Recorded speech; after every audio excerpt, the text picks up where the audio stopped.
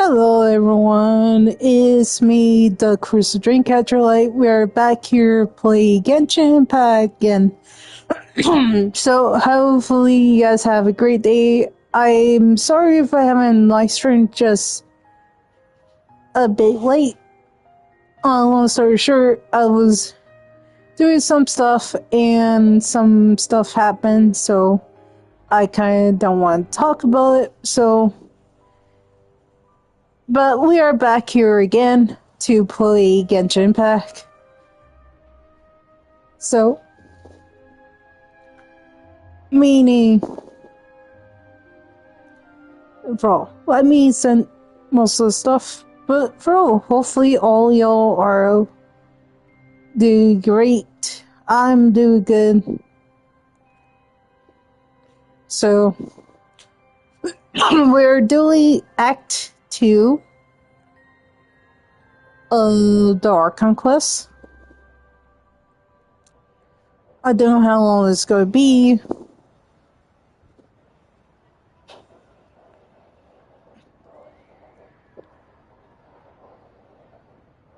So, hopefully, we can finish it today or maybe tomorrow. It depends how I'm full. So,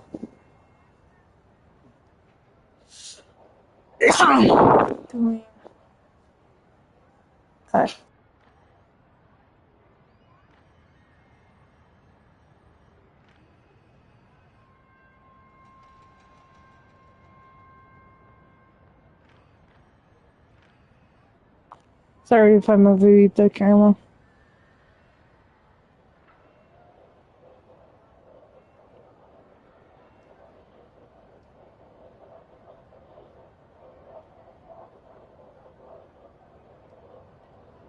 No.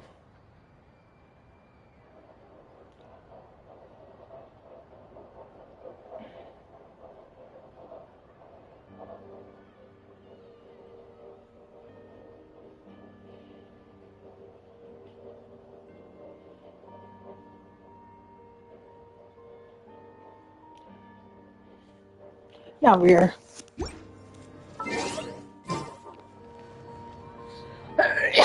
Okay, so let's start. I did part. I just had to grab this waypoint, but I did part of the story.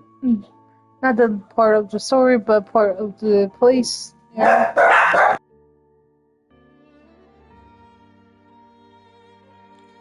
Sorry, my dogs were barking. I was doing part of this era. It's great. Going and tell the truth, and not only that, I did little her up.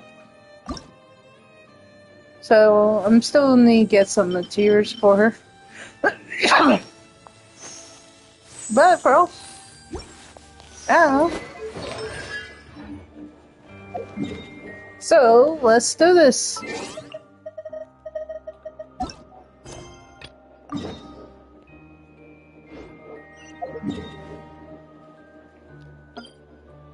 So we have to go over there. Wow, this would be the perfect location for shooting a film.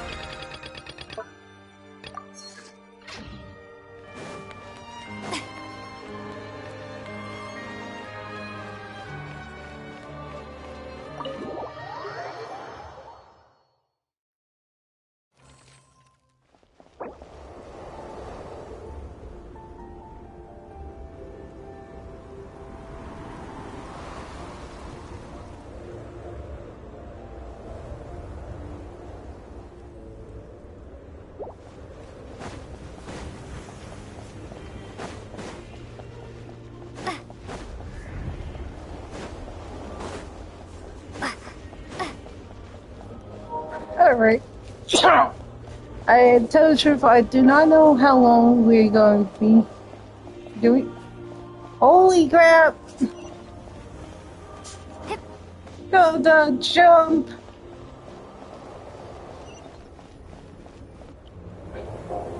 Bro. Ooh, it sure is cold today. I wonder how much heavier the snow's gonna get. Here to see Odette? I just need to see your tickets for the preview. Perfect. Thank you. I'll hold on to your tickets. Come on in. It's freezing outside.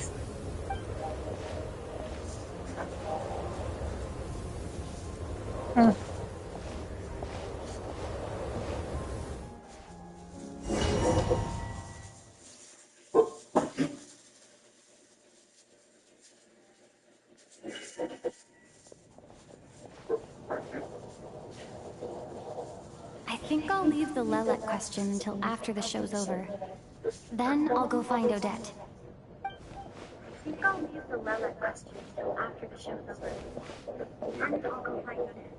Child said he was originally going to come with Tonya. So I'm guessing Tonya's already here somewhere. Is there anyone here who looks like a Tonya? Let's see. It's a small audience. Makes sense for a preview. But wait, I do see some familiar faces. Mr. Chuganov's back again by the looks of it. Oh, and is that Mitya? And that Fatui officer, Valeri. Guess he must be playing cat and mouse with Mitya again. Oh no, it looks like the show's starting, and I still haven't found Tonya. Never mind. I'll just have to take a seat for now and see if I can catch her afterwards.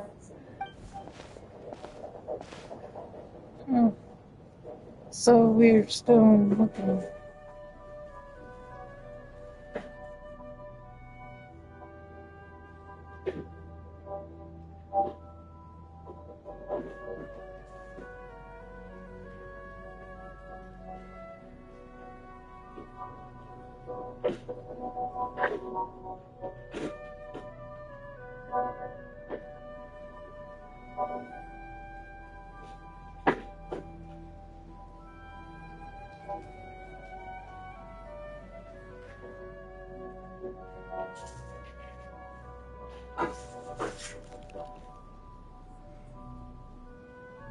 What the?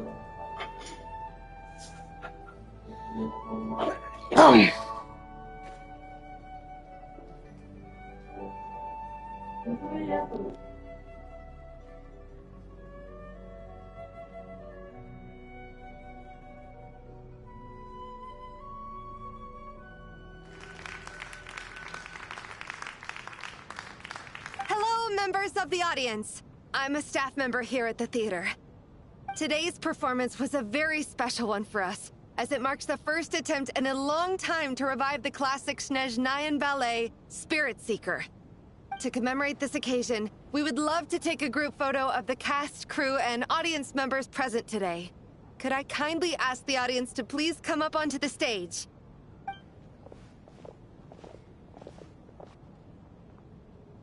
All right, everyone, huddle in a little more. Now, look at the camera. All right. 1, 2, 3.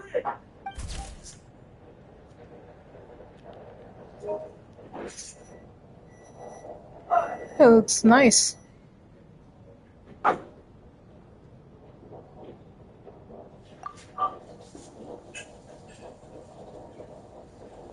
you quite satisfied, Mr. Energy Scientist? I rather hope you don't have any other escape plans to add to my workload today.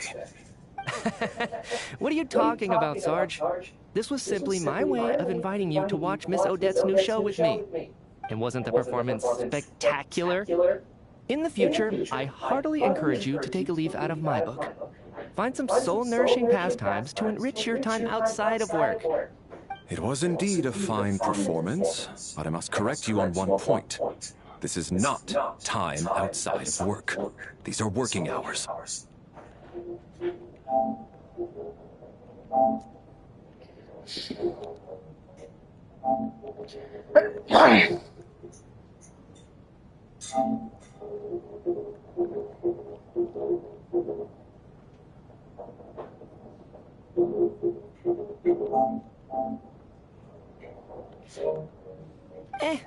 Working hours and non-working hours are just a social construct. Human technology can never advance if we're too rigid in our thinking, Sarge. May we leave now? Already? I mean, I was kinda hoping to soak up the atmosphere for a little longer, but... No? Okay, guess I'm pushing my luck. Didn't seem like too much to ask, but fair enough. Off we go then, Sarge. Back to the land of working hours. Lead the way. That has to be her. She's the only person in the audience around Tonia's age. Excuse me? Are you Tonia? Huh? Your brother's busy today, so I took his ticket. Don't worry about him. He's fine. Oh, okay. Sorry for the trouble. What's wrong? Are you sick? No, I'm fine. It's nothing. Maybe she caught a cold on the way here because of the weather?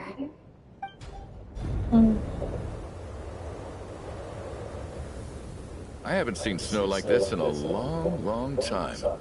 It's most unusual. I know. It's completely white out there. You can barely see a thing. I've never seen such heavy snow in my life. Let's wait it out for now. You'd be lucky not to freeze to death in this weather, let alone find your way. Well, look at that. Maybe we shouldn't be in such a rush to get back after all. What do you think? Let's wait and see.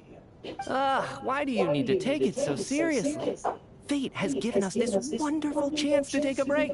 We owe it to ourselves to make the most of it. Come to think of it, there's a small inn not far from here that always keeps plenty of extra blankets on hand for guests. I know the route well. Shall I head over and borrow a few blankets? That way, anyone in a hurry can wrap up warm for the journey back. Just remember to return them next time you're over this way. Sir, there's really no need to go to all that trouble. Hey, it's no trouble at all. Wait here, I'll be right back. What a kind gentleman. Very good. My wife and daughter are waiting for me at home, so I shall be heading back as soon as I get my blanket. So... Are you expecting us to go back to the Armory Palace wrapped in blankets too?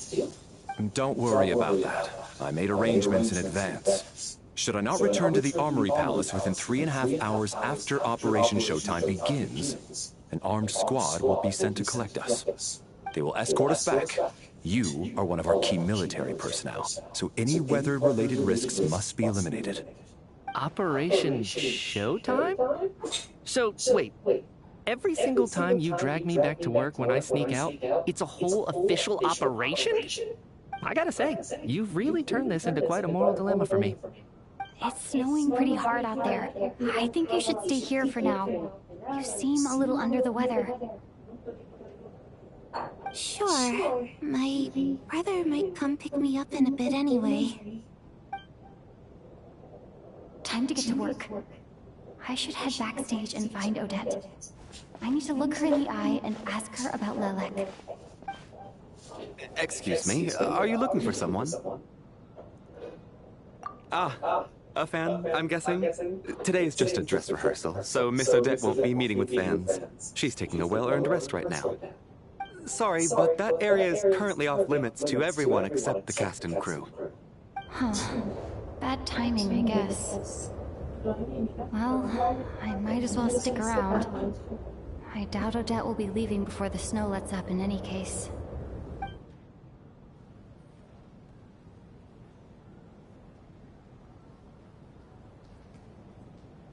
What happened to the gentleman who went to fetch the blankets? How has he still not returned? I was thinking the same thing. It's still snowing very hard. Do you think something might have happened to him? Whatever the reason for his delay, I must say I hate nothing more than people who make empty promises and fail to deliver. Well, I have to treat my employees like that on occasion, but that's different. Oh boy.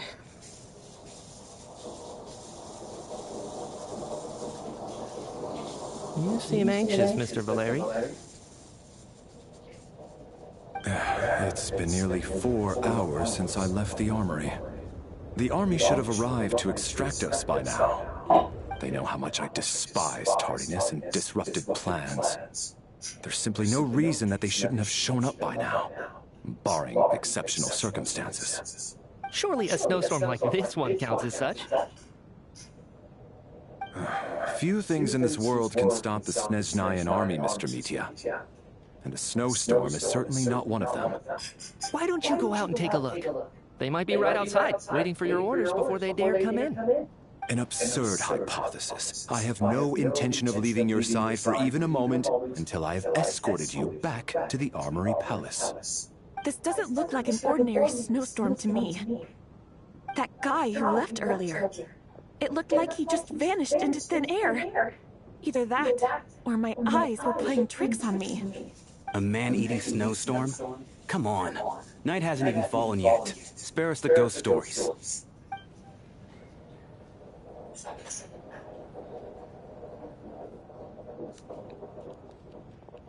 Traveler, didn't know you were coming today. How come you didn't say anything?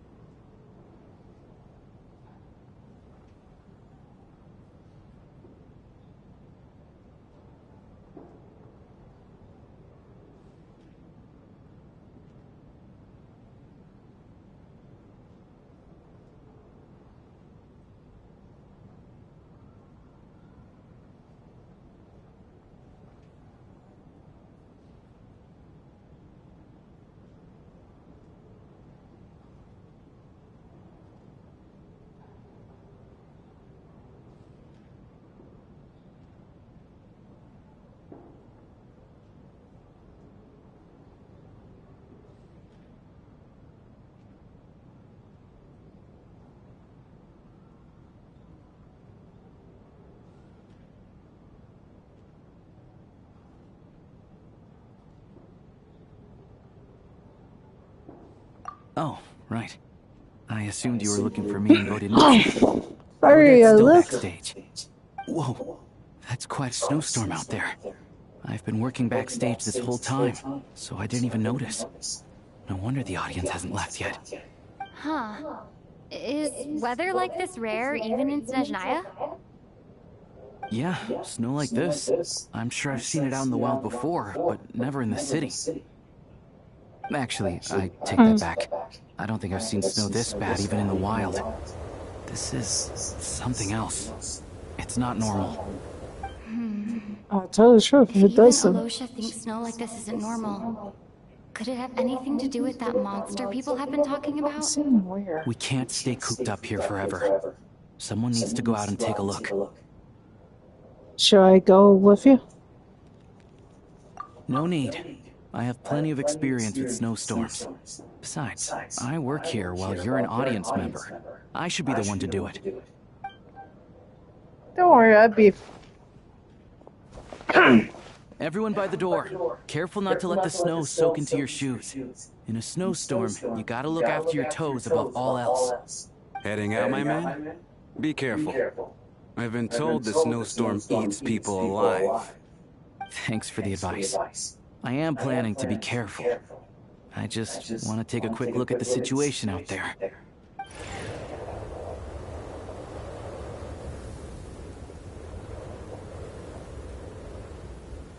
Alright.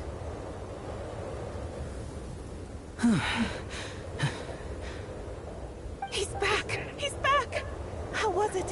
What's going on out there? Did you see any soldiers patrolling the area? Something about this storm isn't right. There's no one out there. I didn't see a single soul. And something in the air gives me the creeps. This isn't your average snowstorm. I suspect it might be related to recent events in our nation. I strongly advise everyone to stay here until the snow dies down. Are you serious? So all of us are trapped here now? That sounds a little far-fetched to me. You want to go outside and see? I, for one, am not risking my neck in that weather. This just turned from a minor delay into a major hassle. We can only hope that our friend who went to fetch the blankets just ditched us and went home. Is it really that bad? But my daughter, I won't be able to read her a bedtime story tonight. Huh? What are you all still doing here? Whoa! It's snowing hard! So now we're stuck here? Oh, this is terrible! Luckily, it was just a dress rehearsal today, so there aren't too many people here. On the bright side, the theater's always well stocked with supplies. If the snow still doesn't let up as we get into the evening, you can spend the night here, everyone. At least, I assume that's alright? Odette? Fine by me. This seems like a sensible backup plan under the circumstances. My thanks to the theater for being so accommodating. What are you staring outside and praying for, my man? You anxious to get home too? Oh, Your Majesty the Tsaritsa, I beg you, please do not let tonight's snowstorm stop. This is a golden opportunity to spend the night under the same roof as the two top stars in all of Snezhnaya. You fucker! It's a once-in-a-lifetime experience. Dude. I changed my mind. Sir, if you so much as look at us funny, you'll be seeing stars in a whole other way. Behave yourself, or you'll be begging for that blizzard.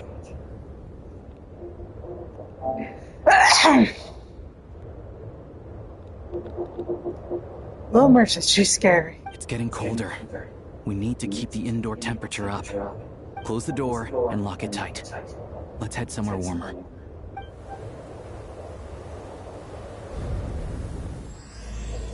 Alright! Act 2 just started.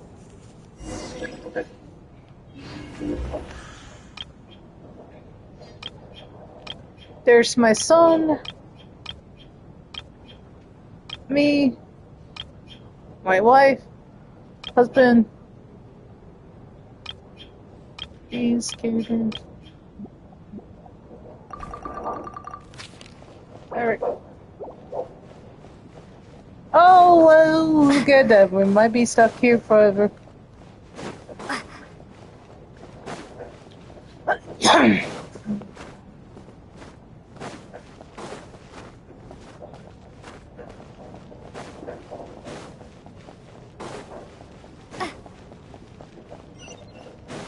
It's around there. Alright, let's check it out. And then there's the aristocrats. Easiest of all to deal with. You don't need to use any force whatsoever. All you have to do is show them the rope you plan to tie them up with. Do you know why? I don't. Do tell. Because nothing horrifies them more than the thought of a cheap, coarse rope leaving creases on their precious million more coat. They'll do whatever you ask to avoid that fate. Unexpected, but funny nonetheless. Tell me another one. Well, look at that. I got myself a new listener. Hey there. Let me introduce myself. The name's Shram, and I'm a mercenary. The kind that gets paid to do odd jobs for rich folks. And I am Chuganov, an entrepreneur. If my name is unfamiliar to you, you will no doubt have heard of my factory, the renowned Iskra manufacturing plant.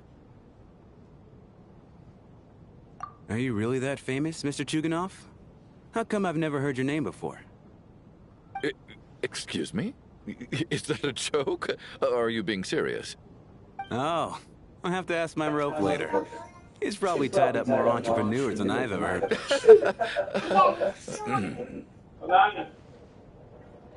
Hold on, I just need to check on something.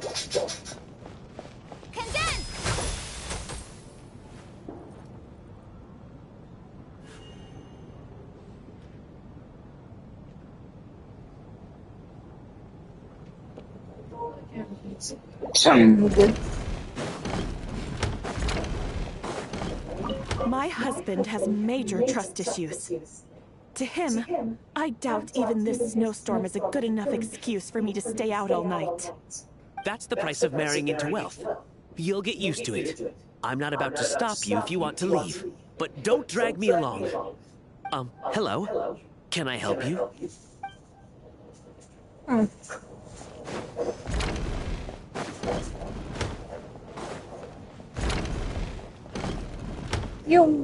This is highly irregular.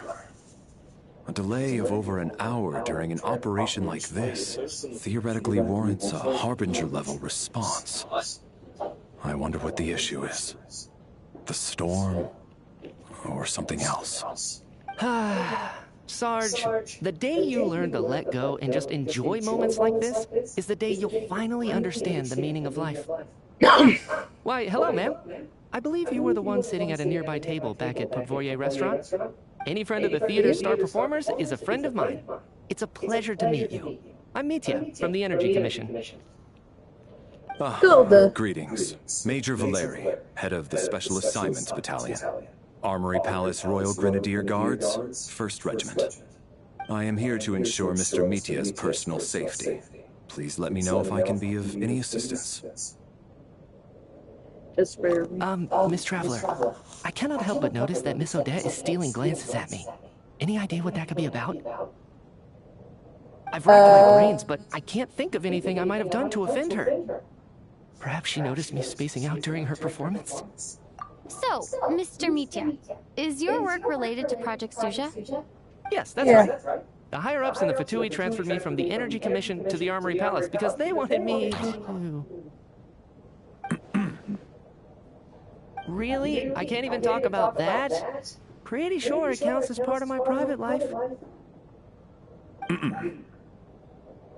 All right, I won't say anything. Sorry, Traveler. As you can see, I'm afraid this pleasant chat will have to end here. Okay.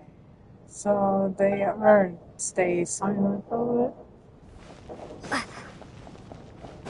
I have to say, even though today was a rehearsal and there were some hiccups along the way, Miss Odette's performance was one of the best I've ever seen, even compared to an actual show. Oh, I couldn't agree more, especially considering the weight of the subject matter. It takes a truly seasoned professional to do justice to a theme like love and regret.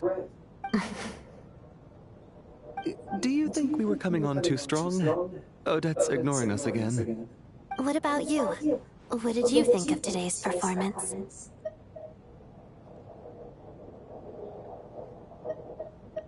Huh. That's actually a more insightful critique than I was expecting. My mother would agree. She's always thought that was my biggest flaw. Maybe I need to work on making my facial expressions appear more natural. I'll make sure to save a ticket for you when the show's performance ready.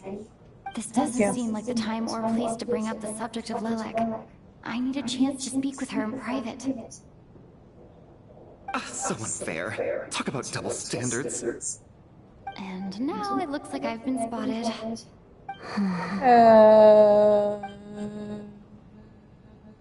You know Mitya too? No, I don't. I just have a feeling that he might be dangerous.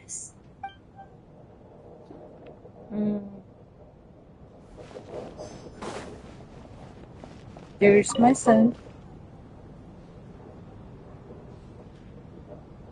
I don't think it's ever been this lively backstage before. I didn't know you were coming today. Hey, have you seen Chuganov? I heard he was coming today. Have you spoken to him at all? I'm with you. This could be just the chance we need. Yeah, I gotta figure out a way to coax some more intel out of him. I want to know why he suddenly changed his stance on Project Stuja. For the Rokad, or just out of personal interest? Shh! There are other people around. Don't say the R word.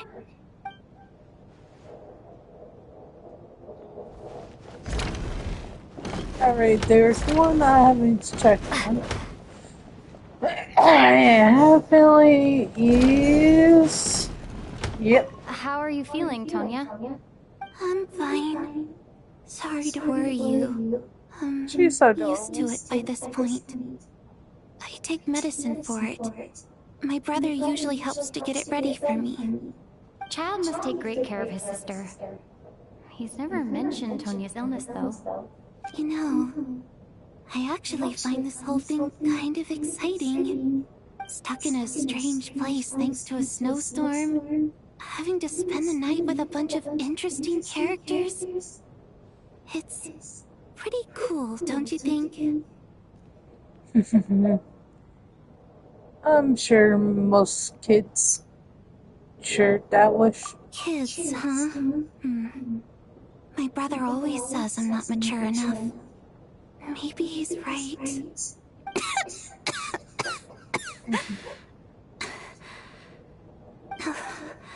I'm fine, really.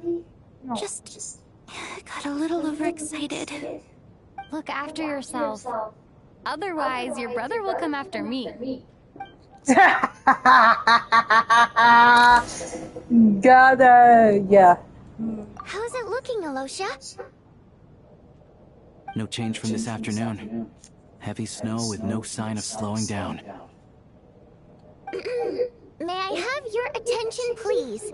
The storm is unlikely to stop tonight, and it'll be even more dangerous outside at night than it was during the day. We at the theater owe everyone here a duty of care. Therefore, we strongly suggest that you stay on site overnight and avoid I have a going question. outside Why unless does it have necessary. like... In a few short moments, we'll give you a tour of the theater's various quarters. You can choose to sleep in the VIP room, the office, or backstage. Or on the stage if you'd prefer. We won't mind. I'll pass on sleeping on the stage. What if the snow is stopped by tomorrow morning? The early birds in the audience might think we're part of some experimental new show. A drama about sleeping? That could be fun. Maybe we could come up with a title for the production. Not bad. Clear selling point, at least. Could be a big hit. Anyone who doesn't wish to sleep on the stage, please follow me. I'll show you to the rooms. I guess I'll call it a night. Though, I feel like I won't sleep very well without Paimon here. I'm sure she'll be worried that I haven't made it back yet. But as long as she looks out the window, she'll probably realize what's holding me up. Yeah. I wonder if she's feeling any better yet? At least she hasn't been getting any worse. Still, I should try and get back first thing tomorrow morning.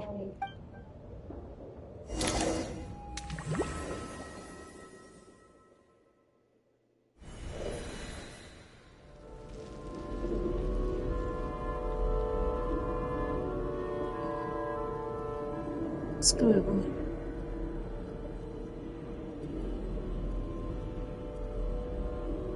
Ah, finally. Welcome back to the world of the living, lazy bones. I was about to wake you. The black mist is almost on us. What? Still waking up, huh? You know, the black mist. It's been chasing us from below ever since we were born. You're just dozy. There's no way you've forgotten. Come on, let's keep heading up. Onwards and upwards is the only way to survive. Don't listen to a word those black mist cultists say. Here we go again. The endless march towards survival. What's going on? That black mist down there is creeping me out. And it's rising. Guess I should head upwards and get away from it. The Black Mist cultists believe that being swallowed by the Black Mist leads to everlasting peace. But if you ask me, they're just lying to themselves. We're the only heretics left. The only ones who refuse to give in. We have to keep going. But how do you actually know that they're wrong? Dangerous question there, Torgov. The moment your faith wavers, you start a chain reaction that ends in the collapse of your will. Put the question out of your mind. Stay strong and believe that the Black Mist means certain death. I can't do this anymore. I've had enough of being forever on the run. What's the point of it all? All this will pass eventually, I promise. Keep fighting. It will be worth it. Holy The shit. Black Mist cultists of being liars. But you're lying too. There is no end to this path. It keeps going up forever. There was never any hope to begin with. The cult of the Black Mist has poisoned your mind, Sobolova. Are you thinking of giving up as well? I am. I think I'll take my chances with the Black Mist over this perpetual torture. As much as I detest the Black Mist cultists, I'm just too weary. Then I bid you both farewell. Let me put my personal opinions aside for a moment and say, I hope that you both find peace within the Black Mist. Fate always appears so impossibly complicated. But at moments like this, its raw simplicity is laid bare. Their fate was sealed from the instant they entertained doubt. From then on, the outcome was both inevitable and irreversible. Let's go.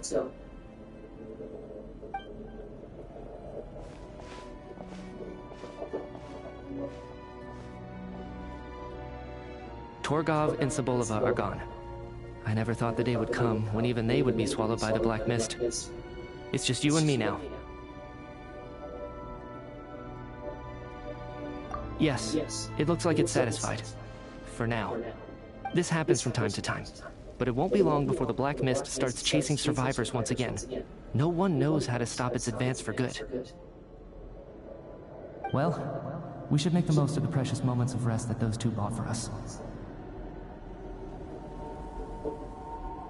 Huh? Are you really that sleepy, Traveler?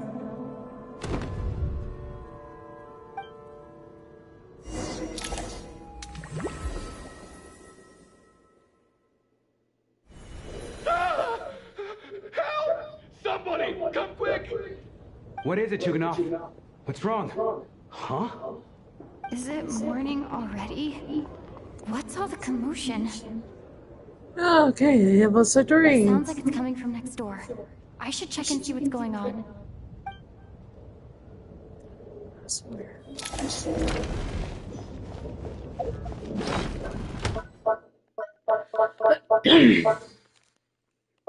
Alright, let's check around. Yep.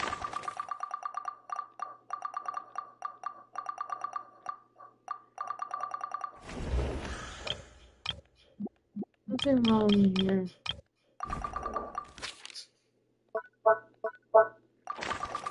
So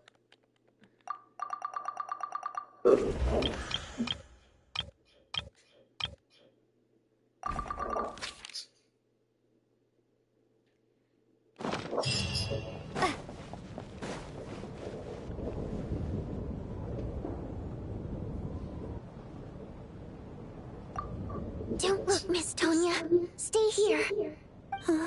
Okay. What happened to them?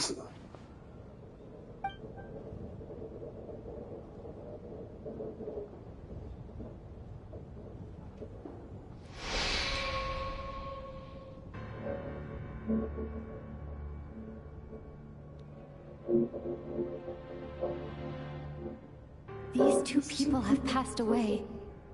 And the strange thing is that somehow I knew this was going to happen. I knew that they would be the ones to die. Have I seen this moment before? Or did I have some kind of premonition? I can't remember what it was. Let me take a look. Summer Mystery Nights.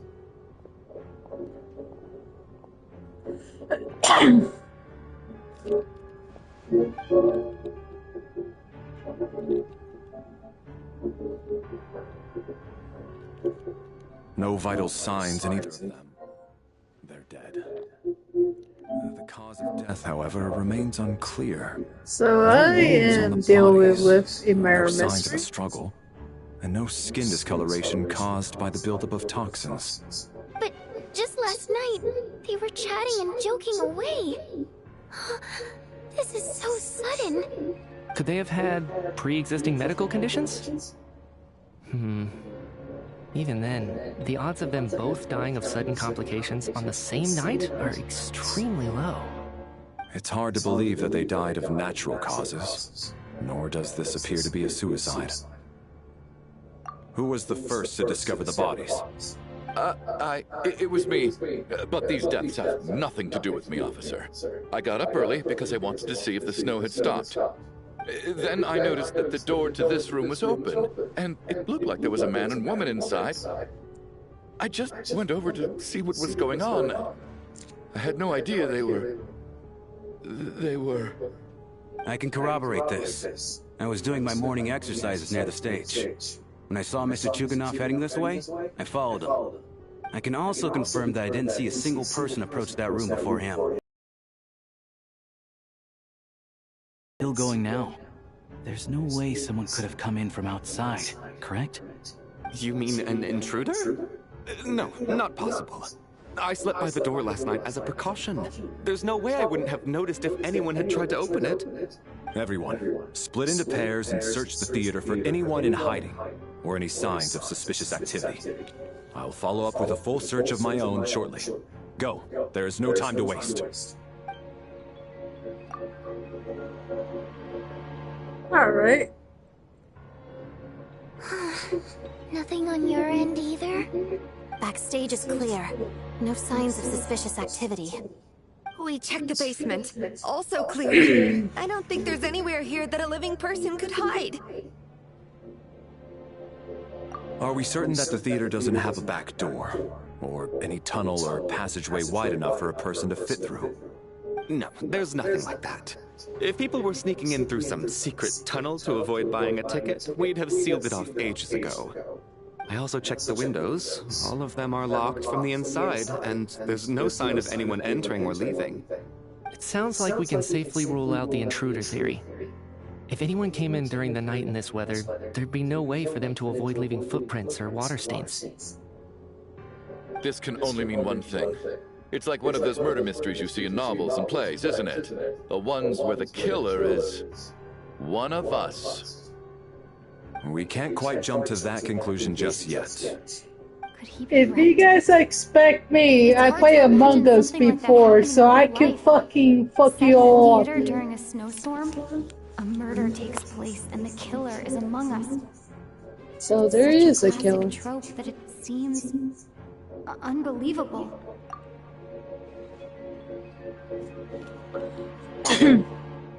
So one of you guys might be sus. Looking at who the killer targeted, and the clean entry and exit. It all adds up. I know what this is. It's obvious now that I think about it. What is? What have you figured out?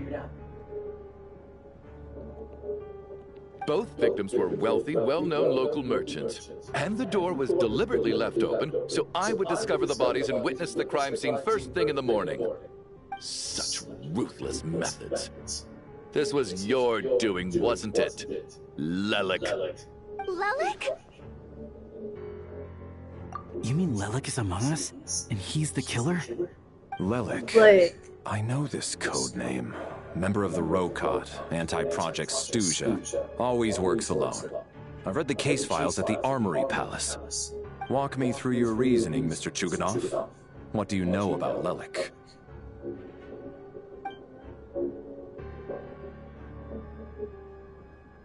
What now, huh? What now, Lelik? What more do you want from me? I already voted against Project Stuja at the Snezhnograd Vecha. You snuck into my house the other day while I was asleep. Left a threatening letter. And I did all that you asked. But Project Stuja cannot be so easily shaken. Not with the rooster in charge. So, he really was threatened by Lelik. That makes sense. And now you're resorting to murder to threaten me. Isn't that right? I knew it. The Rokot despises the rich. The lives of the wealthy are but refuse in your eyes. Show yourself! Which one of you is Lelik? Tell me! I'll do whatever you want! Just stop playing these mind games!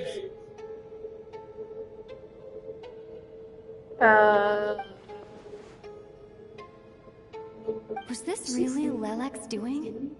Would Odette really do something like this?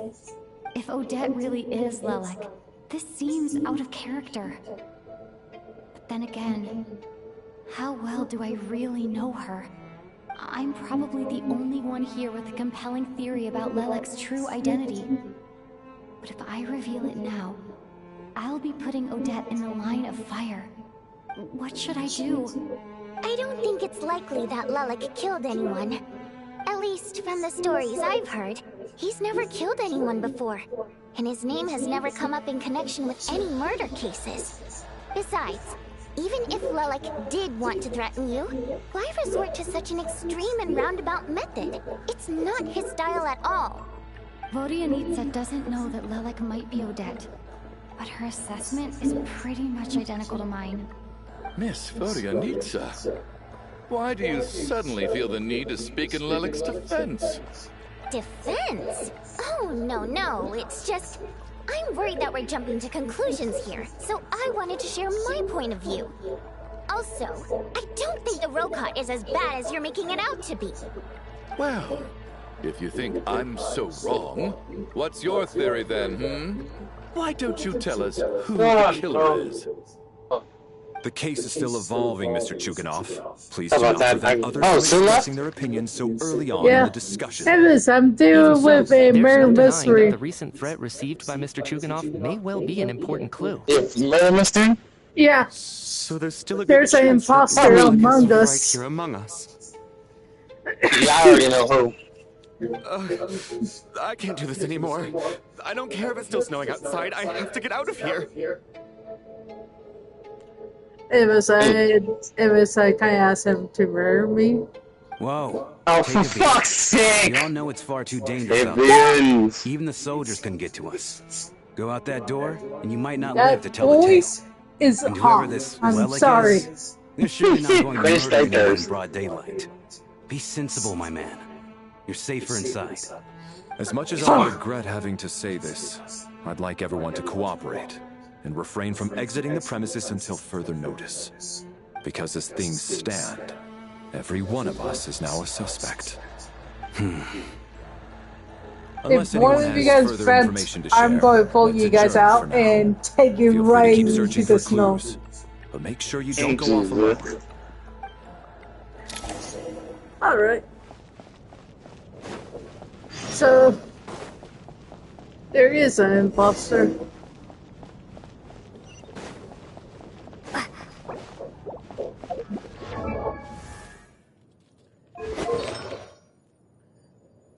Anyways, I'm going to say this. I'm going to keep my cryo traveler.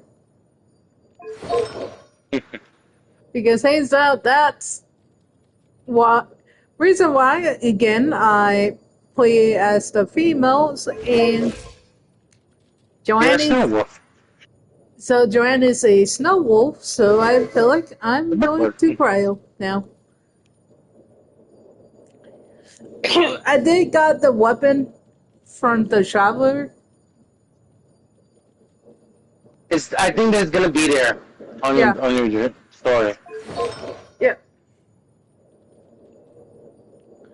I gave her the artifacts and yeah. I'm gonna let me check on artifacts. No, I don't have Now might switch to artifacts. I could see some stuff.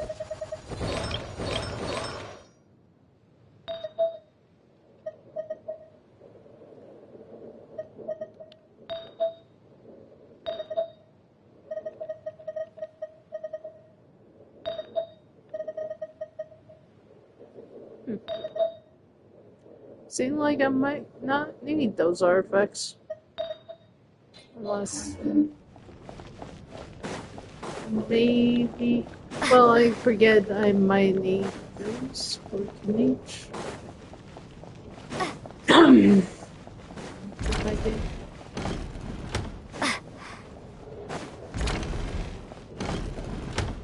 You're right, that was my bad. It was a knee-jerk reaction. I didn't think it through. Luckily, no one Let me show suspected you my something. identity. Holy shit. Don't think of her innocent. But holy crap, she's scary.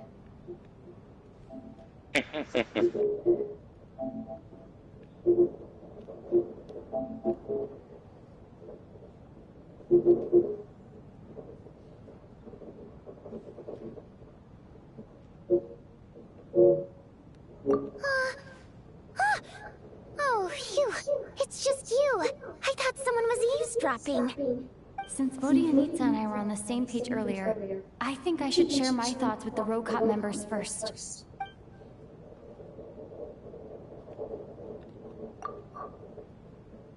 Whoa, whoa, whoa. Are you serious? I don't know if this counts as gossip, but it's definitely on track to be the juiciest this whole year. Odette? Really? Odette? Oh god, how dumb does this make me look? Lilac has been right under my nose this whole time, and I didn't notice a thing. Actually, it's exactly what you'd expect. Sometimes, hiding in plain sight is the best strategy. And now that you mention it, the more I think about it, the more sense it seems to make. It all adds up. What are we up to now? 1, 2, 3, 4... What are you counting? Odette's identities. She's my coworker. Yeah. Specifically a ballerina, and also a Fatous, a member of the Rokot. Now, Lilac. It must be so exhausting. I just want to give her a hug. I guess since I've always known her as a member of the Fatui, it never even crossed my mind that she could be involved with the Rokot, let alone be Lilac. I don't understand. If she's with the Fatui, what reason could she have for being so opposed to Project Stusha? Probably best if you ask her that in person. Well, since you waited until now to bring this up instead of announcing it to everyone earlier, does that mean we're all on the same page here? Yeah. Lilac may not follow orders from the Rokot leadership, but as far as I'm concerned, she's never crossed the line. If anything, her actions benefit the poor. We need to confront her face to face. Do you think she'd really admit to being Lilac? I don't know. We'll have to see how it goes. For now, we'll work on the assumption that she didn't kill anyone, and see how much she's willing to tell us.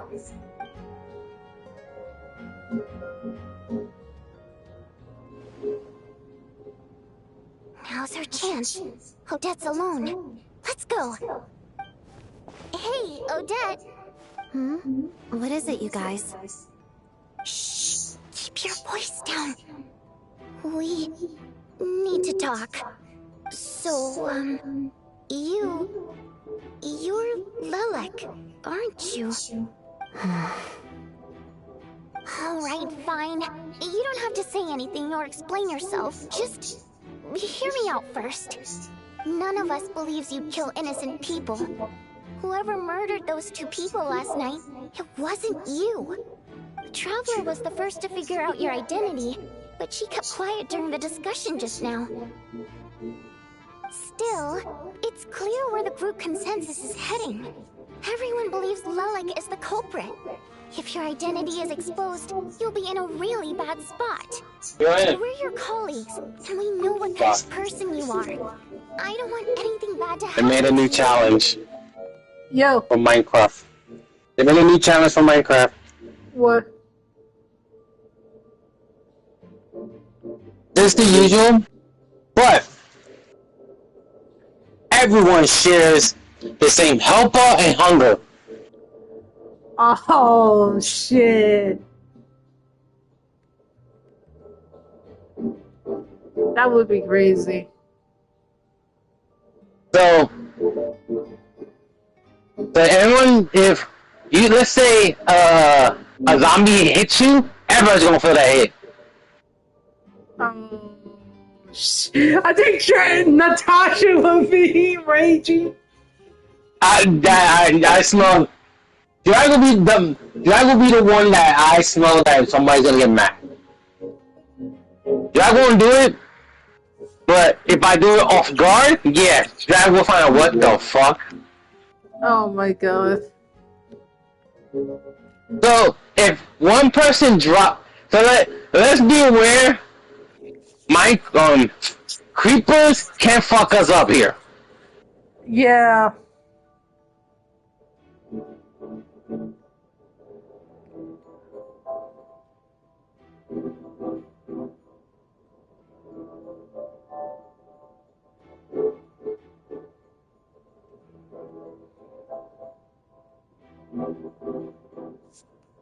So, can you pull us in? Tell us everything. The more we Hey, Marcella. the more easily we'll be able to cover for you. That is gonna piss off a lot. I see a lot of us gonna get mad. Like, why the fuck was playing? We couldn't do it. I couldn't do it. Because I would be. So she is Logic. I think Drag would use that shit as a weapon to fucking piss off her. Okay. You were Logic. And thanks, but I don't need you to cover for me. Actually, I'm planning to reveal my identity. Huh? You're gonna reveal that you're Lulic? Here? That's right. I'll admit, I was surprised at first when Shuganov guessed that I was here. It was just a lucky guess, but it caught me off guard. But after taking some time to assess the situation and confirm where everyone stands, I don't believe I have anything to worry about. Are you sure you don't need a second opinion? Given the circumstances. Mr. Valeri! What?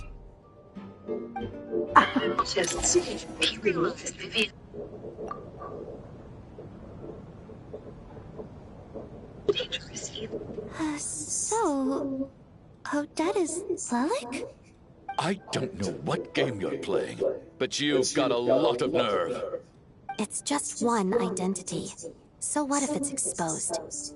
I can disappear and adopt a new identity anytime I please.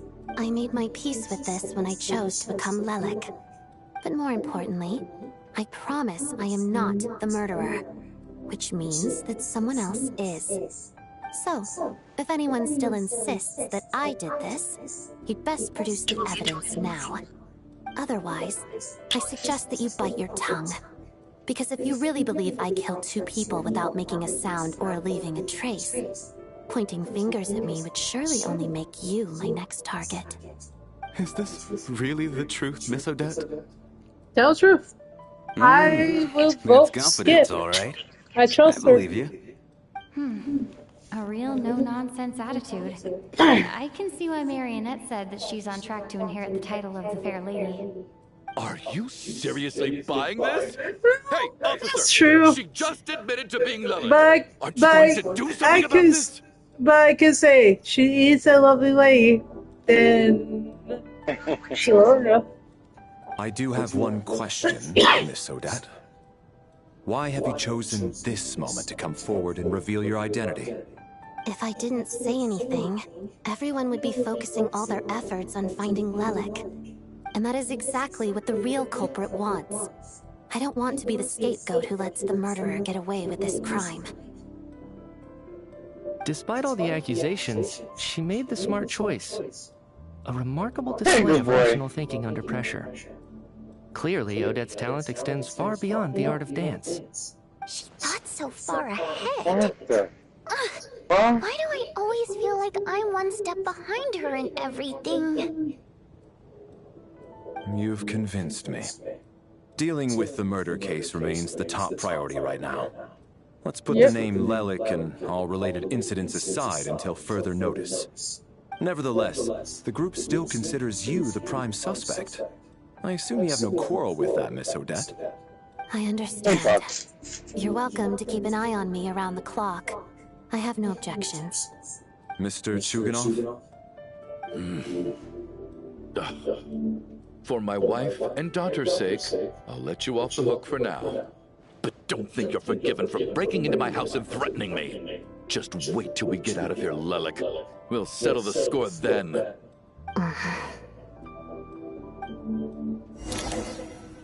And one in the back.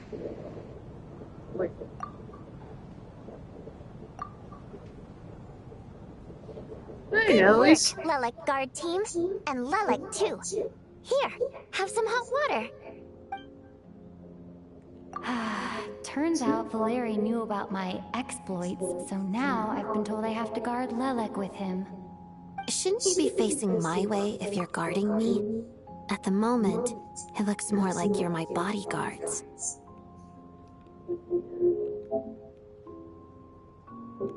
Well, that's something. If the true culprit is indeed still at large, as you have claimed, we must keep our guard up against them also. Don't worry, Tonya. We'll get through this. Once the snow stops, the officials will step in. The investigation will get easier, and then we'll be safe. But once the snow stops, won't everyone just leave? You're gonna miss us, huh? Well, some of us work at the theater, so we'll still be here. I'll even give you a special backstage pass. Really, Miss Vodyanitsa? That's awesome! You've made a fan for life.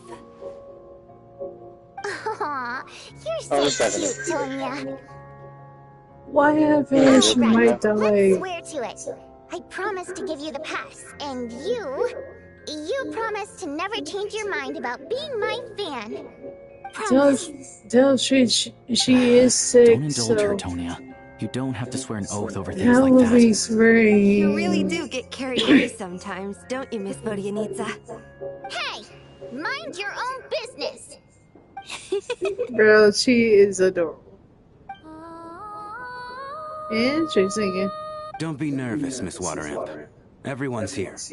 There's nothing to be afraid of. Excuse me? Do I look nervous? Don't be ridiculous. Bro, she had like a tear You sound most of nervous, the lass. Oh. Wait, but how... Okay, plenty of people know that I'm a water imp, but still... a warrior. How come you understand our primary mode of expression? Primary mode of expression. I've not come across that concept before. Do enlighten me, Vodyanitsa. Well, it's just... We water imps tend to communicate our emotions to each other by singing, rather than facial expressions. The emotions we convey through song take precedence over our facial expressions. So, we think of it as our primary mode of expression. I'm impressed, Shram. I didn't take you for a man of culture, but you're clearly rather learned. It's not about being cultured or not. The thing is, this mode of expression can usually only be understood by other water imps.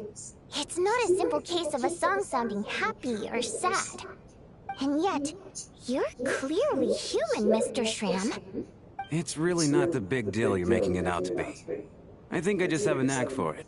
Plus, I have a... very close friend who's a water imp.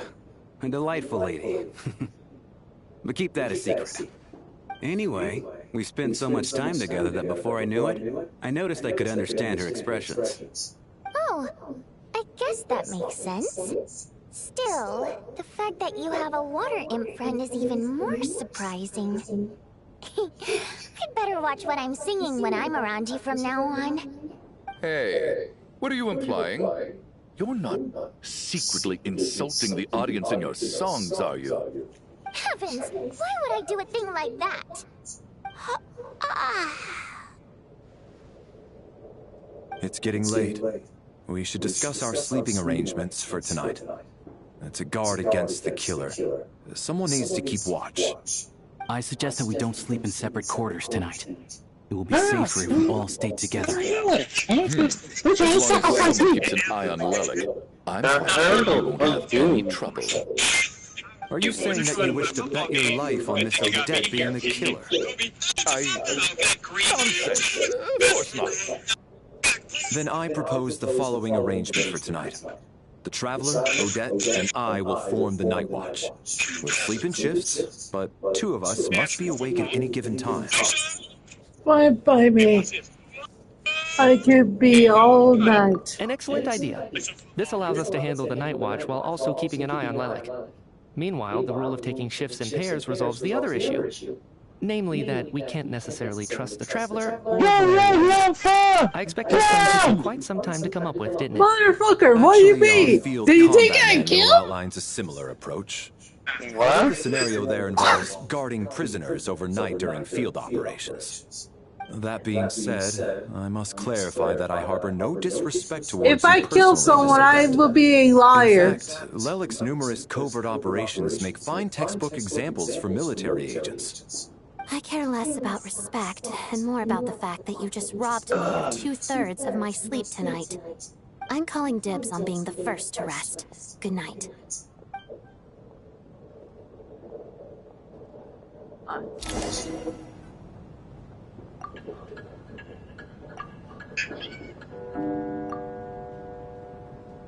It's almost time. We should wake Odette. How are you faring? I'm not sleeping. Oh, not going to argue with that. I'll take a quick nap. If you start to feel sleepy, wake me up anytime. Alright. It's finally time for Odette and I to share the night watch. I should wake her up.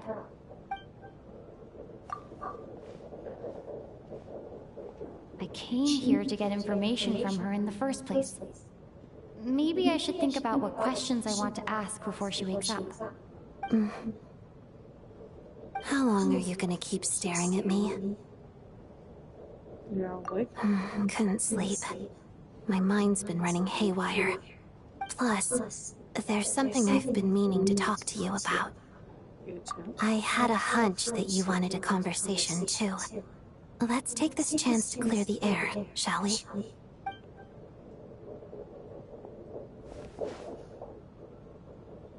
I just had a simple question for you, really. It's, Rosaline. In her final moments, did she have any last words or anything? Bro!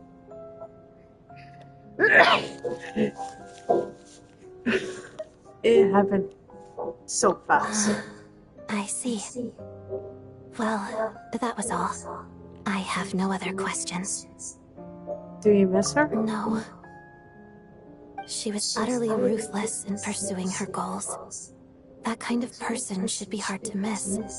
And yet, even though I never approved of her methods, and she was an abrasive person, the fact remains that I am indebted to her.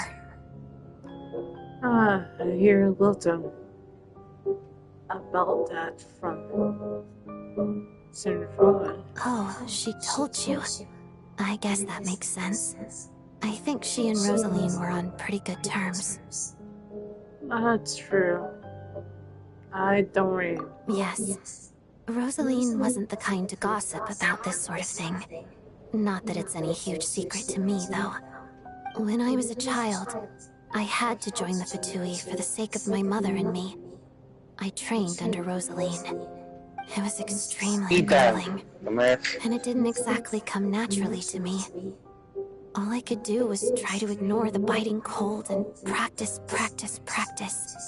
I was a newcomer who'd managed to make a good first impression on a harbinger. I tried my best to forget how many times I called the bitch a bitch. To be worthy of the fair lady's reputation. I'm sorry, Every day was a sir. struggle against the cold, pain, You still and have fatigue. my grudge. And most nights, I struggled to fall asleep. After enduring all that, I've become almost immune to the sensation of pain. I suppose that was the cost of survival. Surely, any child who had to experience that would grow to hate her lot in life. Don't you think? Well, I can't say how many times I call her a bitch. I'm pretty sure, yeah. So, I put an equal amount of effort into my ballet. Because in my young mind, that was the only way to defy my fate. It was my way of telling her, the Fatui's demands and your expectations of me are not what I wish for. One day, I will leave. I think she probably blamed my poor performance in training on my passion for ballet. She knew my heart wasn't in it. One time, when I was secretly practicing a dance at night, she suddenly showed up. I knew she was there to catch me red-handed. I told her, "You don't deserve to watch the dance I learned from my mother." She looked stunned. I guess she was surprised that I lashed out first, before she had the chance. But strangely enough, on that occasion, she wasn't fierce with me like she was during training. Instead, she fell silent for a moment, and then left. After that, she never interfered with my dancing or asked me how it was going. She never came to watch me dance again either. Not even once. Well, I think she was probably very... She was. But even now, whenever I take out this core Ignis, I can't help but think of that night. Of the look on her face. Is this what's gift from me? Sort of. Although gift might be too kind a term. This is her flame sealed within ice. A symbol of her favor, yes, but also her way of keeping an eye on people. She knew the location of every piece of Core Ignis. If any recipient started acting suspiciously, she'd be onto them immediately. Trust her to make even a mark of approval feel suffocating. So, when news of Rosaline's death reached Snezhnaya, many people immediately crushed their Core Ignis. It gave them a profound sense of relief, like they'd broken free from her shackles. But I kept mine. With my sensitivity to pain being as dull as it is, the warmth from this Core Ignis is one of the few things I can still feel clearly. I still wonder, did she really come to stop me that night? I wasn't sure, but I was scared. So I said some really awful things. I guess she didn't leave anything behind. Not that I expected I can say, you're not the only one. I say so many awful things. That we couldn't settle teens towards her, call her a bitch, whore, slut. Yeah. She did. Are you sure she was talking about this yes, event? I did tell her that so many times when I fight her. No, she didn't. I didn't even find out that she'd gone to Mondstadt until a while after she'd left. Wait, in that case... Okay, I will. Thanks for letting me know. No problem. There's something I'm trying to figure out.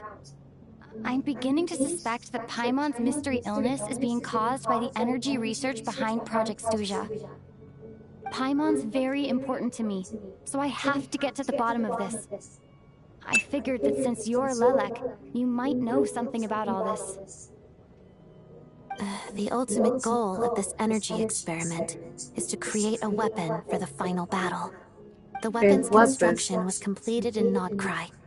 Now, all that remains is to arm it with a sufficiently powerful energy. Yes. The weapons development and all the related experiments are overseen by Lord Piero, the Jester. And the lab is located deep within the Armory Palace. I'm not sure why this experiment would be making Paimon feel unwell, though. The best way to get to the bottom of it would be to go there in person. Once we get out of here, I'll help you apply for an entry permit. Are you And sure? I'm hardly the organization's proudest member, as you know. You answered my question about Rosalie. I want to do you a favor in return. It's that simple. Huh? What's wrong? Are you not feeling well? You two seem to be hitting it off. I thought you were sleeping. Of course I was. In the military, one learns to fall asleep quickly, even in the most inhospitable environments. It's vital to staying alert and energized. Why? Is something wrong? Even if he was awake, he can't have overheard us, right? Well, thank you both for keeping watch. Traveler, I'll take over for now. It's your turn to get some sleep. Sure.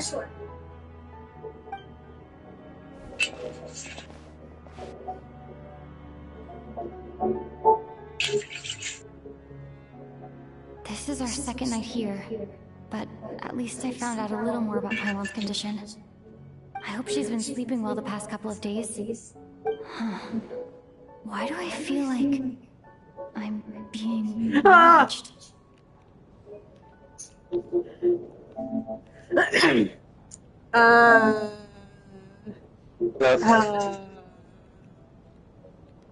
Is there a reason why you're watching me? Seriously? Is this payback for when I stared at her earlier? But I thought she was asleep. Never mind. I'd better try and get some sleep myself. Well, now I know. If I ever have her in a bed, she probably would have me getting watched. What are you spacing out for? Why? Are you reaching your limit too? I don't know. She's watching me while I'm sleeping. How long have we been walking for? Do you remember? Time's lost all meaning. Okay. Ever since we noticed that thing above our heads. What was it called again? A star key? Or key star? Anyway, the person who named it was swallowed by the black mist. Whatever it's called, ever since we noticed it, we've been walking up and up, hoping that as long as we reach it, we can find a way out of this place. But it seems like no matter how far we walk, we never get any closer. Well, we've come this far. You never know. Maybe we're almost there? Come on, enough moping. Let's go. The black mist is catching up.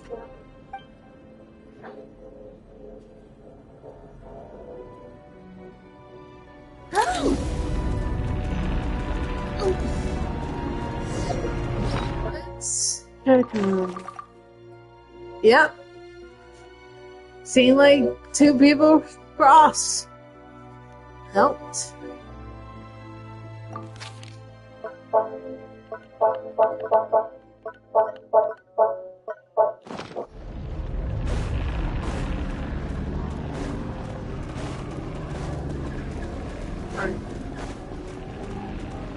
We got our monsters! Watch out! Not again! I've lost count of how many times we run into them. Be careful!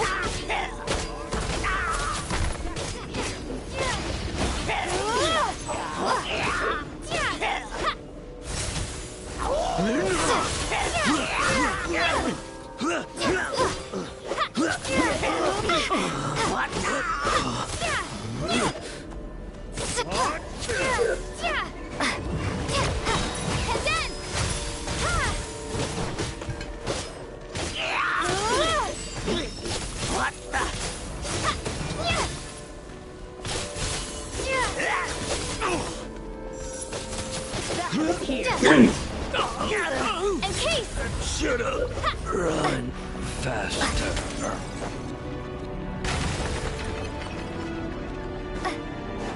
This is breaking.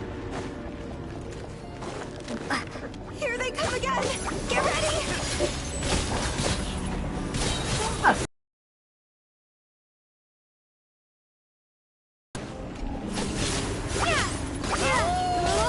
Get a lot of this! What the? Bombs away! What the? I just yeet the person. Oh shit. Yeet.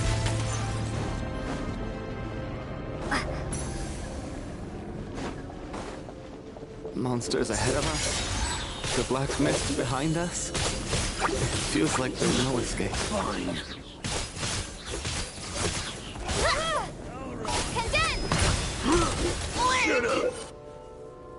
Alright. This is fun. Are you all foolish? No. I'm fine. It's just... Suddenly I don't want to walk any further. I get you. In fact, I reached my limit a long time ago. Sometimes it feels like there's hope where there shouldn't be. Yeah. The hope that the star gives us is the only thing keeping us going. But I'm not sure it's real at all. It may just be a collective illusion.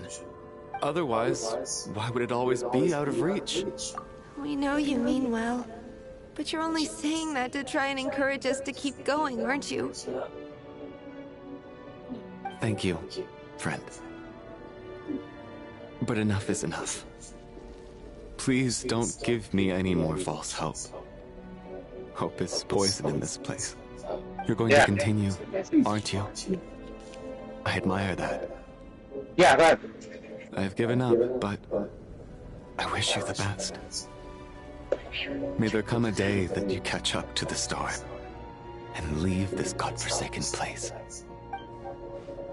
Goodbye. Let's just keep going.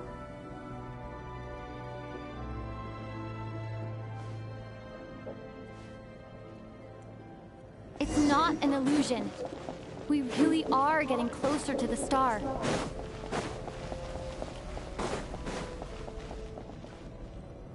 Congratulations. You were the first person to make it here. I'm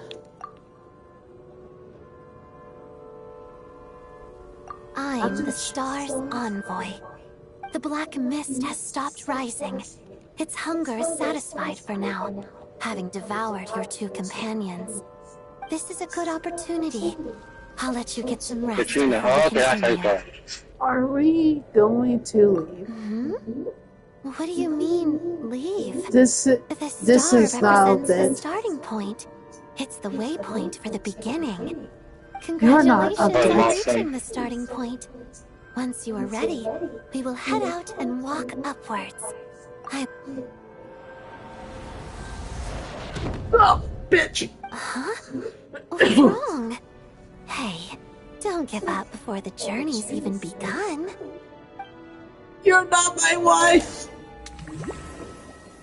Illusion? Yeah.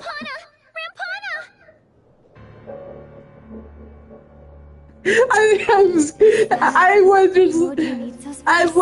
went to the voice. You're not my wife, bro. I know that very well, and that's not my wife. Wake up! Please wake up!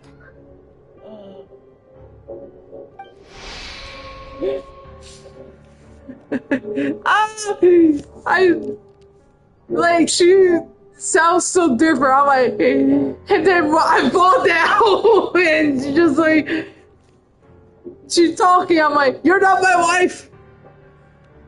You're like, oh no. Like, hey, damn, that's fucking crazy.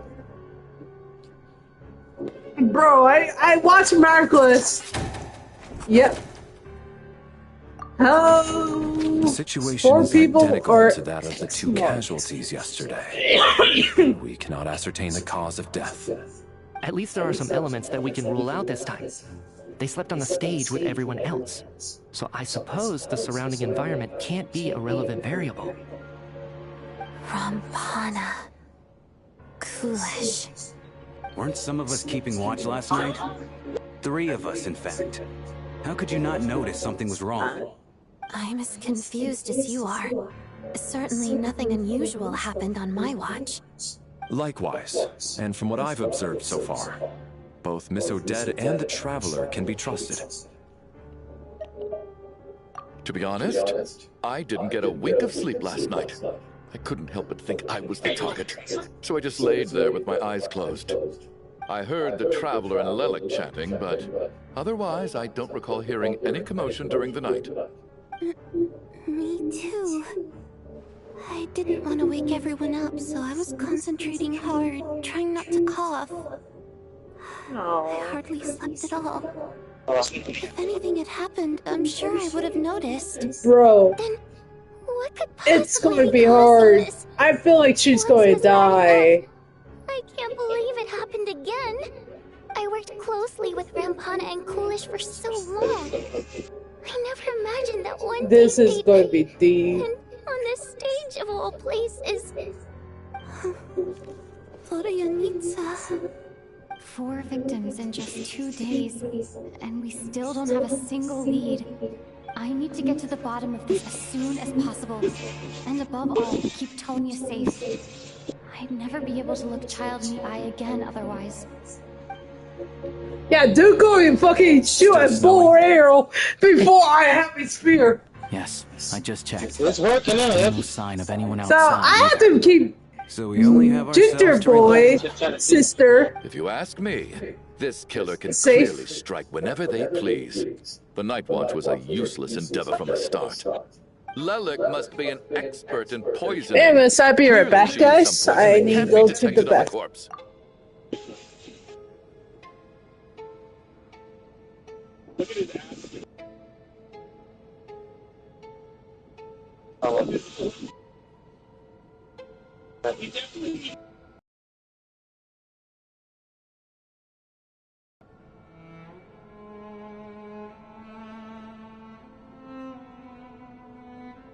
That works. Oh, yeah, it doesn't work.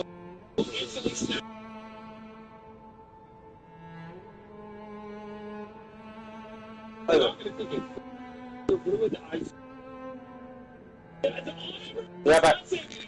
Yeah, back.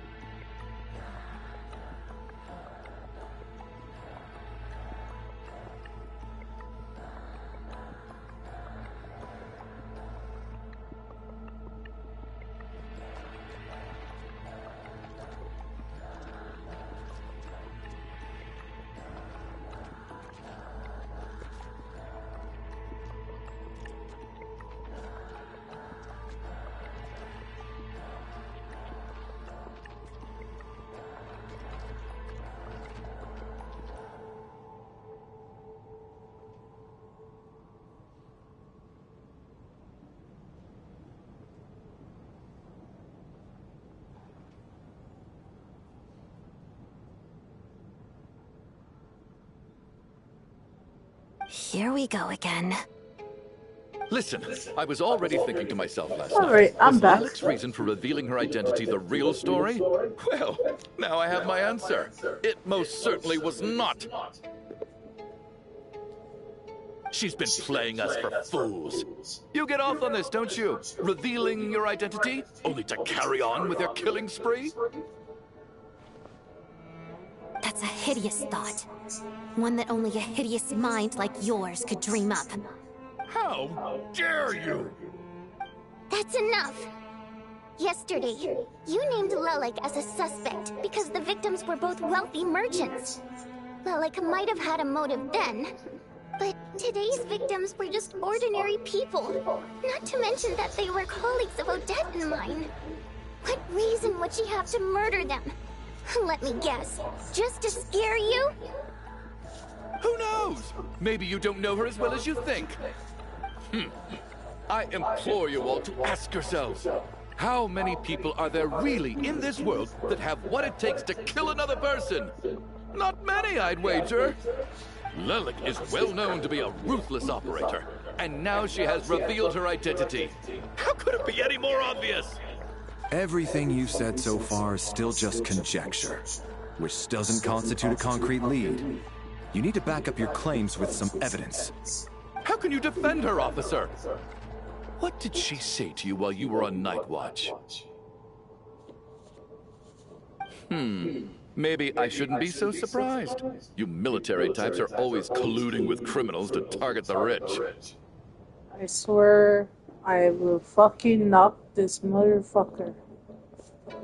All so you can get your grubby paws on our hard-earned fortunes. Then tell us to fall in line.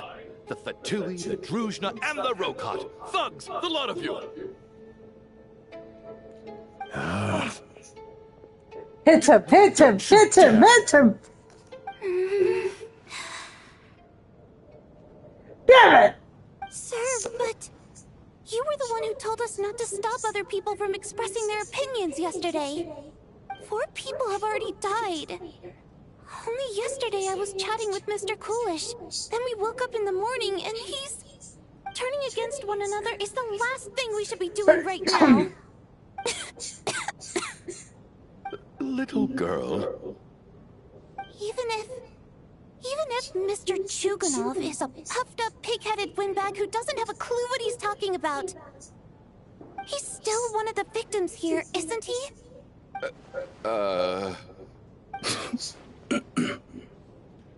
Quite. I had no intention of resorting to violence. But you're right, Miss Tonya. I ought not prevent him from speaking his mind.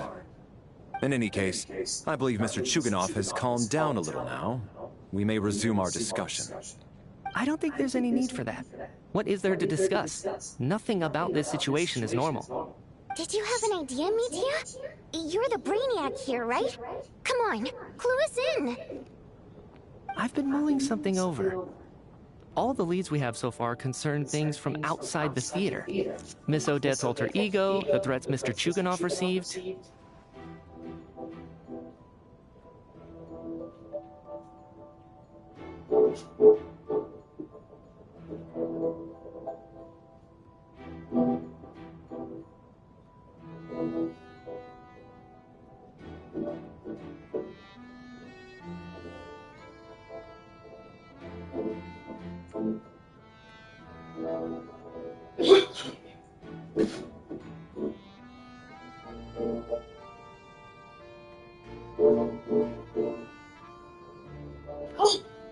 But then there's the 2 double murder crime scenes themselves, which have given us absolutely nothing to go on whatsoever.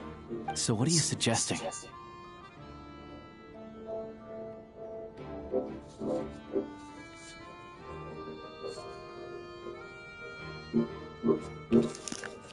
I think this could be a supernatural event. It isn't characteristic of human-on-human homicide at all. Correct me if I'm wrong, but aren't you supposed to be a scientist? That doesn't sound like a conclusion someone like you is supposed to make. I got into scientific research because of my insatiable curiosity. But if the present situation defies all known scientific explanations, I don't mind shifting my curiosity toward the paranormal instead. Now that you mention it, I remember when I first came to the theater. I heard rumors about this place being haunted. Haunted? Yeah, I think I heard the same thing. But I mean, they're only rumors, right? We've worked here for years. Surely we would have noticed any spooky goings-on by now. Well, this has taken an unexpected turn. A haunted theater? If Paimon were here, she'd probably be hiding behind me in fear right now. Why don't we take this opportunity to look for clues again with a more open mind? Maybe a different perspective will help us see something different. Very well. Whether it's criminals or ghosts we're looking for, the same rules apply. Everyone needs to tread carefully. I'll move the bodies into the same room for now. Alright, so we got this part.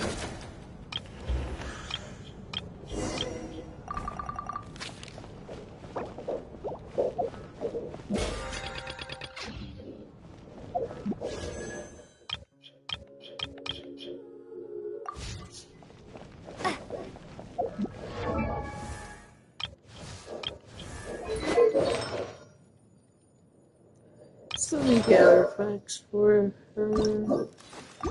How about you?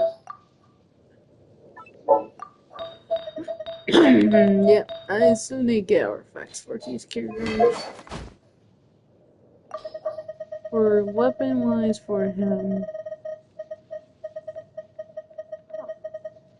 Damn, I don't really have him.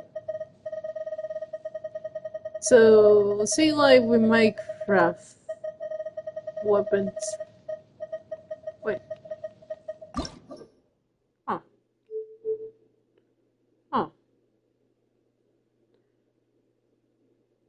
Damn, I really was lazy. Yeah, I will grab weapons for these two.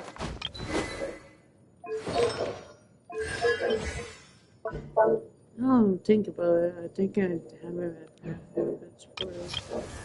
Not great.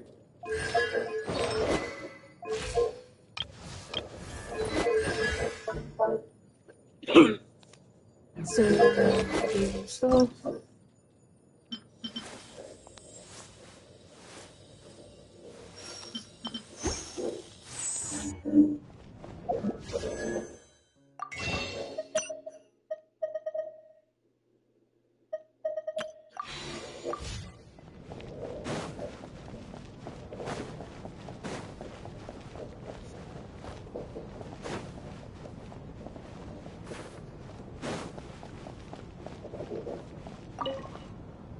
I need to think very hard about whether there's anything that ever needed hiding.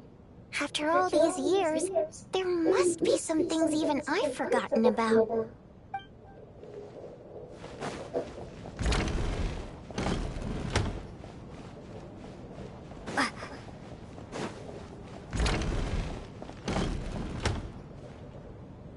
Valeri, come take a look at this. You too, traveler. Some sort of notebook. What is it for? It's the on-duty logbook for the theater. Kulish was the main person to use it. He mostly used it to record any unusual incidents during a show, audience numbers, exit times, and so on. Yes, he'd always have this logbook with him when he checked tickets at the entrance. This should confirm a lot of key details about the recent show. So, you find anything unusual? Yes. The number of people. I've checked and double-checked, but the numbers just don't match what's recorded in the logbook. Apparently, we have an extra person among us. Are we certain that logbook is accurate? Could someone have sneaked in without buying a ticket or something? Unlikely. Kulish took his duties very seriously. I've rarely seen any errors in his work. Not to mention that this was a dress rehearsal, meaning smaller audience numbers and tighter ticket restrictions than usual. Everything would have been well within his control. We no longer have our tickets with us, do we? They got collected on entry. I assume there's no way we can check them again. Unfortunately not. The theater recycles tickets. Once people are in the door, they don't tend to leave until the show ends. So we collect the tickets at the point of entry.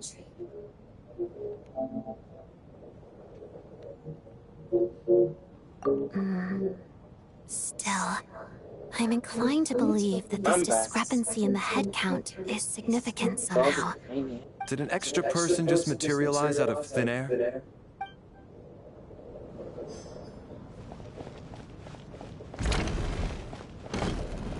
Did an extra person just materialize out of thin air?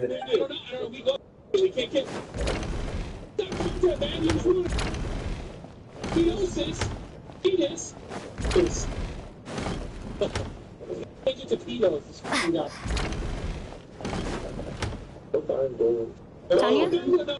Did you find anything? Not yet. Still looking. So, are we supposed to be looking for something paranormal? I think I'd prefer taking a view than even science cannot explain. Are you ready to trust your own? In this video, there are 6 cards. Choose any one card. Shall we read it together? Now the cards are collected and shuffled. Count down with me. 3, 2. Let's make it. Well, it doesn't look scary or anything. So I guess it should be fine. Alright, let's read it together. Huh. This has to be Vodyanitsa's writing, surely. Maybe it's a little rude for us to peek at this. I feel like I just read someone's secret diary by accident. It's okay. It sounds like she's writing this for her parents, right? I don't understand. Why put this stuff in a notebook instead of mailing it in a letter? Because her water imp parents belonged to the aristocracy, who were driven out of Snezhnaya by the Tsaritsa long ago. And now they live somewhere new, where the post... We're sorry! It's fine. My fault for not storing it properly. I can't leave things lying around and expect them to get ignored when everyone's scouring the place for clues. Alright, give me my notebook back. I'll take over the investigation in this room.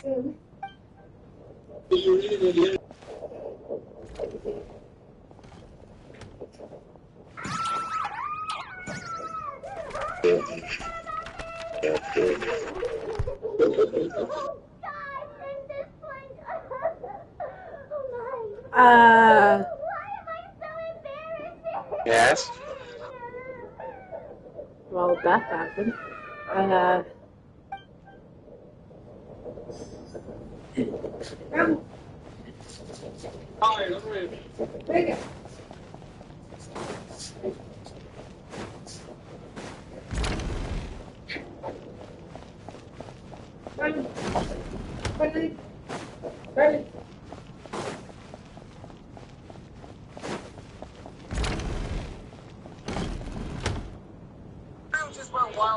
Ah, Traveler. Since you're here, come take a look at this. Alosha found it. We're both curious to hear your perspective. It appears to be well, an investigation report. And the focus of the investigation was the rumors of haunting we heard about earlier. For this teacher, decorate her doors like... As you can see, this door right here says white entrance. Other door right here says... Not say that word. Not going to be saying it. An investigation report, huh? Looks quite old. Huh. This person's name looks to be of Sumeru origin to me. Was the investigator from Sumeru?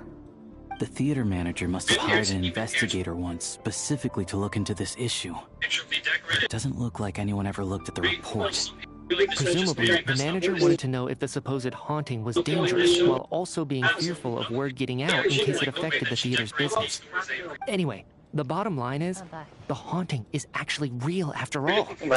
It's caused by an obstruction in the ley lines. Is there any chance this is the key to finally making some progress with the murder cases? Ley line problems are pretty unexceptional to me by this point. And that certainly offers an explanation for the ghosts. It's hard to imagine what connection it could have to Well, these I'll two be right back places. because I don't want to spoil Silt. It's starting to like come around. So thingy. I'm about to finish. Well, not about to, but it's really taking very long. So. Okay, well, John, just do bear in mind I am an entire region behind.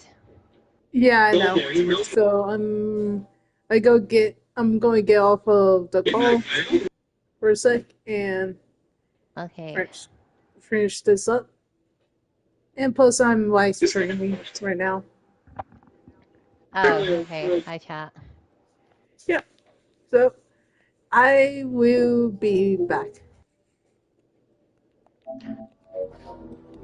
Some of the language that appears at the very end of the report caught my eye. Angel civilization, ley line renovation? My area of research doesn't touch on any of that, so it's completely outside of my wheelhouse. Huh? A piece of paper just fell out from the report. It landed right by your feet. Let's see.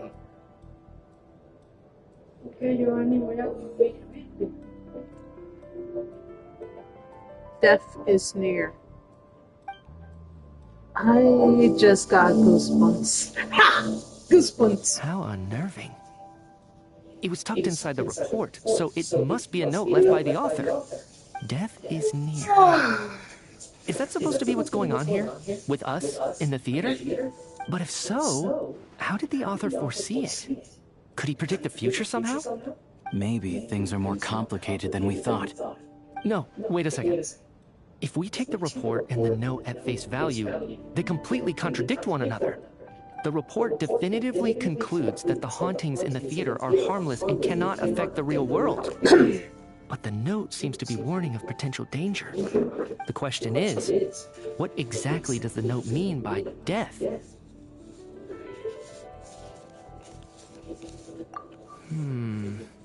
The various ways we could interpret this keyword lead in completely different directions. Let's pause our analysis here for now. I think we need more information. Yep. If we take all this together, it's not impossible, is it? If anything, it's the natural conclusion. Oh, I beg to differ. This sounds to me like a product of a researcher's vivid imagination. And perhaps it's because I'm still viewing this through the lens of a typical murder investigation.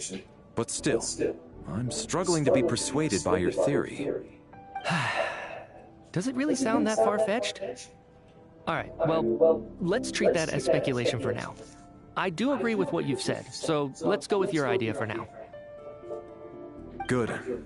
Okay, now that we finally have some meaningful leads, I think it's time to reconvene. Let's get the others.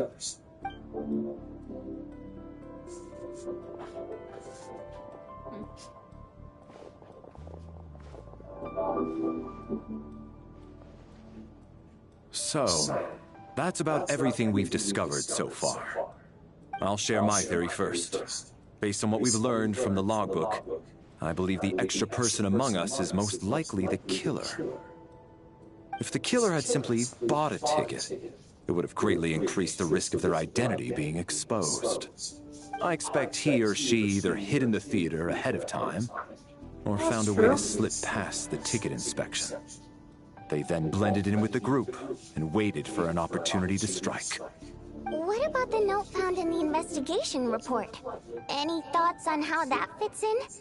The killer may have simply planted it there as some sort of sick joke. I've seen my fair share of psychopathic killers. They love playing cryptic mind games. So, it has nothing to do with the haunting of the That's theater true. after all. Bro. This theory makes sense to me. If we have an audience member unaccounted for, chances are they didn't come here to watch the show. Could it really be that simple? So, in other words, all we have to do is find out who got in here without a ticket, and all our problems will be solved? Huh, Then let me make one thing clear. All the theater staff should be well aware that I came here for the rehearsal legitimately, yes? There's no way I'm the one who didn't have a ticket. It's true. I hear you used every trick in the book to get a hold of that ticket, too. Everything short of throwing a temper tantrum and rolling around on the floor at the entrance. I most certainly did not degrade myself in such a way. Probably a stupid question, but I might as well ask. Did anyone here get in without having their ticket checked? Guess it was naive of me to expect them to just admit to it. Especially after the unprompted Lelic reveal. Once was already a miracle. Twice would be unfathomable. So... As things stand, the audience head count doesn't add up. I guess we can rule out the theater staff members. I don't believe any of us here knew Shram before all this. If no one can verify Shram's identity... Mr. Shram, did you really go through the ticket inspection to get in here? Huh? Me? Why am I being singled out, my friend? Do I seem that suspicious? It's not that you stand out as suspicious, more that everyone else has been ruled out as trustworthy. Okay. Well, we spent the best part of 2 days together now, so I'm sure you can all tell what kind of person I am. I'm a true gentleman. I never dream of doing something like sneaking to the theater without a ticket. Yeah, I have no doubt that you're a good person. But the problem is, none of us here actually know you, so no one can say for sure that you are who you claim to be. Although, actually, what was it you said last night? Yeah, you're friends with that water imp, which is why you understand our primary mode of expression.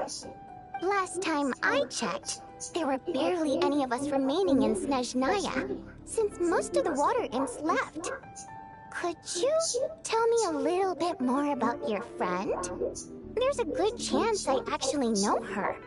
And I suppose it's also kind of a way for everyone else to get to know you a little better.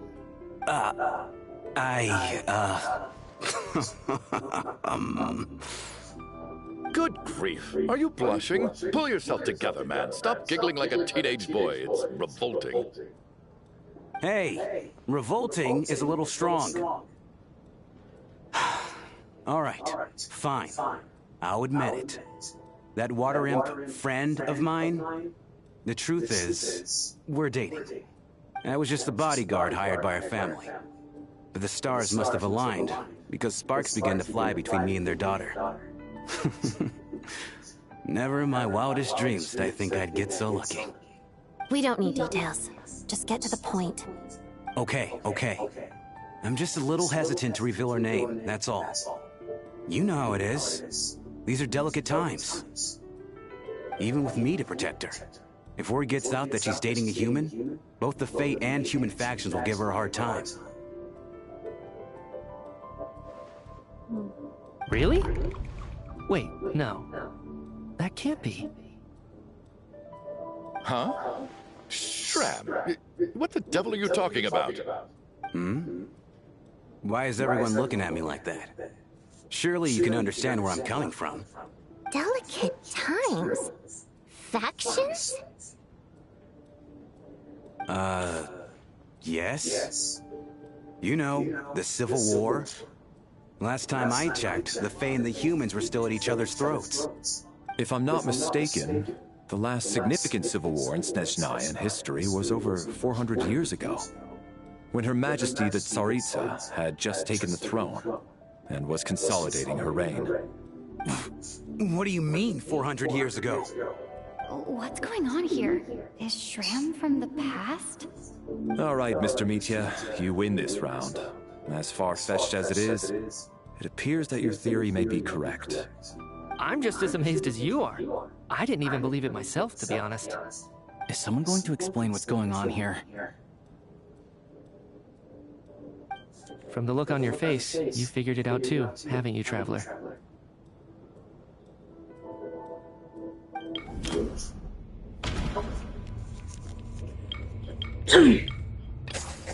The theater's ley lines. Mr. Shram's statement proves he's from hundreds of years ago. And According to the investigation report on the theater hauntings, Mr. Schramm is very likely a lost soul wandering the theater.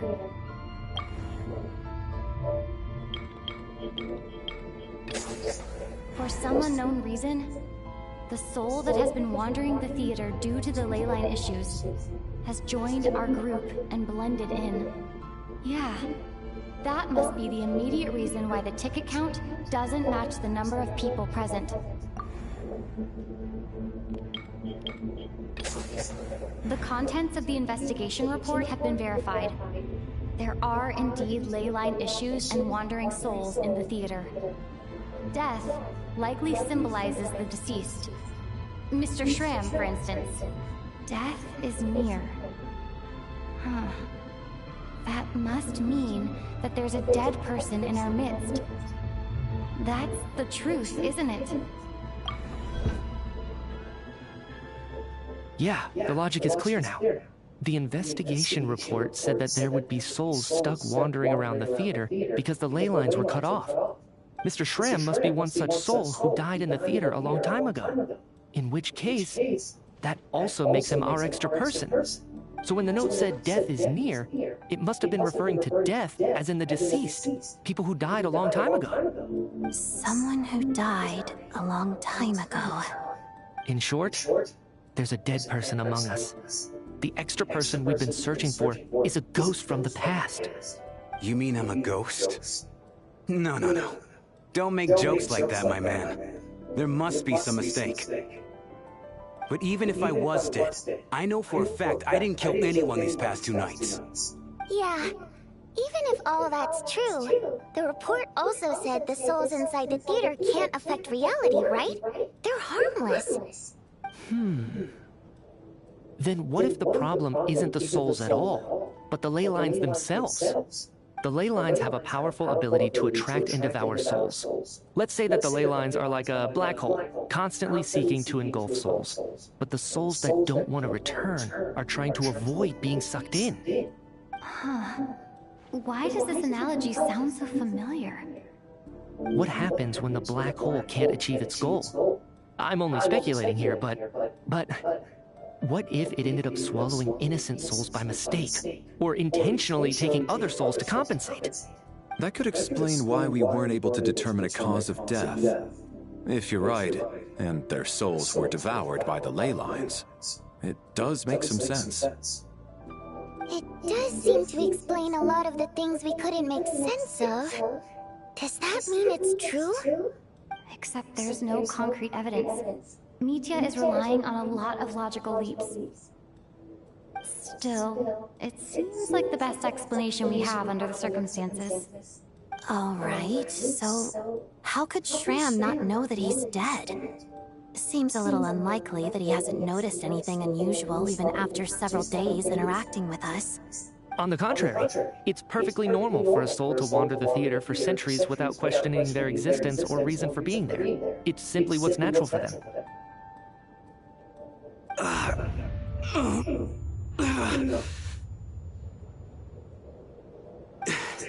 You know what, Mr. Brainiac? I think you might actually be right after all. I'm trying to remember it. Even though my head feels like it's going to explode, I think it's all coming back to me. I was the one who didn't want to remember my own death, so I forced myself to forget. Well, I'm sure those are painful memories. My lady and I snuck out to go on a date one day. We bought tickets for the theater. It wasn't really my thing, but I was just happy to be together. All of a sudden, a group of people burst into the theater, shouting for all the water imps to get out, performers and audience members included. It was clear the conflict between humans and Fae had reached a boiling point. This time, the extremists were even coming after the water imps who had nothing to do with the war. I thought I could pull one over on them, so I took off my jacket, draped it over my lady, and tried to sneak out amid the chaos. But I got caught. They started shouting, calling me a traitor to humanity. But I was going to do whatever it took to buy her a chance to escape. No matter how many people stood in my way. I had to. Both as her bodyguard. And out of love. It's all right, friend. You can stop there if you want. You don't need to dig all that up again.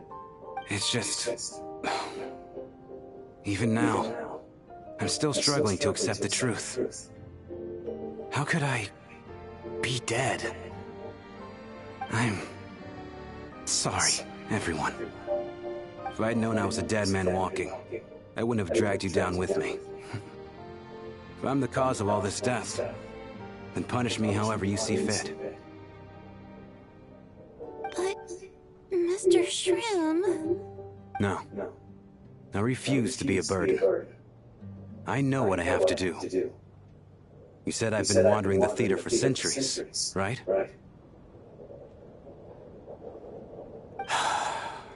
I guess it's high time I got a breath of fresh air. Out there, I mean. I'll leave this place and take all this death with me. Go out on my own terms. Mr. Shram, I'm sure we can figure out a different course of action. My good sir, we both know I'm not supposed to be here. I should have accepted my death long ago. One way or another, this has to end.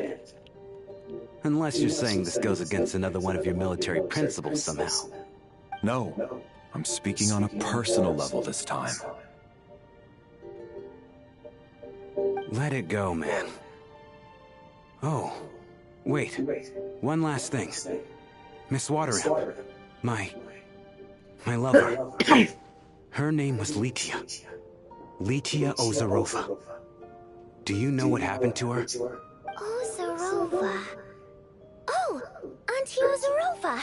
That's what we all called her. I remember her as a very kind elder. She had a bunch of kids, too. I'm so glad she survived. And she had lots of kids? Good. That's... good. I could hardly expect her to stay single just because of what happened to me, right? As long as she went on to be happy, that's all that matters. Besides, I'm dead. My soul's been wandering around here for so long because I was worried about her. But now, I can go without regret. There's no need to see me off, my friends. I've enjoyed our time together over these past few days. Perhaps we'll meet again in the next life.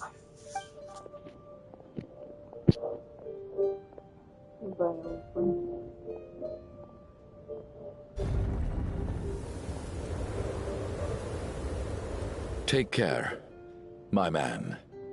I knew Mr. Shram was already dead, but... I still feel so sad. Death is cruel, no matter how we might try to make sense of it. So, was the conflict between Fae and humans really that bad back then? I was only little, so I don't remember much. It's terrible to think that so many innocent people had their lives turned upside down. Even the historical records about that time period don't say much about it. All people know is that the Tsaritsa founded the Fatui, drove out most of the Fae aristocracy without explanation, then used her terrifying power to suppress the humans. It seems to me like the Tsaritsa chose to make herself the enemy. She downplayed the conflict, directing whatever animosity both sides had for each other at herself instead. That's also why, despite how brutal the conflict was at the time, there hasn't been much lingering tension between humans and Fae since. Things have been fairly harmonious for the past few centuries. So, the Tsaritsa banished the Fae to protect the Fae living in the city? She offered herself up to be hated in exchange for peace. Maybe it's not quite as bad as it sounds. I don't think Her Majesty is too concerned if mortals hate her or not. And besides, there are very few who truly do.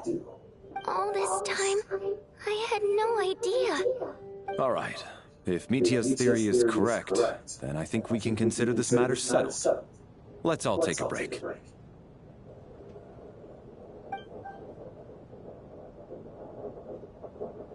Ugh, if only this blasted storm wasn't still raging on. Oh yeah, it's still going.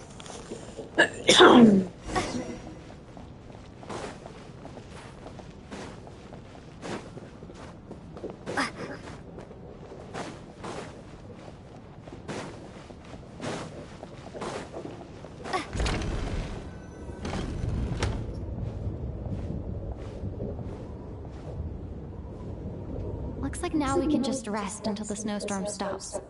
I still can't believe Shram turned out to be a ghost who'd been in the theater for hundreds of years. To think he was dead this whole time. What a strange turn of events. Knock, knock. Hmm? Knock, knock.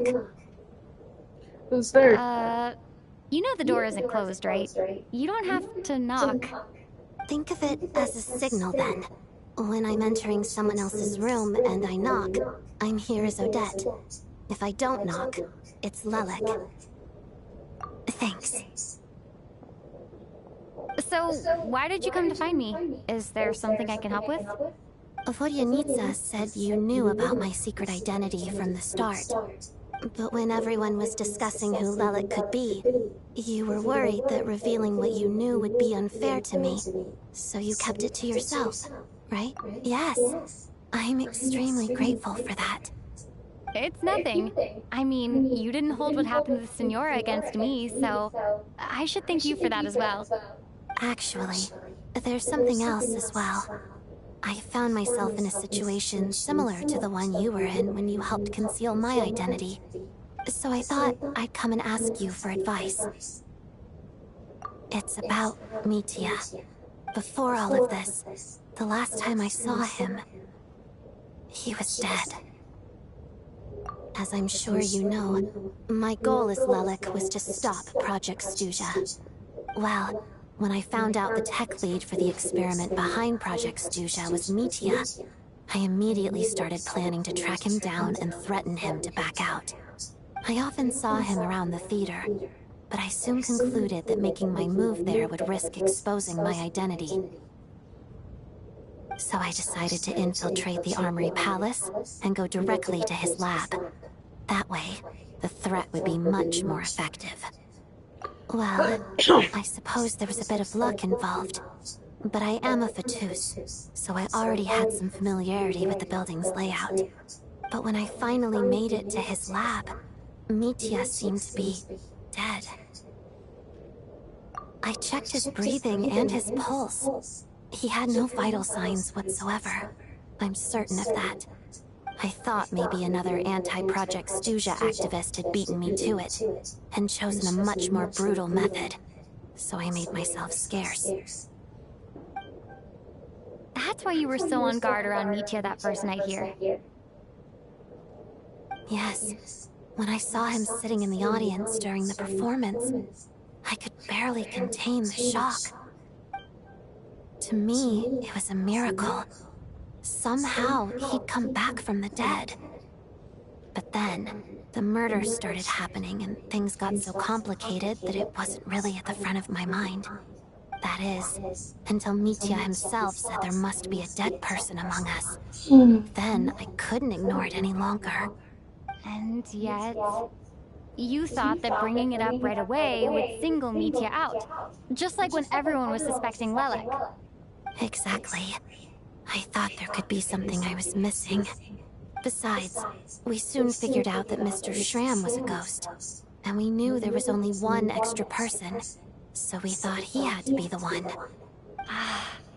But now it seems like there's another candidate. I understand why you kept it to yourself. There was so much information being thrown around during that discussion. Bringing up Mitya would have just introduced more confusion. So, what do you think we should do? Let me confirm one thing first. When was it that you found Mitya dead? Around a week ago. Sometime in the afternoon. A week ago? That's earlier than I thought. I saw him just a few days ago at a restaurant. That definitely would have been after you found him dead. He seemed completely normal to me. Chatting with Vodyanitsa, trying to avoid Valeri. So he was definitely alive on that day. Huh. Well, all I can say is I know what I saw. Here's a thought. The reason we even suspected a dead person could be among us was because of the problem with the theater's ley lines. But Mitya's death happened inside the Armory Palace. The ley line issue affecting the theater shouldn't reach that far. You're right. I guess he doesn't fit the profile of the person we were searching for. I think the chances of it being him are very low. Surely he can't have died for real in the Armory Palace. Unless... Unless what? Unless he really did come back from the dead. You're right. Do you think we need to disclose this to the others? Huh, what's this? A private meet and greet? Where do I line up? That's not what's going on here. Well, I was just making the rounds. Thought I'd try to lighten the mood a bit. Vodyanitsa's handing out food if you're hungry.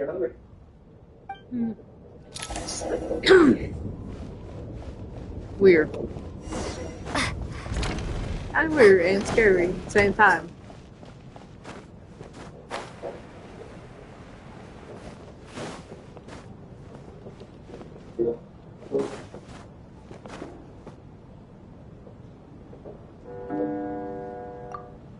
What is going on with this storm?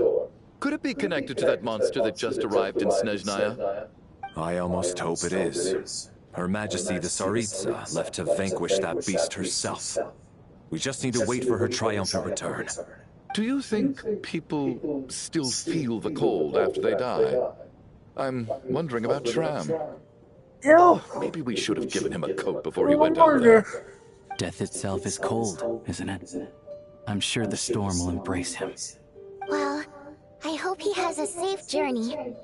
I'm going to miss him, I think. It's not like we can blame him for Rampana and Kulish's deaths. Thinking back on it, we barely made it out alive ourselves. Once we get out of here, how are we going to explain what happened to their families?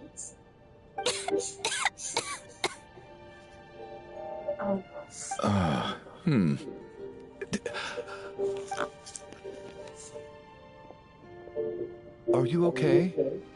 Here, take this. I've never used it.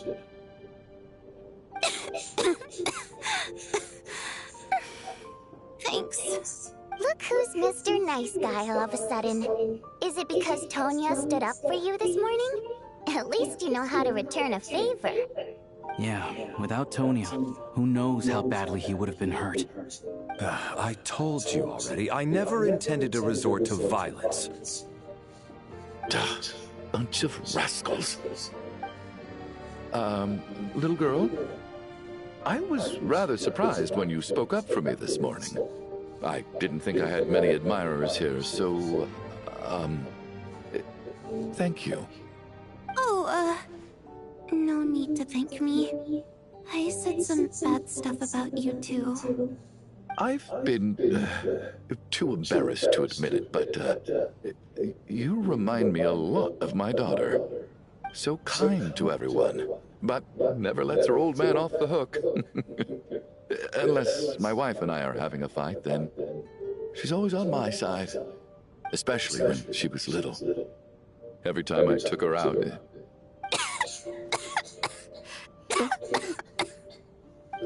All right, easy now. How long have you had that cough, Tonya? I don't know. It's probably been a while. I'm fine. Are you taking anything for it? Yeah. I'll be fine once I see my brother. He's gonna pick some frost fairy flower leaves and brew a tonic for me. I'll feel much better once I drink that. I see. That's good to hear, then. We should probably discuss arrangements for tonight. Now that the deceased has left our midst, there shouldn't be any more incidents. However, out of an abundance of caution, I'll keep watch. Shouldn't we take shifts? I can take one if needed. No need. I managed to get a nap in earlier, so I have plenty of energy right now.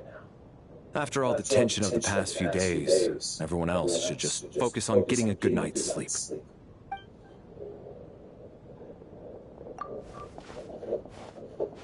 What a long day.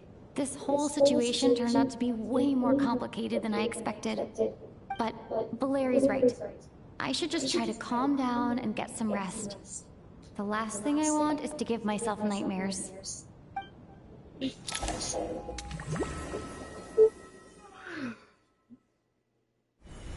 She's awake. She's awake! Get over here, you big lug, and take a look! If you must call me something, call me Mr. Door. The Black Mist is coming. You need to go. Hurry. Are you all right? Can you walk? We just got attacked by monsters on our way up. That Mr. Door fellow protected us. He just seemed to come out of nowhere. Not much of a talker, but when it comes to taking down monsters, that man doesn't hold back. Curses! The Black Mist is catching up to us. We need to keep going. Mr. Door, I don't believe I've ever seen you around here before. Why is that? There's no need to try to get to know me. I'm just Mr. Door. I have to find the door that belongs to me. Mr. Door! Looking for trouble! Get rid of them! I can just push these ones up. No need to thank me. This is where my duty lies. Having second thought?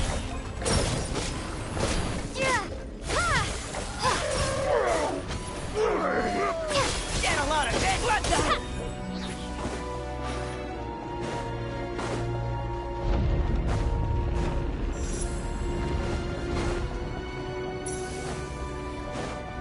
So we're doing this the hard way.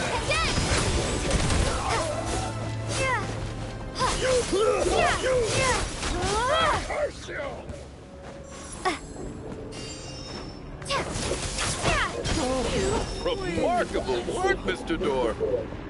If I had your muscles, I'd do the same.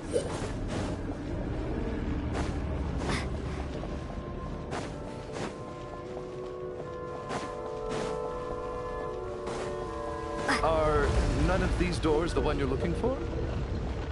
No.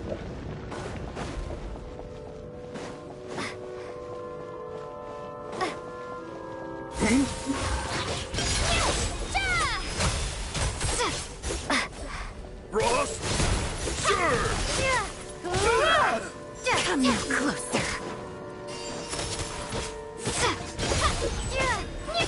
My command.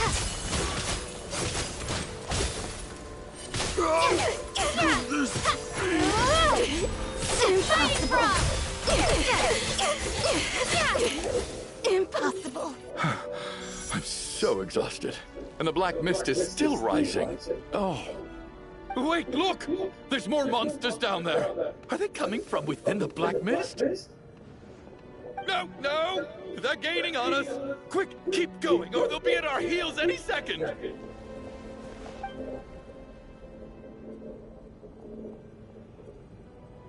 Mr. Door, what are you doing? We need to get out of here. They're coming! Found it. This is my door. What? You mean you're going to stay here? I am a door. This is where my duty lies. No! You saved us. We can't leave you behind. You must keep going. A door can only keep things out for so long. You must make haste. But... Oh, you're right. Let's go. We can't let Mr. Door's sacrifice be in vain.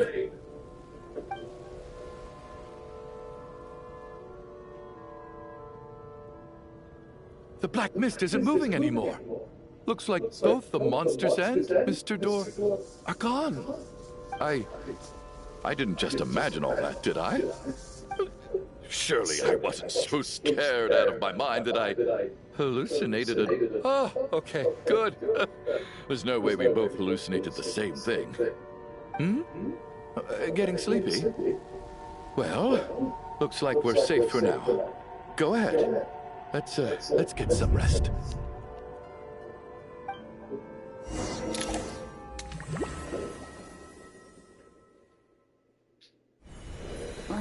What time is it? Is it morning? I think I had a nightmare. Oh, I guess everyone's still asleep. These past 2 days have been exhausting. Valeri's keeping watch though, so he's probably the only one awake. Valeri?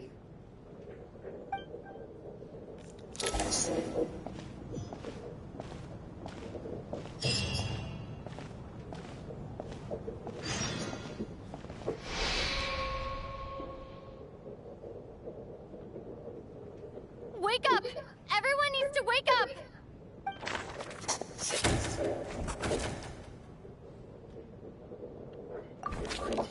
Just like the last 2 nights. No clear cause of death.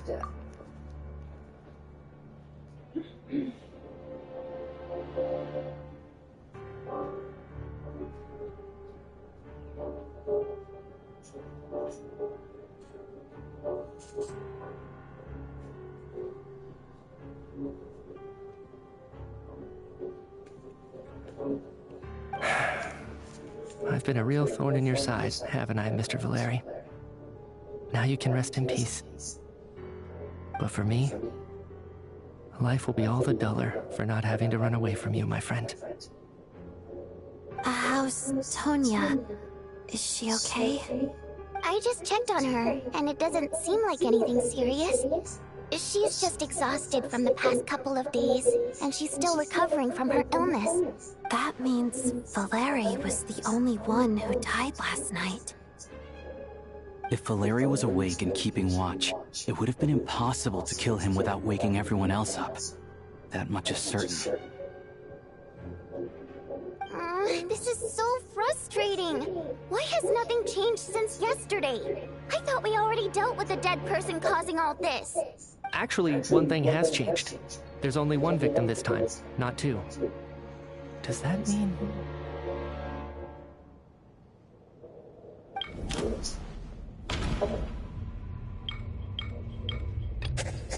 No similar cases have ever been confirmed. So, this theory doesn't seem to hold up. But Mr. Shram was already deceased to start with. Can a death at night even be defended against? This logic seems baseless to me. After the deceased Shram left, there was 1 less victim last night. That more or less tracks. It's a reasonable conclusion, considering the only variable that changed. Oh. The number of people who die each night is equivalent to the number of dead among us. That's your theory, right? Exactly. We identified Mr. Shram, and the night after he left, the death toll dropped from 2 to 1. By that logic, there must be 1 more dead person left among us. Another one? But there was only 1 person unaccounted for in the ticket checks, right? The head count should match up now. Having an extra person was definitely a cause for alarm, but being 1 person short isn't nearly as unusual. Someone could have left in the middle of the show, or made it out before the storm hit. 1 more dead person among us. If Mitya's theory is right, then what Odette told me seems a lot more relevant. It's just, at the time, we had no reason to think there was more than 1 dead person. If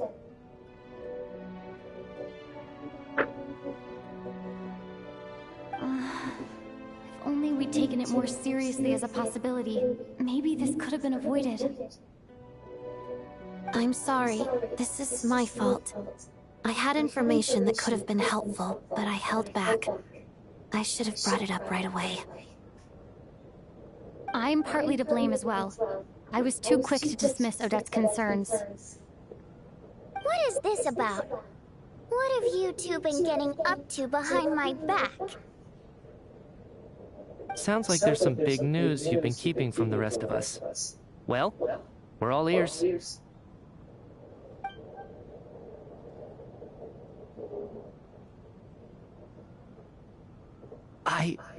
I'm the dead person? Wow, that's certainly news to me. Odette and I talked about it yesterday, but we thought it just wasn't possible, so we left it at that. Yeah, I don't blame you. If I'd been there, I probably would have reached the same conclusion. It just sounds too unbelievable. Let me just try and verify this. I just scoured my memories trying to think back to the afternoon Miss Odette mentioned. But I honestly have no recollection of dying. That's where I'm different than Mr. Schramm. Having seen Mr. Mitya a few days ago myself, I also find it hard to believe he could be the other dead person among us. Well, if it isn't Mitya, then who? Do we vote on it? If you don't mind me asking, Traveler, I believe you mentioned that you know Tonya's brother. Had you ever met her before all this? No, never. Wait, are you saying... Now, just 1 minute. I know where this is going. You can't just randomly point a finger at anyone you want. You're in the hot seat, and all of a sudden you want to divert our suspicions onto somebody else? Trying to pick a fight, Mr. Chuganov? Whenever you open your mouth, all you do is attack people, and I've had enough of it. If you don't want to engage in a civil discussion, you can shut up. You little brat! Did Mitya ask about Tonya because he suspects her? I suppose I only identified her by age and nothing else. I'm just saying, you're going around casting suspicion on people for no reason. How could I can vouch for her if nothing else. I've seen her before. She's the sister of that Harbinger, isn't she? The one called Child. Oh, really? You're telling the truth? Since being here, I don't think I ever mentioned she was Child's sister specifically. Does Chuganov actually know her? If Chuganov can vouch for her, then it can't be Tonya either. In which case, it seems unlikely that there's another dead person among us at all.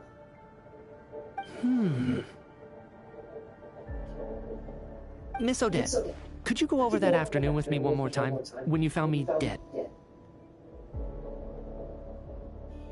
No problem.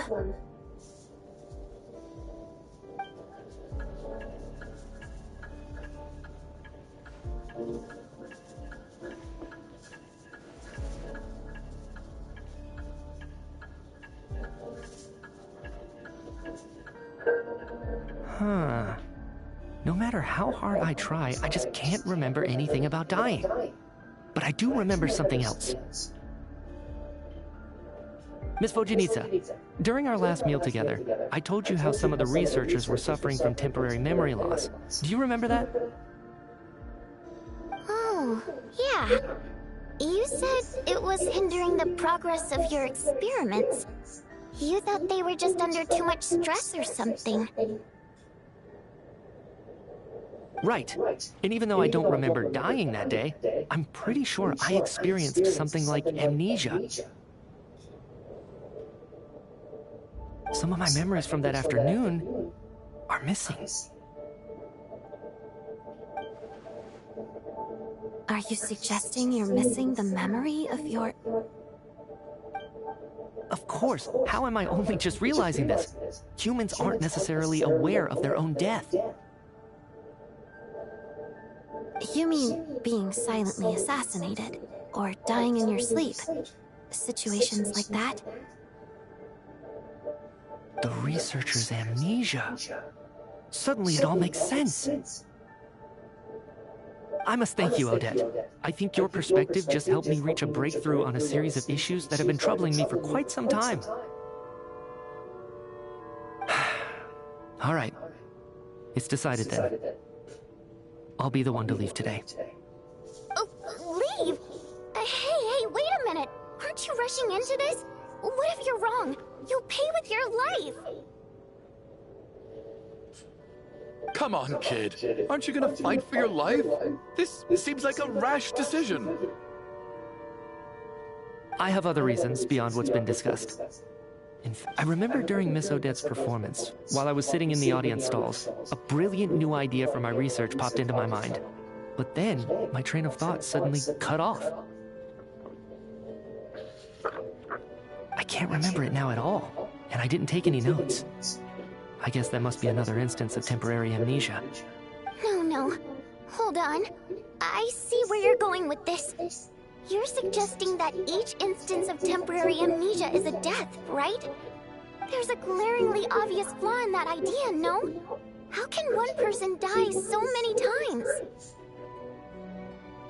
I believe Miss Odette's account. During the period where my memory is blank, I must have been either dead or in a similar state. All it would take is for the same thing to happen in the theater, and I would come under the effect of the ley lines in this vicinity. This increases the likelihood of me being the deceased, does it not? But... There's no evidence to suggest that anyone other than me is a candidate for the deceased. So allow me, as a scientist, to treat this as an experiment. Please relax, everyone. I don't think things are as bad as they may seem. If, on the other hand, I'm still alive right now, well, apparently you've all witnessed my resurrection recently anyway. Nietzsche's right. This is the only thing we can try right now. I think he's deliberately downplaying the gravity of the situation, though. What is a scientist if not someone who gambles on experiment after experiment in an attempt to obtain the truth? With this snowstorm, the ley line phenomenon, ghosts of the dead, and my amnesia, we've been paralyzed by not knowing and powerless to do anything about it. But if I do get resurrected, you can be sure that I'll come back with the truth of all this. Just you wait.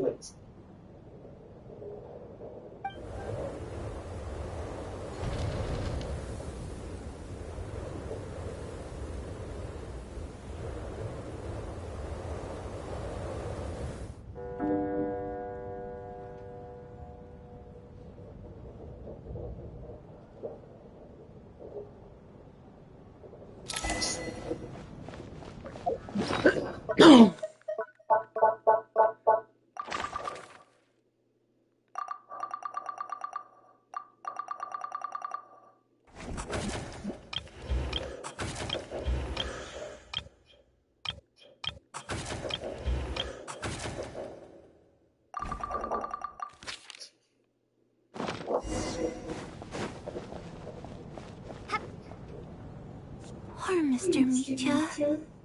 I didn't even get to see him one last time. Maybe it's a good thing that you weren't there to see it. It was a hard thing to watch. I hate goodbyes. Why does it feel like everyone around me is slowly disappearing? Not just in here, I mean. In the outside world, too. Maybe it's the realization that, at the end of life, everyone has to face it alone. Come to think of it, the main reason we're still alive right now is pure luck. Each morning here, for every one of us, there's the chance that we might not wake up.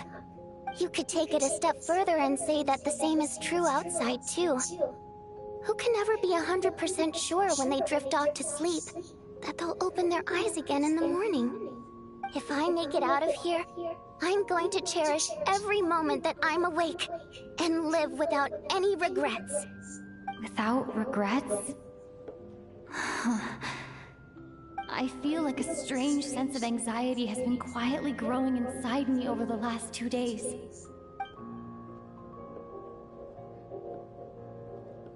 Are you okay? You look really glum. If something's bugging you, let's talk about it. There's only a few of us left here now. After everything we've been through, what's the point in keeping things bottled up? I have a travel companion named Paimon. Alosha and Odette have met her before. She's been feeling unwell recently. You're worried about her, aren't you? That makes sense. We've been trapped in here for days. To be honest, I used to feel like I was just a spectator in this world, watching everything that happens from the sidelines. Maybe it's because I'm a descender? A descender? But with Paimon by my side, over time, I slowly felt my connection to this world growing stronger. She loves eating, sleeping, and having fun, but she's also a great guide. It's her authenticity that makes this whole world feel more real for me. Over the last few days that we've been apart, I've often caught myself wondering, what would Paimon say if she were here right now?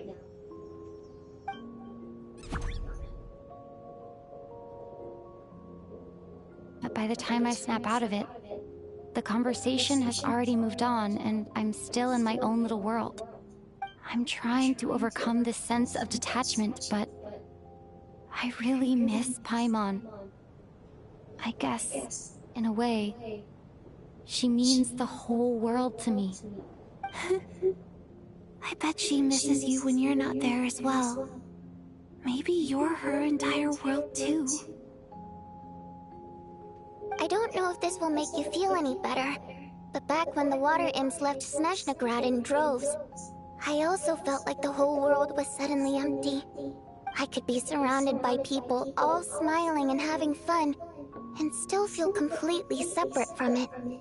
So, I totally understand how you feel. Later on, I started to think, maybe accepting the fact that our loved ones won't always be with us is something that takes a lifetime. All we can do is cherish their companionship from moment to moment. So, once we get out of here, you better hurry back to our side as fast as you can. You can't let your story end in regret. That's the trope I hate the most. Thank you. I suppose That's we haven't exactly met what so I needed far to in a long hear. time. We've been here for a whole... Vodianitsa, if you hate goodbyes too, why didn't you leave with your people? That's just the choice I made. I used to regret it, but I don't anymore. Like I said before, singing is a water imp's primary mode of expression. It's how we convey our emotions. Our songs have echoed through this theater for hundreds of years, each one a story pieced together through moments of joy and sorrow. But does a story exist without someone to read it? To me, the answer is no. So I made the choice to stay. That way, there would still be someone left to sing these songs and listen to their stories. Otherwise, they could have been lost forever. Could you teach me how to understand your people's songs sometime? I want to be able to truly hear them, like Mr. Shram. A fan after my own heart. Thank you, Tonya. How about I sing something for you, and you tell me what you hear? Okay, I'll do my best.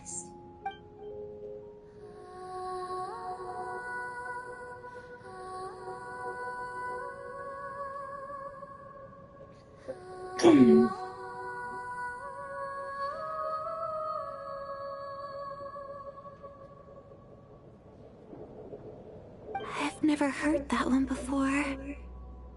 I feel like I can hear a sense of longing somehow. I wonder why that is. Color me impressed, Tonya. You're a keen listener. Most people can only tell if a song is happy or sad. I didn't think you'd be able to pick up on such specific details. So, what's the song about then? Come on, tell me! I've actually never performed this song in the theater before, because it has more of a ceremonial purpose for our people. It's not meant for the stage. It means something like, may those we have lost watch over us, and follow this song back home in the night, so that we might be reunited once more.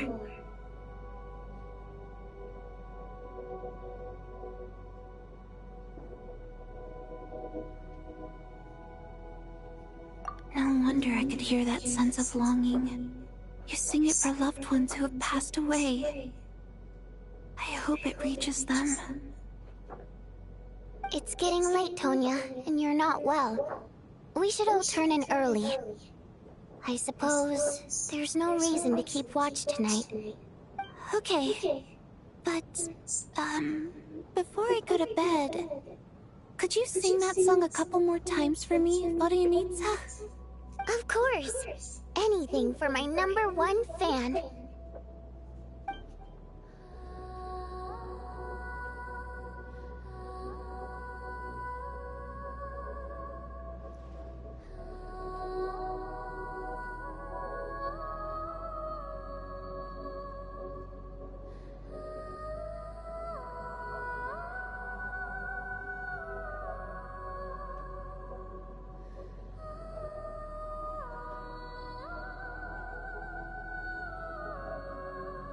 Once I get out of here, I definitely don't plan on ever coming back. But I guess that means I'll never get to hear Vodianitsa sing again. That's a sad thought. Before I fall asleep, I should cherish this moment of companionship while it lasts.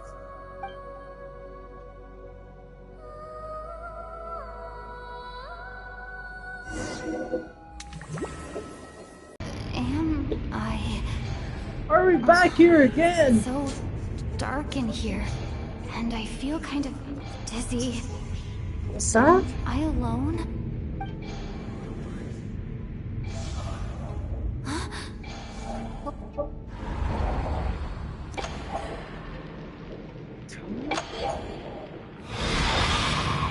Whoa!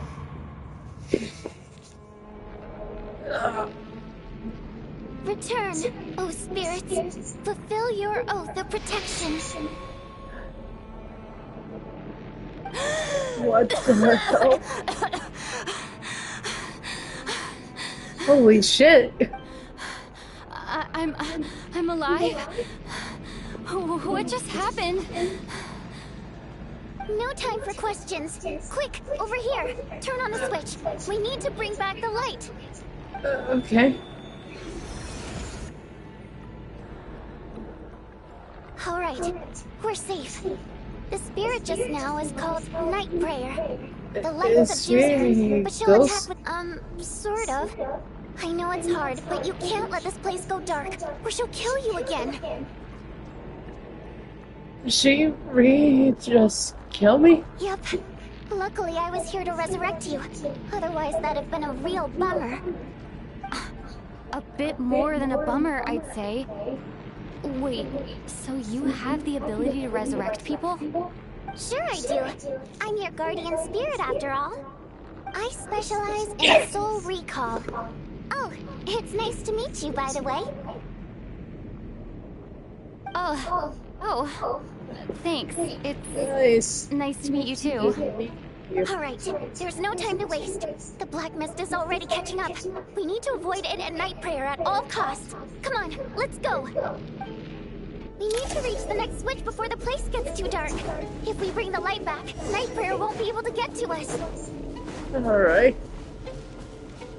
Oh, wait. Sweet light! It's back! Shh! It's Night Prayer. We need to move quick, but don't let her notice you. Look out!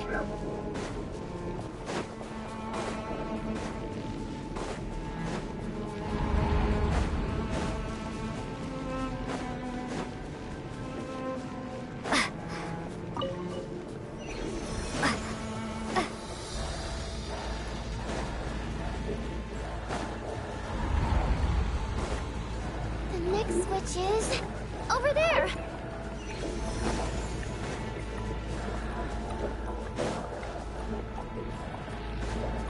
Ah!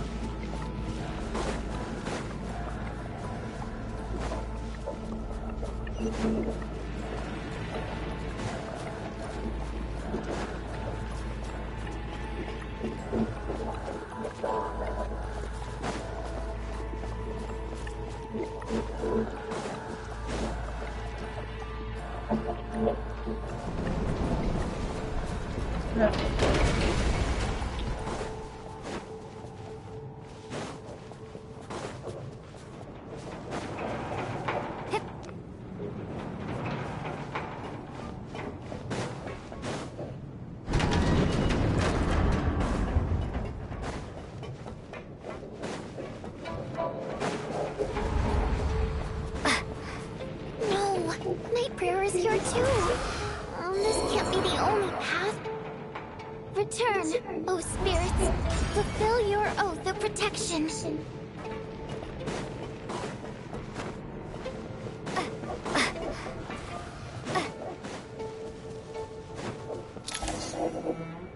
It's too dark.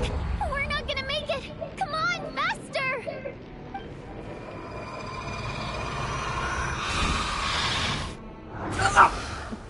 Traveler! I won't let you die like this. Not on my watch.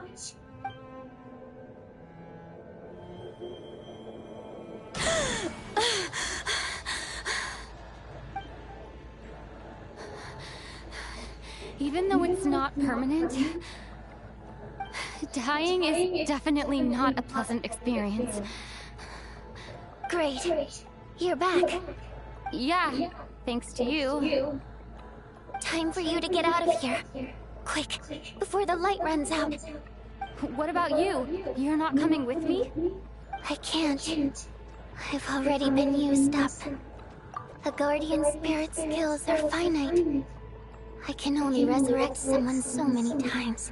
I might not look any different, but my essence has been exhausted. I can go no further.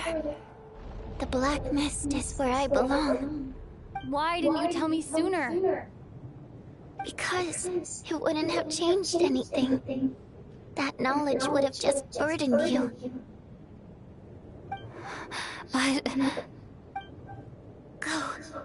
Now, before it's too late. I already hear night prayer approaching.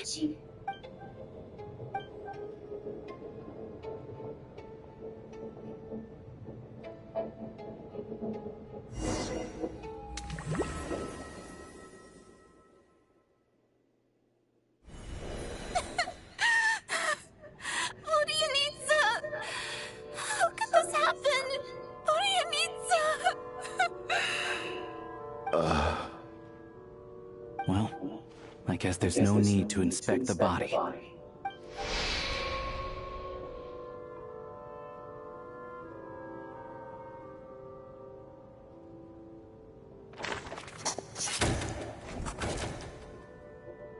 This wasn't supposed to happen. You lied to us, didn't you, Chuganov? You've been lying from the start. Take a long, hard look at yourself before you go around accusing other people. I suspected you on day one, Lilic, and now look where we are. By some strange coincidence, you've never been targeted. You just happen to have survived this long? No, you should be the prime suspect. And you, little hunter, ever so content with staying on the sidelines. Yes, you were the one who stopped us from leaving from the start. Why are you trying to keep us here? Now you're just lashing out indiscriminately. That's either a sign of anxiety or a guilty conscience. Where was all this passion and bravado before? Decided to fight until the bitter end. Is that it? Is that a threat?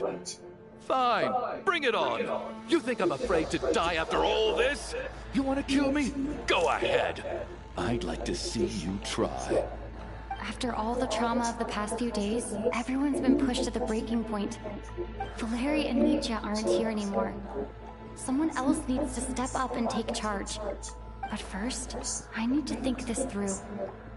Considering everyone left, who's the most likely candidate for the deceased?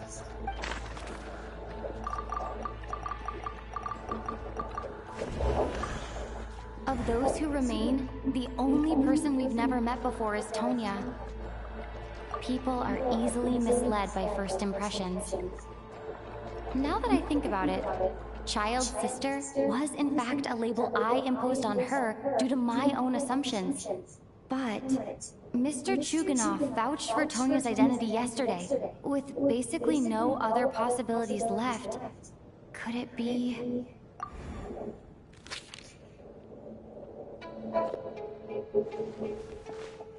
Tonya, how's Tusser been lately?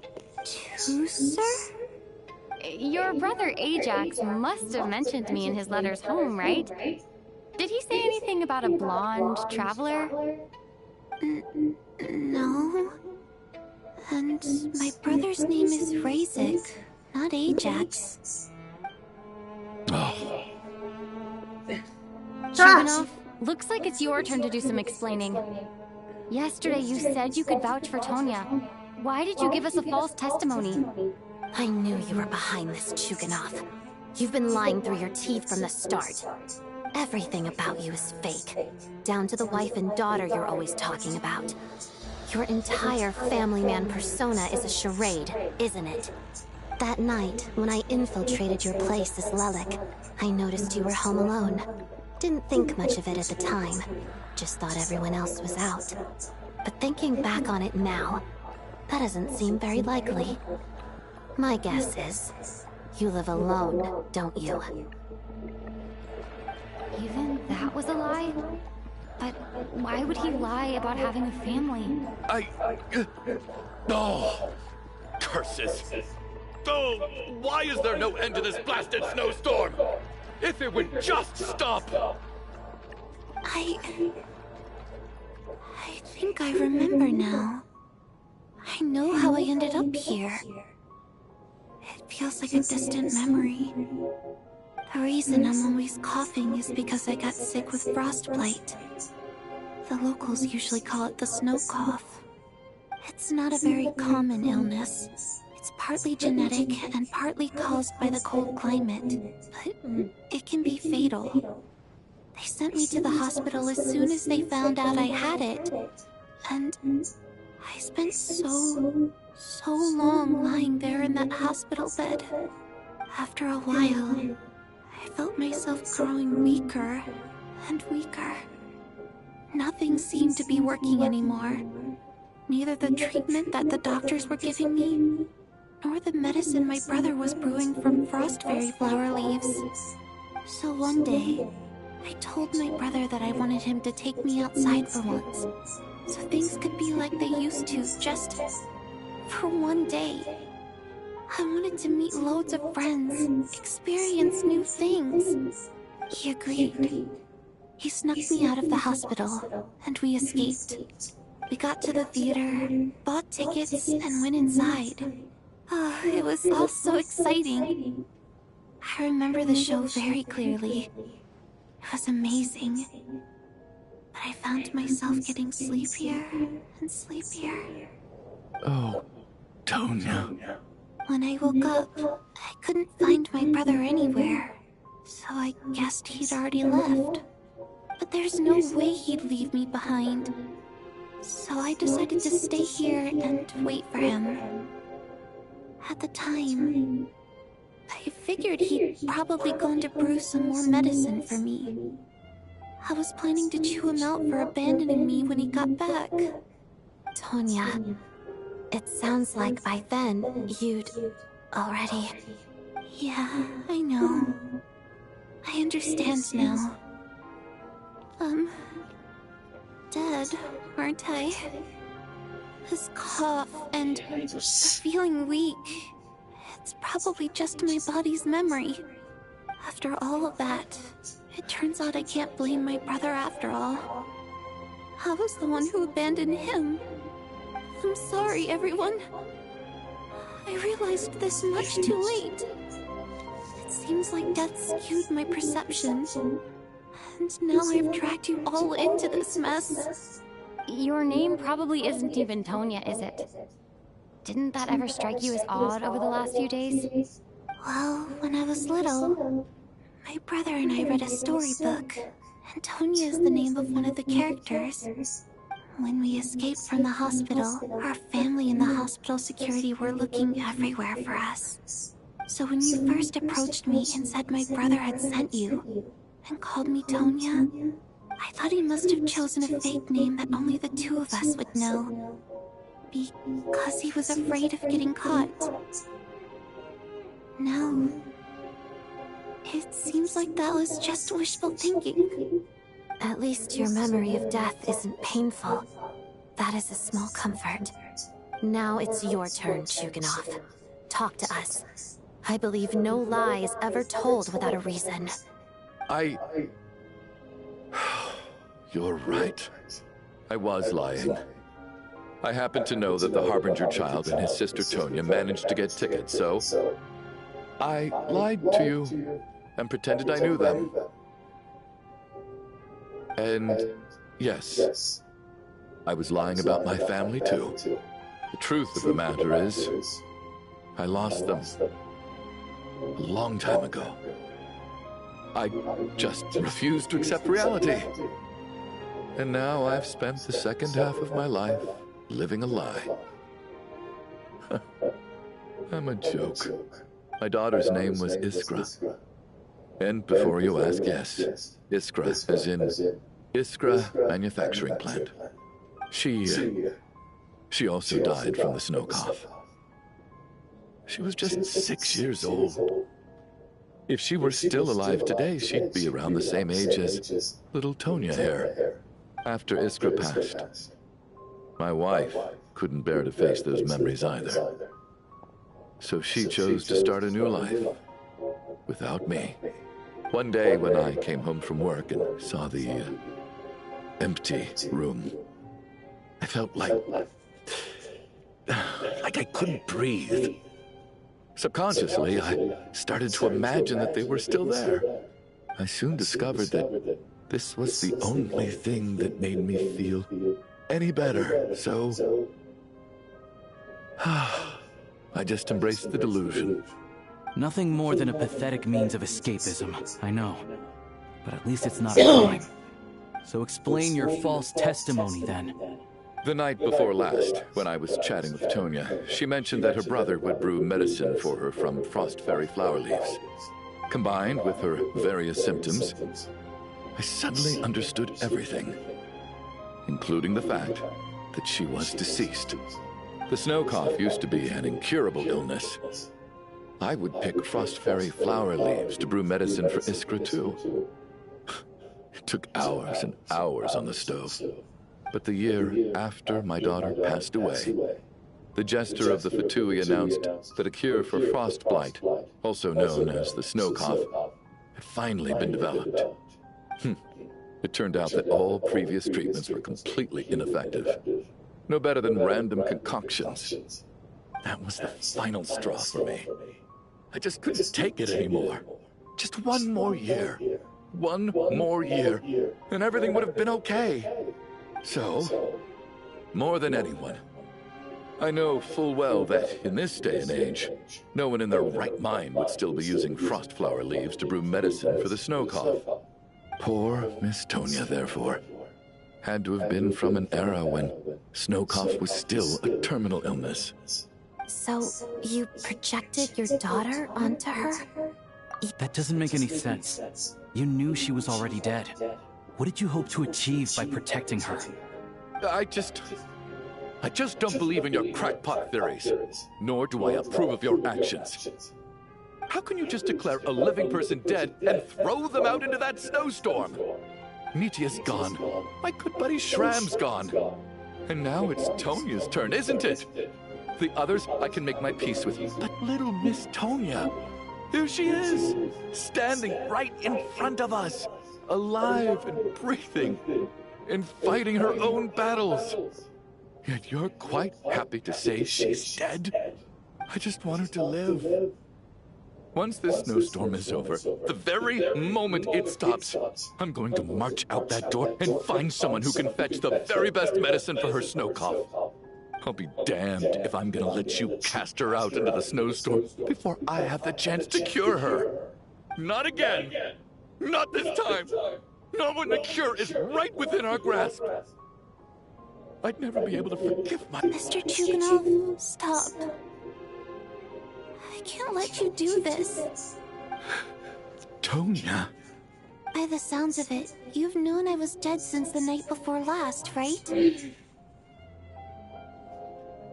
I really liked Mr. Valeri, Mr. Mitya, and Miss Vodyanitsa. And now they're all dead because of me. I'm not happy about that.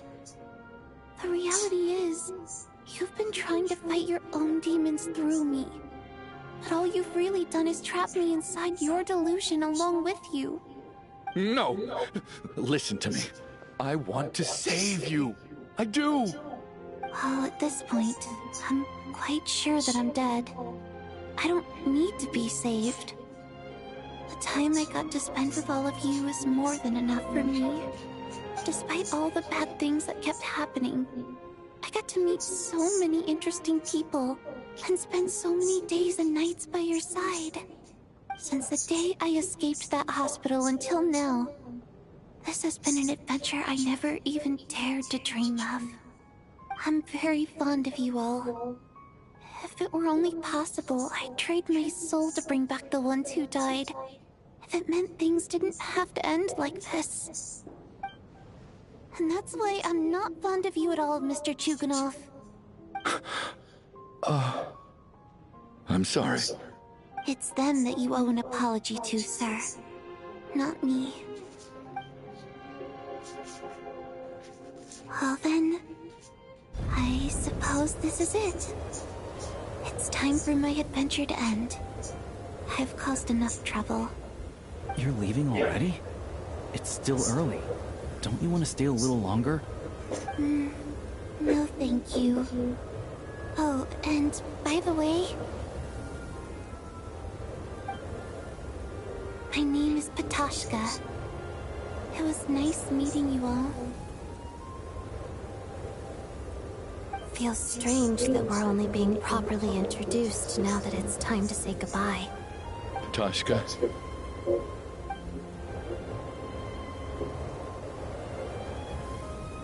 What are you doing, Chuganov? Are you crazy? Let me leave. I can't keep lying to myself anymore.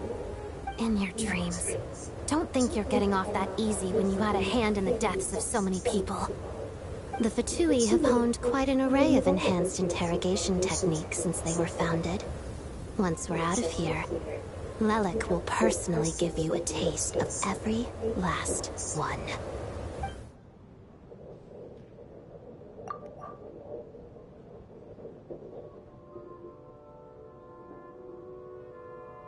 I think we should leave. I doubt this snowstorm is ever going to stop. For all we know, this storm might have destroyed all of Snezhnaya by now. Wait, we finally solved the mystery of the haunted theater today. Maybe let's at least try to enjoy tonight? Fair enough. I don't particularly feel like dying in Chuganov's company anyway. And yet you won't let me die first. Hey, Chuganov, on a serious note, if we do make it out of here, a lot of people are freezing thanks to you. Is this really the time to be discussing my factory? All right, fine. I'll shut it down. Doesn't matter to me anymore. Am I hearing things? Or was that a knock at the door? There it is again. But I don't understand. The snowstorm hasn't stopped, has it? Should we open the door? Is this it? Is this nightmare finally over? If the last few days are anything to go by, I probably shouldn't be getting my hopes up. Whatever lies beyond that door at this moment, it could be something even more terrifying than everything we've been through so far. That's true.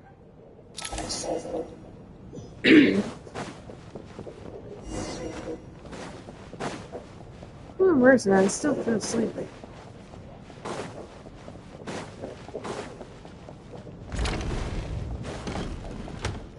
Am I going to the right way? Yes, I am.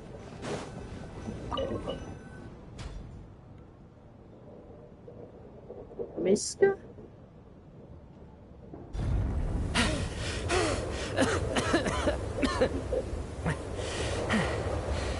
Hey everyone, I'm back. How are you doing? Feeling any better? Much better, thanks. Whew, it is so good to have you guys here. I was a little worried that the theater would be empty by the time I got back. Let me see. Tonya and Vodyanitsa are missing, which means... Vodyanitsa died last night. And then you discovered that Tonya was the other dead person. Am I right? Not Tonya. Patoshka. First, tell us how you made it back here. Given the conditions outside, no one should be able to return alive.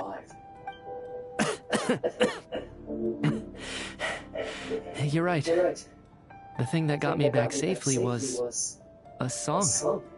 I heard someone singing. After walking into the snowstorm, my mind grew hazy. I don't know how long I walked through the storm before my mind completely slipped away.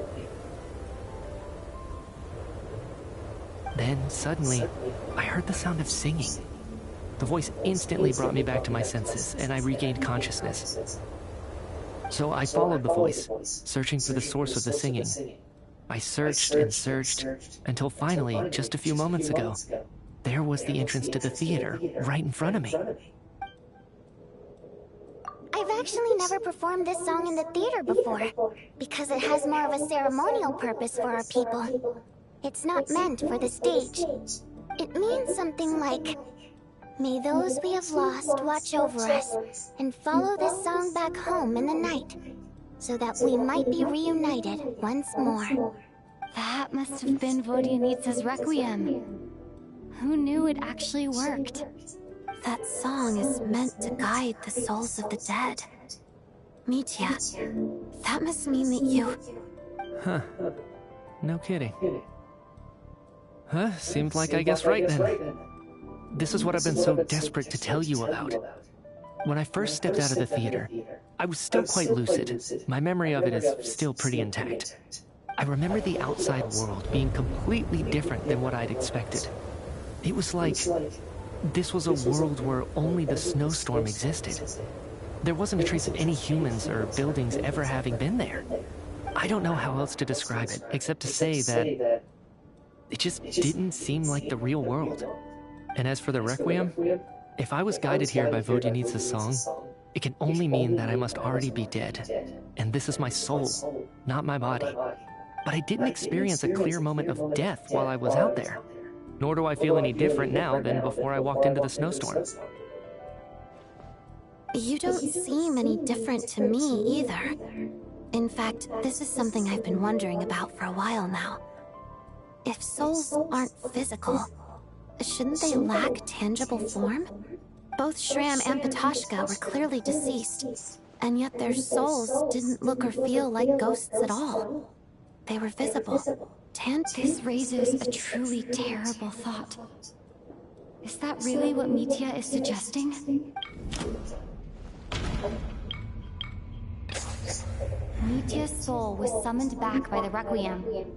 Confirm, of course, if even the long-deceased like Mr. Shram can blend in with us undetected, then maybe we've all been dead from the very start. And all of us are now souls wandering the theater.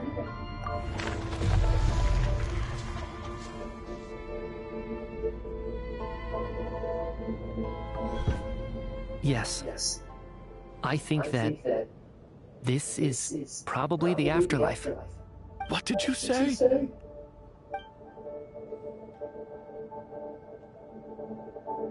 You heard me. We died in the theater. All of us did. But due to an obstruction in the theater's ley lines, our souls are trapped here, while an endless, infinite snowstorm rages outside. It's ironic, really. All that time, we were working so hard to figure out who the deceased among us were, when the truth was, we were all deceased. The only difference being some of us died more recently than others. Do you remember that note, "Death is near"? Seems like we misunderstood what it meant after all. Death was nearer than we wanted to think all along. The note simply meant that all of us were already dead. So all our attempts to survive, our search for the deceased, it was all for nothing? Hard to say. At the very least, we hope 2 lost souls find clarity and go to where they belong. The presence of those 2 is probably what caused our souls to be drawn in by the ley lines. In which case, the deaths we've awoken to over the past few days were just souls returning to the ley lines for good. If what you're saying is true, doesn't that make us the lost souls now? Huh, no wonder. This afternoon, when I was moving Vodyanitsa's body, I noticed that the other bodies in the room hadn't decayed one bit after all these days. That's further proof that those aren't physical bodies at all, but merely our shells here in the afterlife. Am I really dead? This doesn't feel real to me at all. No, that's impossible. This cannot be how it all ends. I still find it hard to believe that all of us are dead. How exactly did we die in the real world? None of us have any memories of dying, right?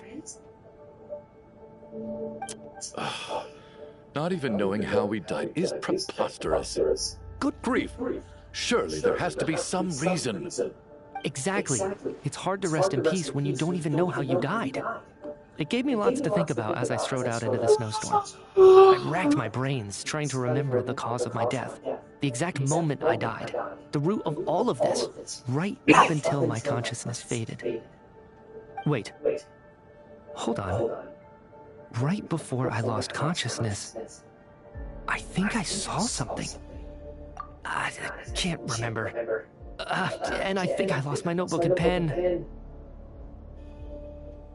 Mitya, your hand.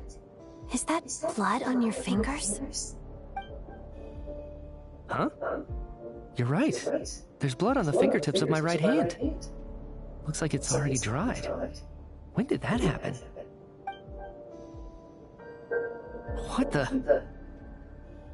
I guess this was what I saw. I must have desperately drawn it in my own blood right before losing consciousness. What's wrong? Do you recognize the symbol? It's Renova, the ruler of death. Alosha, do you still remember that Snezhnayan folktale you told me about? It was about the Grim Reaper. When someone's about to die, he appears as an incarnation of someone familiar to guide their soul into the afterlife. And as soon as you recognize his face, your life is over. I heard a similar tale when I was little. You think the Grim Reaper in this story refers to the ruler of death you mentioned? That's right. In which case, death is near could also mean that the Grim Reaper is here, disguised in a familiar form. Death, the deceased, and the Grim Reaper? So it's a triple entendre. When I first saw this note, I thought it contradicted the investigation report. But now it seems like that was the whole intention. So the Grim Reaper deliberately misled us. Then, we started suspecting each other and searched for the deceased while they hid in plain sight. By that logic, the one person most likely to be the Grim Reaper incarnate is...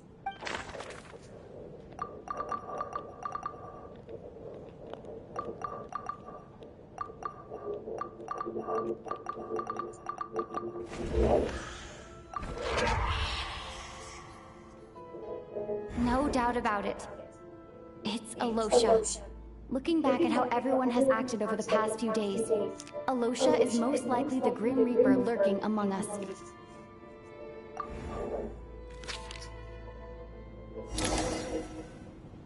Is it you, Alosha? You were the first to discover the investigation report, and you had plenty of time to slip the note inside to mislead us. So? Surely you can't suspect me based on that alone. What if someone else found the investigation report first, slipped the note inside, and then put it back without telling anyone? There's no denying it. The note could easily have been slipped in much earlier than it was discovered. That's not all. I've also noticed that, although on the surface, Valeri, Mitya, and sometimes I were the ones taking charge of the situation, looking back now, even though you didn't say much, you were always subtly guiding everyone from the sidelines. What do you mean? You were the one who emphasized how dangerous it was outside and insisted we all stay here. It was also you who suggested that we all sleep in the same place. And earlier today, you tried to convince Patashka to stay.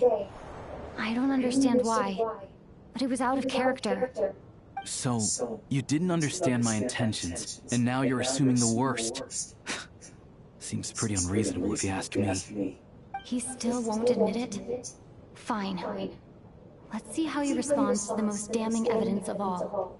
The biggest question I have right now is, if the Grim Reaper is impersonating Alosha, then where's the real Alosha? When did they switch?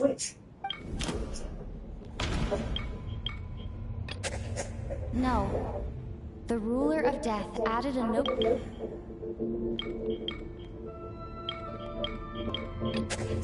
No. Nothing. That's right. This was the moment. Right at the start, before any victims had even emerged, Alosha was switched with the ruler of death while everyone's guard was still down.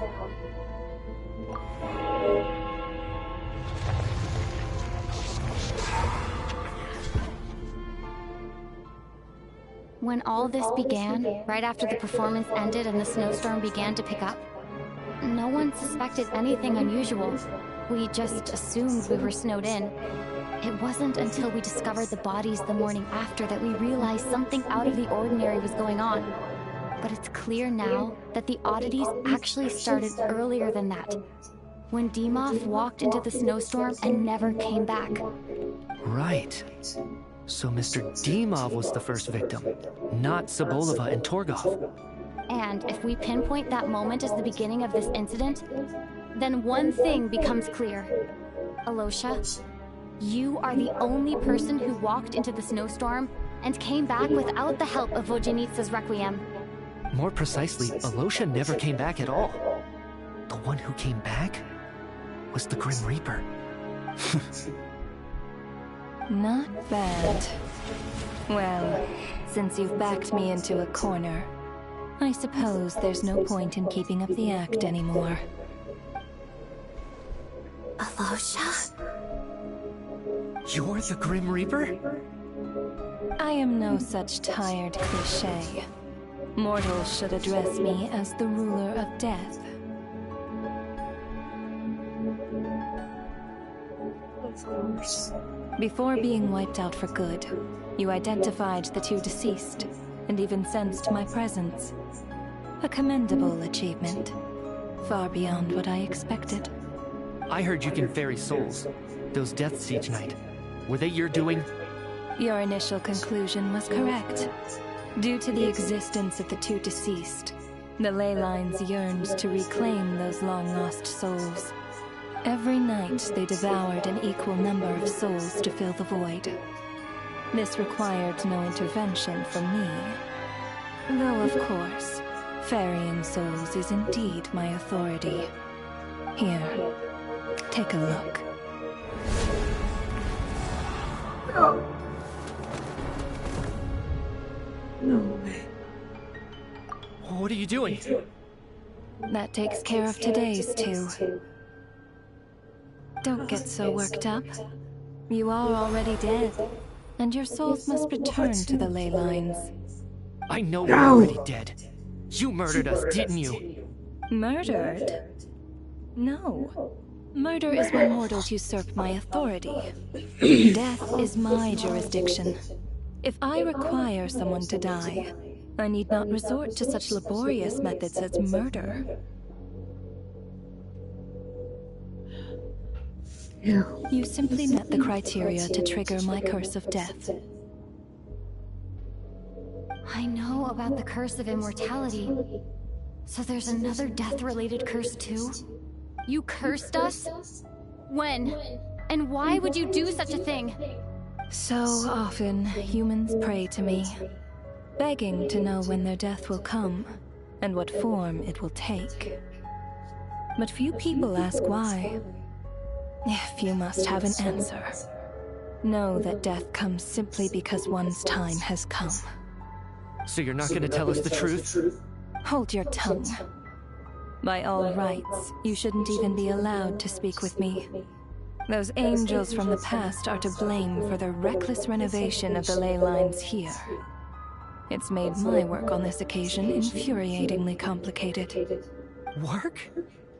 So trapping us here, making us watch our friends die, that's just another day at work for you?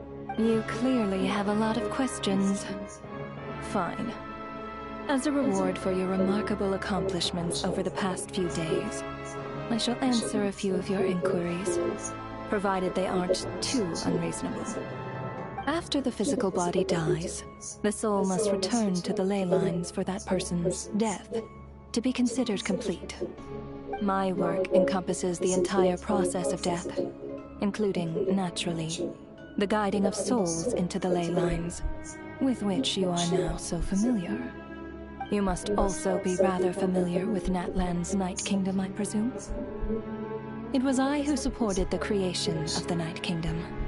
It provided a convenient means of guiding the souls of Natlan.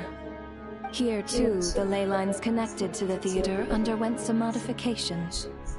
The angels hoped to make them capable of accommodating the souls of some special creations. But this actually hindered their ability to accept ordinary souls to some degree.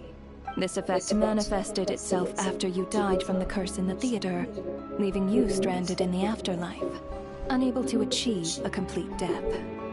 But if souls who die from the curse of death fail to return to the ley lines within a short window of time, they will miss their chance for good. Then, they will remain forever suspended between life and death, no longer subject to the authorities of either. So if you don't resolve this matter soon, and see all our souls return to the ley lines before long, we'll escape your control.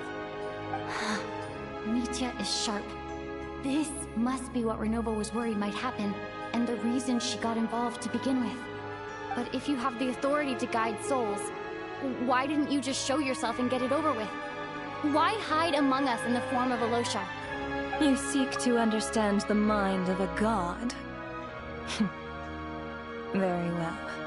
I'll tell you.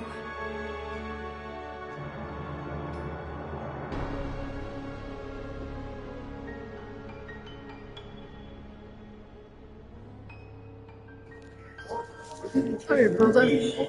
This is Let's a start theater, this. and I decided I wanted to watch a show about death. That's why I encouraged you to take the events to the stage. I found myself getting quite immersed. I suppose the entertainment you provided makes up for all the trouble you've caused me by being so defiant in the face of death. There. Are you happy with my answer? Can't say I am. Really? But it fits the stereotypes you humans have about gods. Just moments ago, you were complaining about how infuriatingly complicated your work here has been. Work is work, I get it. There are times when it's a huge pain, but you just have to get it done, right? That's a rather unique perspective for a human. You are in fact correct. There is a pain point in this case. Due to the obstruction in the theater's ley lines, there is a hard limit on the number of souls they can receive each day, making it impossible for me to ferry all your souls at once. Revealing my identity too soon would inevitably have led to futile resistance, and there was a risk that any souls who chose to run would disappear. Then there was the issue of the two lost souls you called the deceased. The way you resolved that quandary was all part of my design. That's what I don't understand. If all of us were souls of the dead, what made their presence among us special? For centuries, they have refused to return to the ley lines, exploiting the issues created by the angel civilization to resist being drawn in. Centuries of obsession accumulated during this process. You may think of this obsession as the resentment of the dead, and in this quantity, it was a bomb that could have detonated at any moment. It reached the point where I could not afford to leave it unchecked. But the only way to fix it was to help them acknowledge their own deaths, make peace with their regrets, and willingly walk into the snowstorm. Only then, with my guidance, could they finally return to the ley lines. Otherwise, you would not like to know what the consequences would have been. I vaguely remember seeing Patoshka, but in the most terrifying form. Was that in a dream? Is that what would have become of her if she hadn't returned to the ley lines? I see your dreams brought you many revelations. So you see, death in fact grants wisdom to mortals. Souls connect to all things in the world and see the chain of cause and effect between them. It's nothing unusual. Anyway, giving psychological counseling to lost souls is not my strong suit. That is more of an angel's role. It was something I could not resolve directly using my authority, so I decided it was easier to leave the bomb defusal to you. Meanwhile, of course, their presence caused the souls of other members of your party to return to the ley lines each night. From where I stand, that was killing two birds with one stone. As both issues slowly resolved one another without me having to lift a finger, all I had to do was stay close by and keep the situation under control. Then use my authority to wrap things up at the end. And, of course, while I was at it, I thoroughly enjoyed watching this drama, dealing with death from a mortal perspective, play out on the stage. Sounds like you had it all figured out, Grim Reaper. I just did the math. You said there's a hard limit to the number of souls the ley lines here can receive each day. It's 2, isn't it? That much is obvious, even to a fool. It's time to review this whole affair. If the ley lines can only take in 2 people per day, I need to go over the deaths from these past few days again.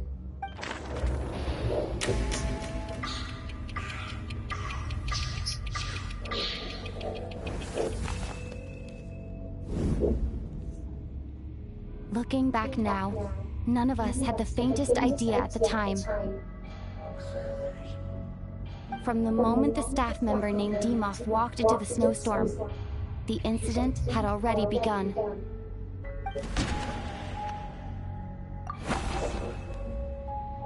No. Let me go over this again.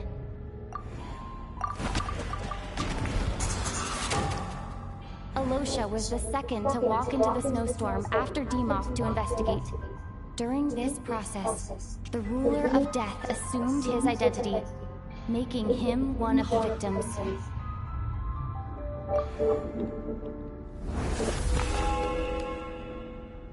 During our first night in the theater, everyone was caught up in the novelty of it all. No one could have expected there would be victims the very next morning.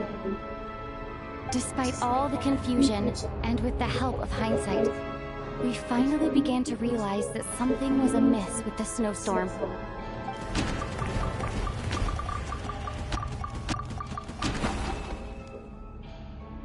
No,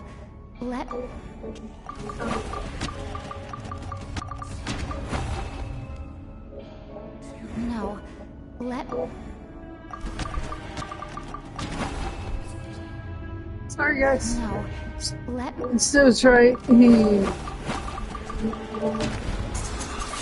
Careful. Okay. Hell yeah! The ley lines devoured. They.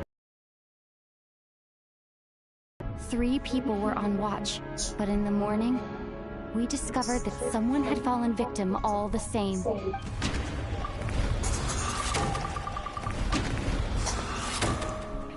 The deaths of Coolish and Ranpana caused everyone to stop suspecting Lelek. Unexplainable phenomena occurred one after another, leading Mitya to suspect that we were caught up in a supernatural event.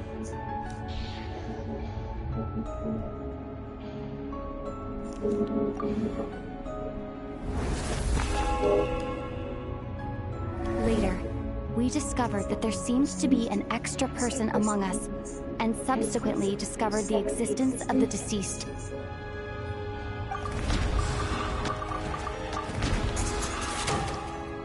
Mr. Shramri.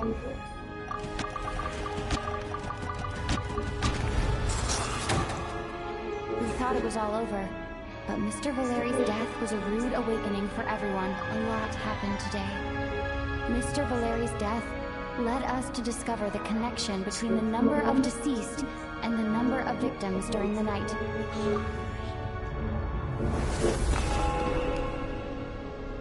The fact that there was more than one deceased seemed to bring us back to square one. Odette revealed some information she had been keeping to herself.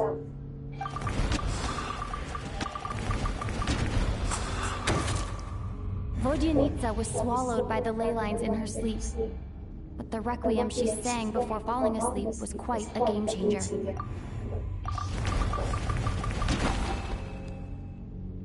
Although Mitya did enter the void in the ley lines,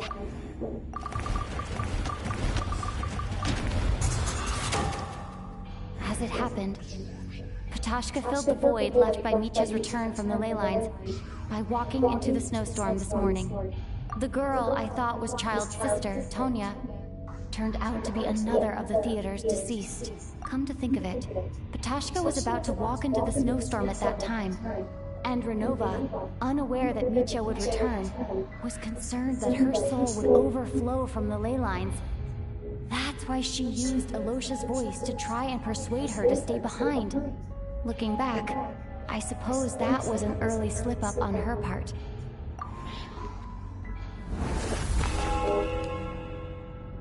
No one could have expected anyone who walked into the snowstorm to return.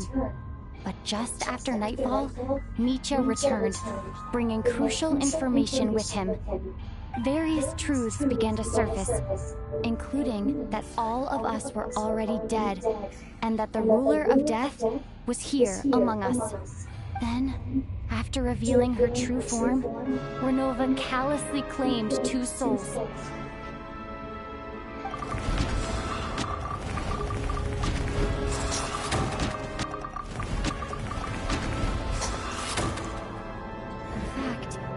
Everyone was already dead by the time we took the photo. Now, only Mitya and I remain. That covers everything. Wow. It's all clear now. Your work isn't finished here yet, is it? The Traveler and I are still standing here, safe and sound.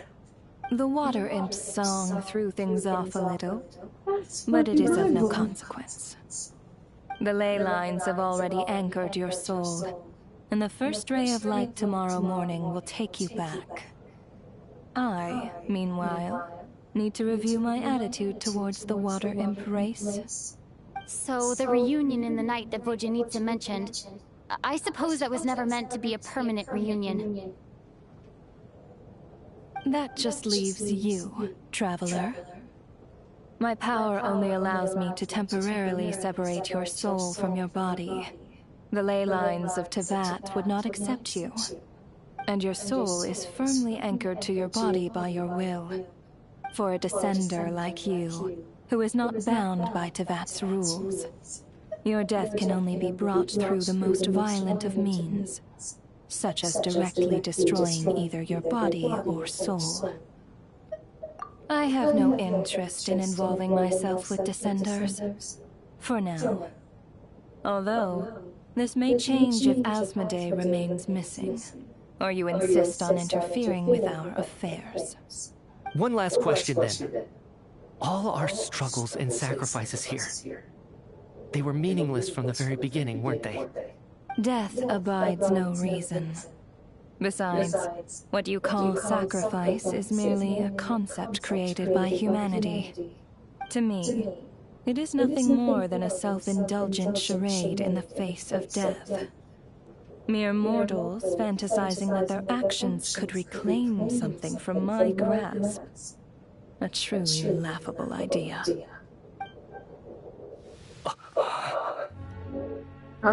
Grim Reaper, you really know how to get on my nerves.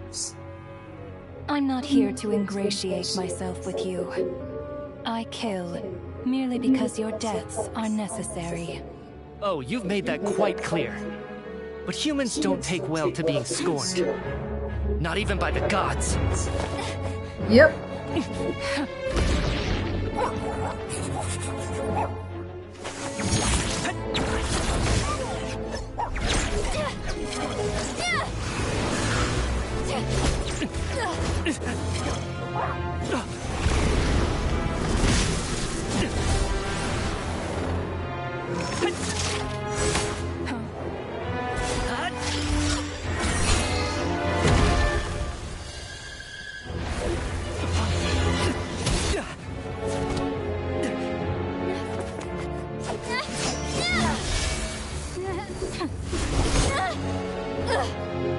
This is futile. You must know that you are powerless against me in my own domain. I suggest that you save your strength. For what? Maybe we can't change it. But if nothing else, we can at least teach you to have some respect for the dead. Audacious.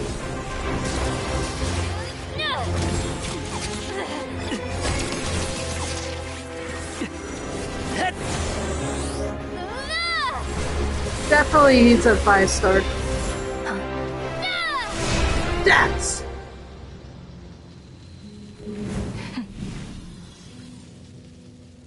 it.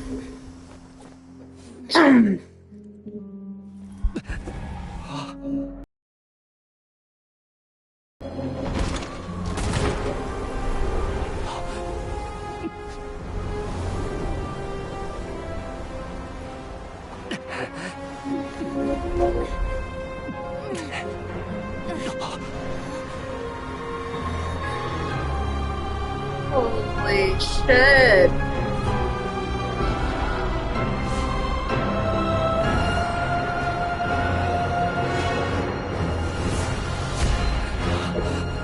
Holy shit!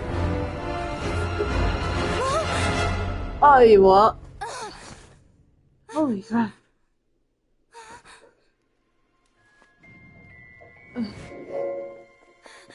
Oh, that? Wake up. Holy crap. Oh, it's awake.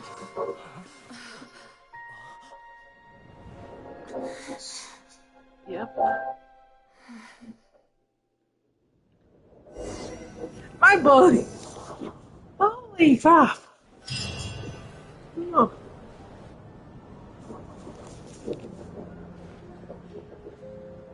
How are you holding up, Odette?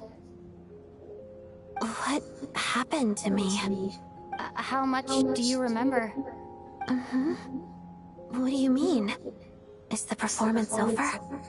I can't seem to recall what happened. No one remembers? Has Odette already forgotten?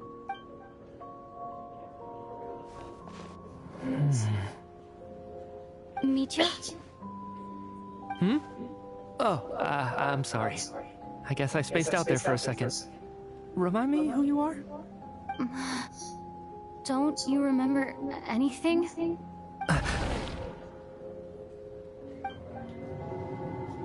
Yeah, I remember now, comrade. Looks like we guessed right.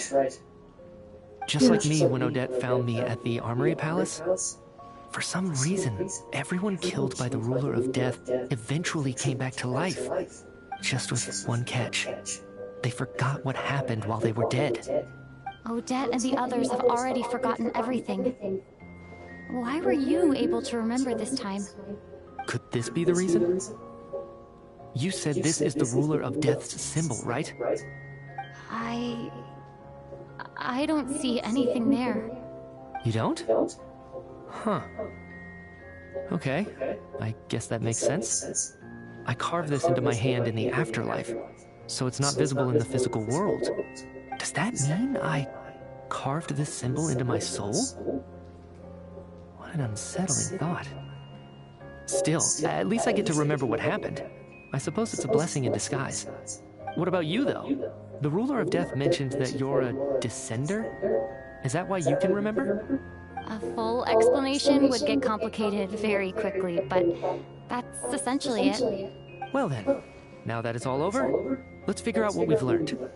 The first thing I notice is that everything here is precisely as we left it, right before our deaths. This confirms that time passes differently in the afterlife than in the real world. They say that right before death, time slows down and your whole life flashes before your eyes. That must be how you know you have one foot in the afterlife by that point. Anyway, clearly the few days we spend in the afterlife probably only amounted to a few short minutes in the real world. This also aligns with previous reports of widespread temporary memory loss among the Armory Palace personnel. Now it seems likely that those were all brief deaths caused by the Grim Reaper's so-called Curse of Death. To those unaware of the truth, dying and coming back to life must feel similar to a short bout of catatonia. This leaves me with a couple big questions.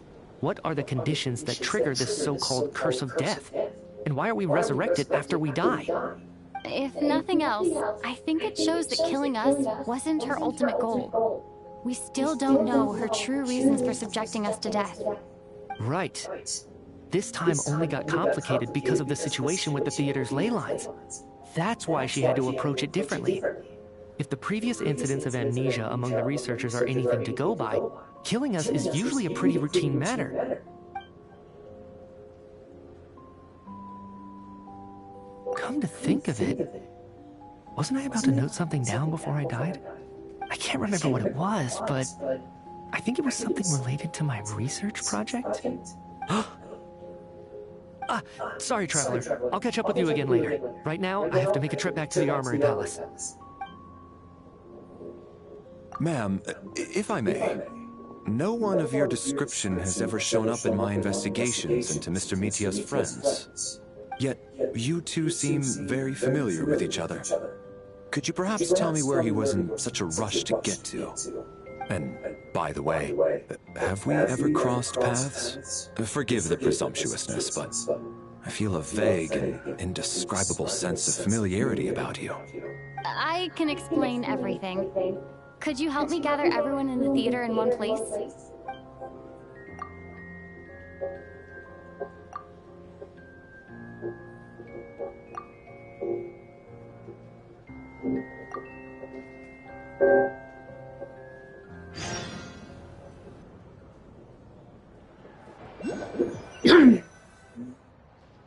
So Chuganov really is going to shut down the factory.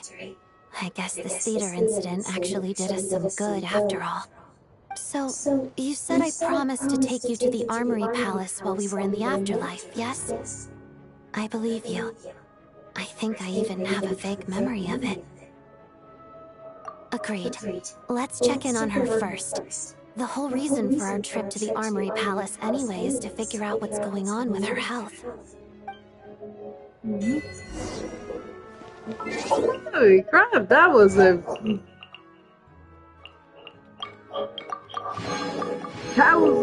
crazy journey.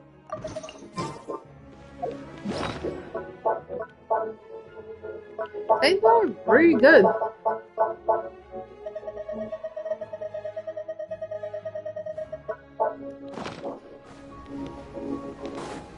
Let's continue.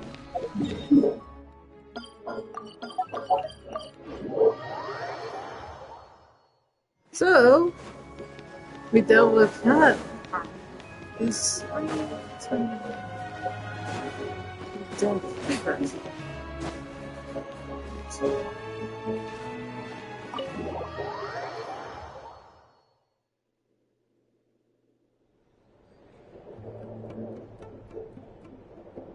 I'm finally back. Even though a long time has passed from my perspective, as far as Paimon's concerned, I probably just went out to watch a very short show. I should keep my emotions in check when I see Paimon again, or it'll seem weird. Wait. The atmosphere here feels off. Shh. Stay quiet. Let's go inside and take a look. Have we still not been able to notify Child yet? We need new orders. What if that person comes back again?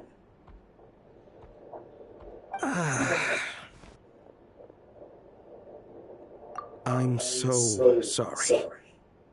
Under the circumstances, there was really nothing we could do. Tell me, what happened to Paimon? It was the Jester. He came here in person and escorted Miss Paimon away. He's the director of the Fatui. His authority supersedes all others and cannot be questioned. There was nothing we could do. How long ago did he leave? And what was Paimon's status? It was about an hour ago. Miss Paimon was fast asleep at the time. The Jester simply walked off with her as if it was only natural. Do you know where they went? The Armory Palace, most likely.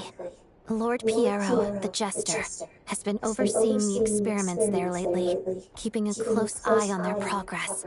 I'm surprised he came in person. Whatever his reason for taking Paimon, he'll most likely return to the Armory Palace first. Then lead the way, Odette. Okay, let's go.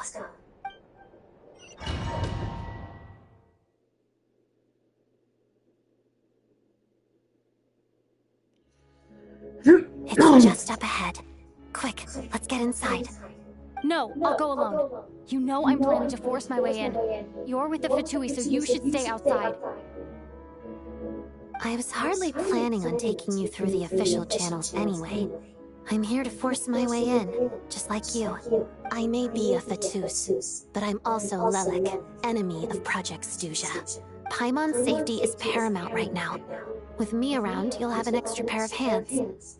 There might be devices inside that are easier for an insider to deal with. If you say so. Let's go. There's no time to hesitate.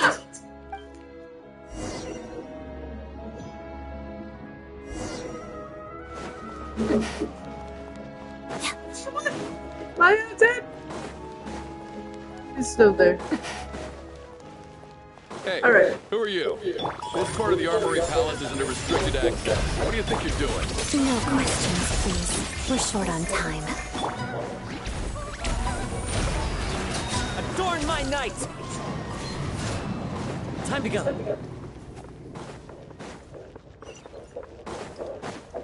I'll make short work of you. Wind strike! Right here. Strike a pose! Emerge. Right here. Time to shine! Lots of the snowflakes. Pirouette.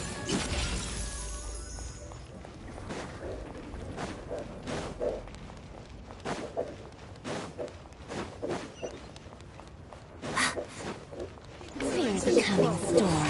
Shadow me. Let us have space. Right? Nothing lasts forever. As one with wind and cloud! Crystalline Adagio. Shatters.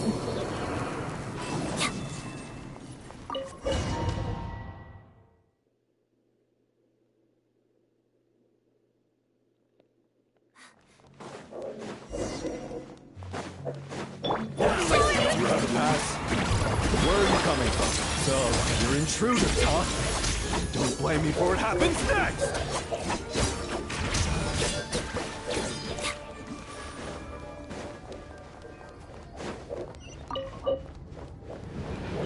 The Armory Palace is hidden this deep in. This place is much bigger than I imagined. They're conducting top-secret research, after all. The deeper it's hidden, the better, is standard Fatui logic.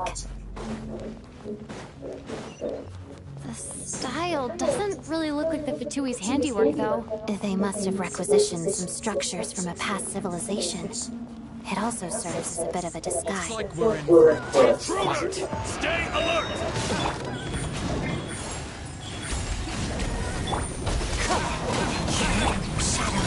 Pirouette. Witness the snow swan's grace.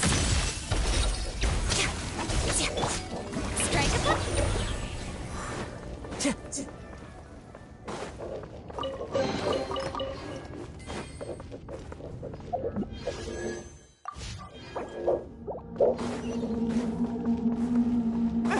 Intruders?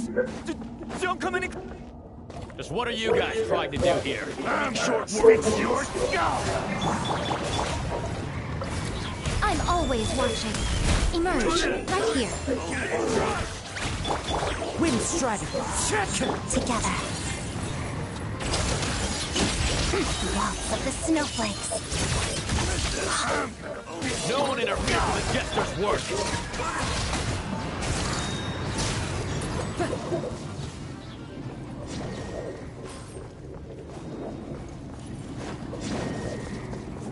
Time to go.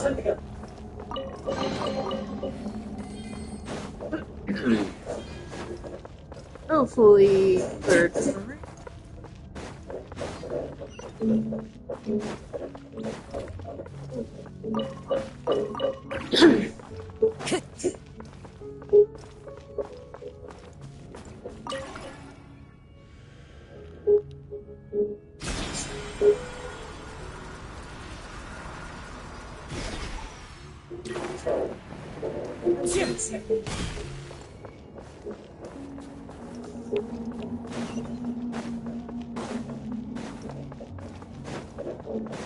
Looks like no one's guarding this place. There's something off about that decoration over there. Look out! Let's deal with these before we move on.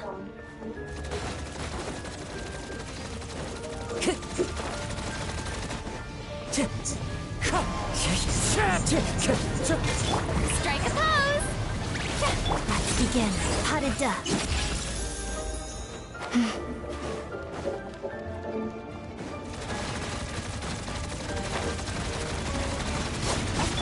Let the world collide! Emerge. Right now. Emerge. Shadow me. Oh, we did that.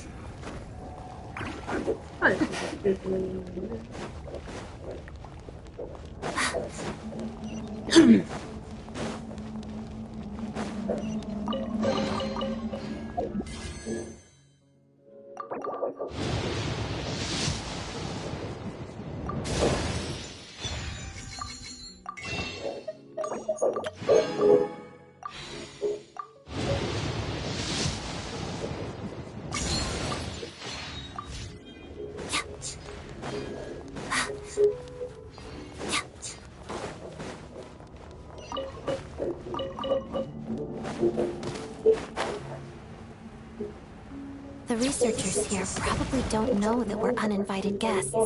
Let's try not to hurt them. What's the big star from the theater doing here? That's Miss Odette. She's a member of the Fatui. Don't tell me you didn't know that.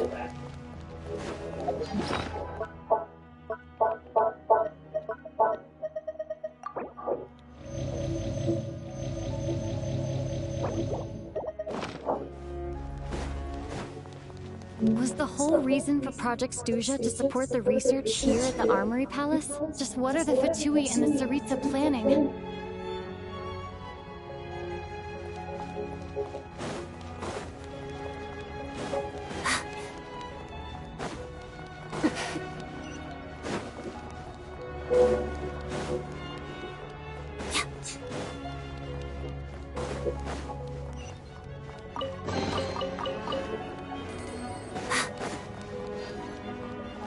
Whoa! Who are you? Never seen you around here before. Looks like there's no way through here. Maybe using the power of this prism could help?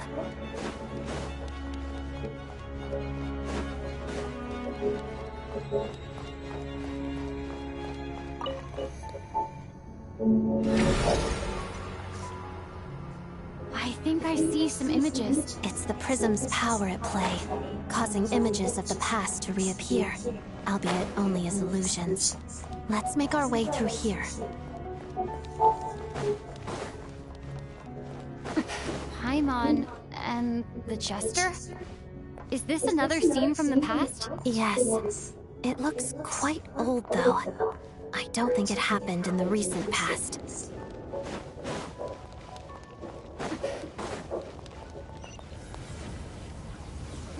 What's going on here?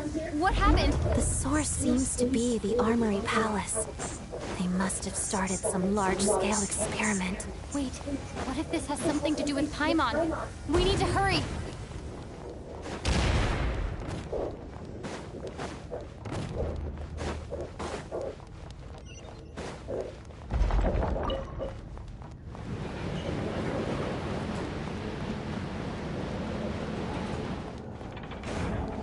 We're almost there. The Armory Palace is just up ahead. Paimon, please be okay. Snow Spawn's grace.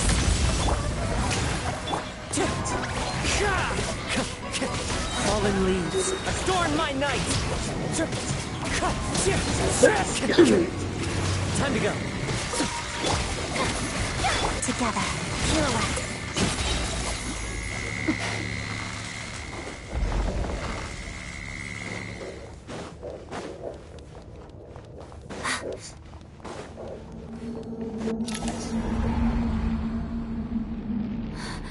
What's going on? Wait, I remember this feeling.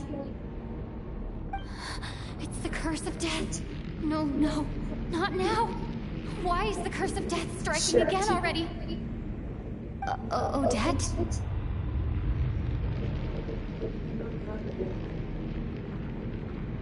Oh, babe.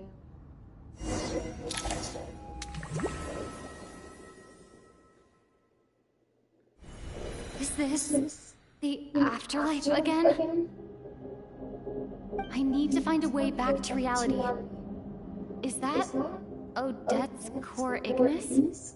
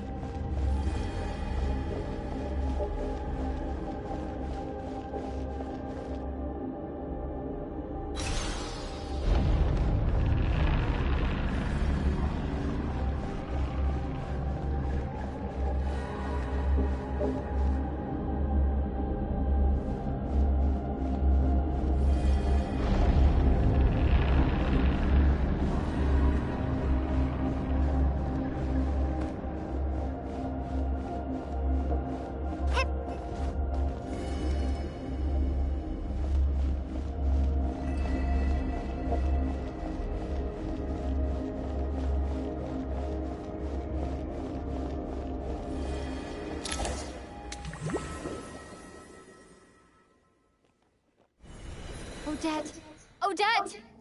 No signs of life, but past experience says that she should be resurrected before too long.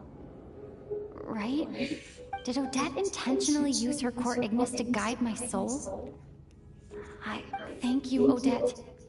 If not for you, my soul wouldn't have found its way back to my body so quickly. But I'm sorry. I don't have time to protect you.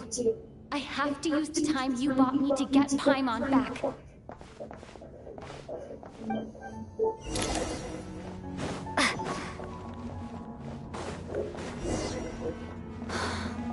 Sure enough, everyone here has been affected by the Paimon! Paimon! No, wait. Paimon probably didn't escape Renova's curse either. She won't be able to respond to me right now. I'll have to find her myself.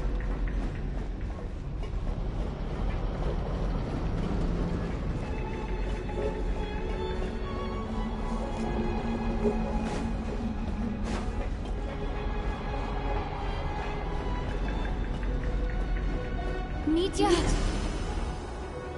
Is this the laboratory he works in? What happened here to trigger the curse of death again so soon? I'll have to ask him when he wakes up. Finding Paimon has to take priority now. I found her! Paimon really is here!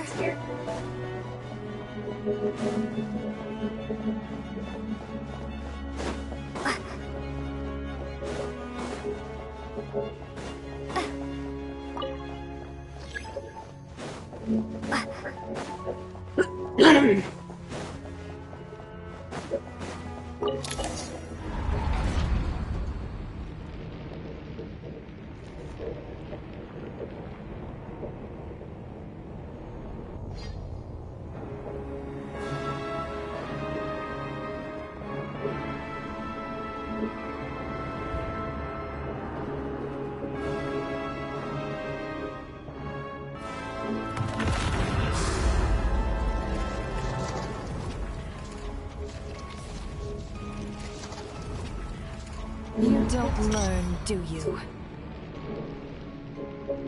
You've already been involved in one mass death, and now you show up at the scene of another. This might have passed for a coincidence the first time, but a second time? Am I to assume you are intentionally interfering in Snezhnaya's affairs? Judging by your expression, it seems that you understand little of what is going on here. In that case, a word to the wise. Do not interfere in Snezhnaya's affairs. A civilization that fails to learn its lesson constantly depletes its own worth. It will one day lose any reason for its existence. And as a descender, you are perfectly suited to be the lifeline to which a dying civilization might desperately cling. Consider your position carefully. No advice needed. I'll make my own judgments. Suit yourself. When the day of reckoning arrives, not even a descender can hope to escape unscathed. The time for resurrection fast approaches. The mortals here are not yet worthy to behold my form. So that will be all for today.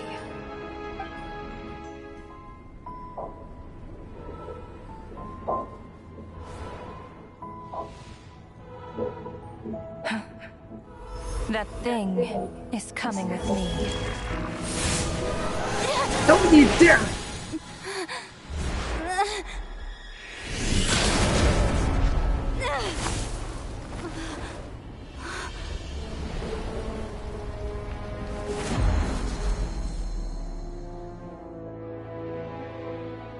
You awoke sooner than I thought. The curse of immortality is stubborn, unable to enter the ley lines, yet not content to remain a spirit. Ruler of death, what do you want?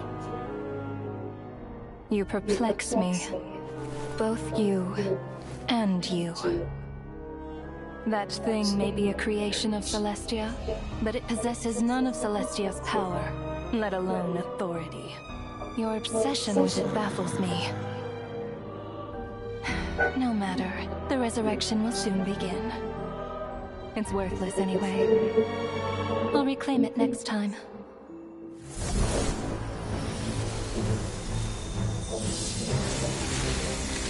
Yeah.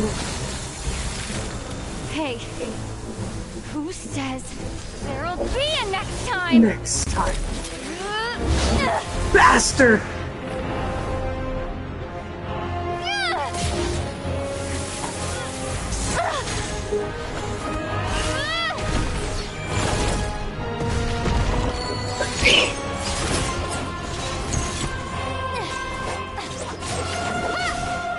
Not letting you.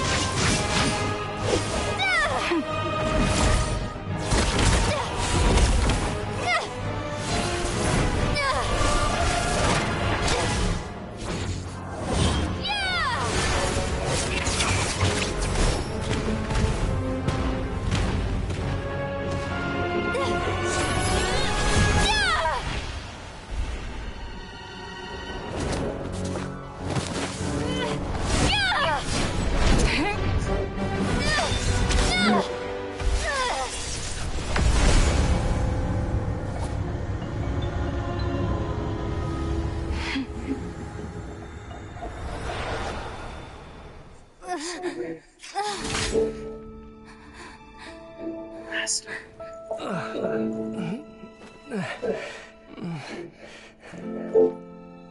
Huh?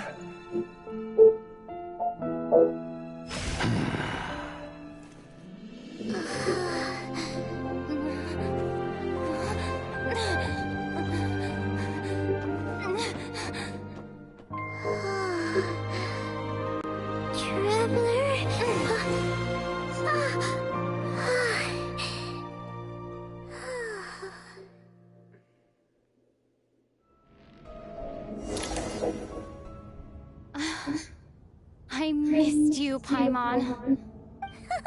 What are you talking about? We haven't even been apart for that long, have we? It was different this time. You seem to be in pretty good shape. Yeah, Paimon's back in tip-top condition. It's the weirdest thing. Paimon fell asleep earlier, and when she woke up, she found herself here.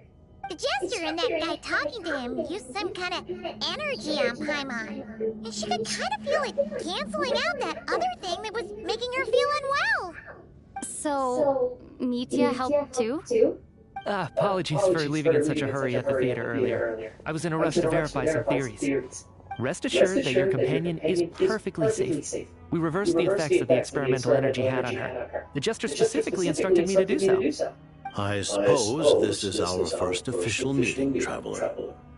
I could not let Paimon suffer in her condition for a moment longer, and so I simply took her without explanation. But why would a big shot like you care about what happens to Paimon? As I said when you first arrived in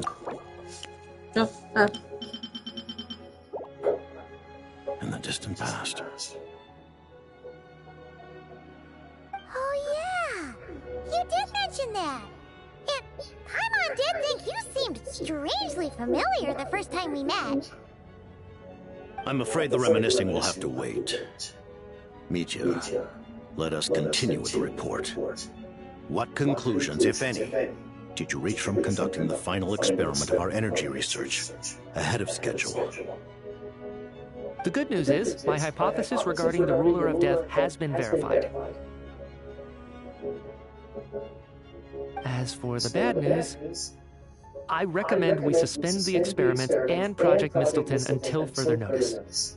Currently, we have no means with which to make a breakthrough. I say this purely as a scientist, guided by reason alone. I will trust your judgment. We shall put the project on hold until the ruler of death has been eliminated. Wait, what are you guys talking about? You want to get rid of Renova? By whatever means necessary, so long as it removes the threat she poses to us. Until then, everything we do will be in vain. After what just happened, I've ascertained Renova's goal, or rather, the trigger condition for the Curse of Death. Okay, let's hear it. What she's doing is blocking Snezhnaya's technological progress, preventing us from possessing any means with which to threaten the heavenly principles. Just like the little lapdog she is. So, any ideas, research, or experiments that lead to technological progress can trigger the curse.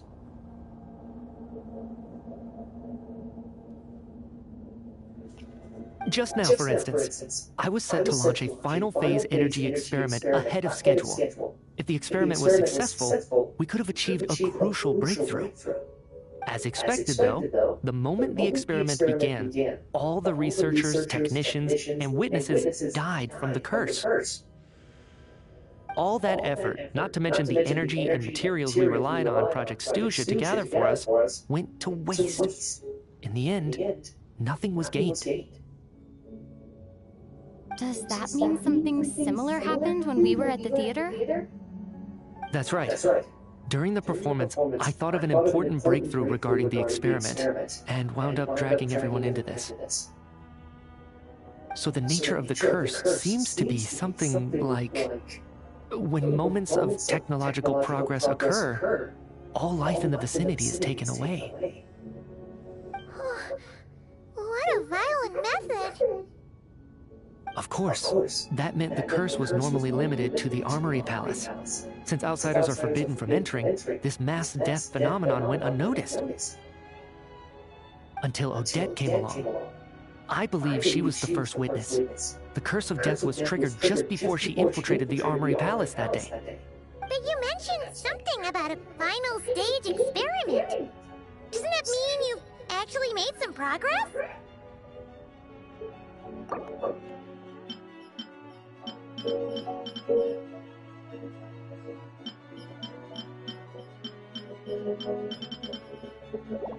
That's right. Even with the gods locking certain key components out of reach, humanity can still advance technology in incremental steps accumulated over time. But, as I'm sure Renova anticipated, even incremental progress has its limits. A point where the truth you're seeking must be put to the test in an experiment. You mean the experiment you were just about to do? Yes, we were at a critical juncture, a moment where the quantitative was about to translate into fundamental qualitative change. But now, after already being forced to fumble around in the dark all this time, it feels like we've truly hit an impenetrable wall. As long as Renova's curse of death persists, we won't be able to advance the experiment. And with Project Stuja having been in effect all this time, at our nation's current strength, repeated trial and error is only by eliminating Renova first will it be possible to continue advancing our plans. She's the ruler of death! She can just kill whoever she wants, right? That's gotta be the scariest power ever! Is it even possible to beat her? We'll see. But one thing's for sure. She definitely can't just do whatever she wants. The best proof of that is me, standing here, very much alive.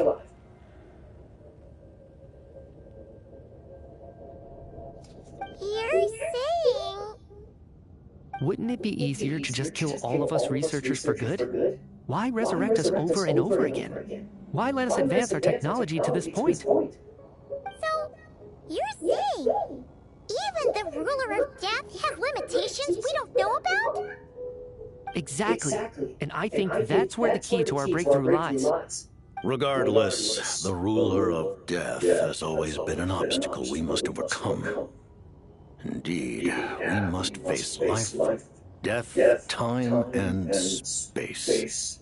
Our goal is the heavenly principles. The Fatui want to challenge the heavenly principles? For a long time, I've had a vague suspicion the Fatui and the Tsaritsa were targeting the heavenly principles. But hearing the Jester admit it is still a shock. No wonder that Tsaritsa's goal has always been kept a secret from the people.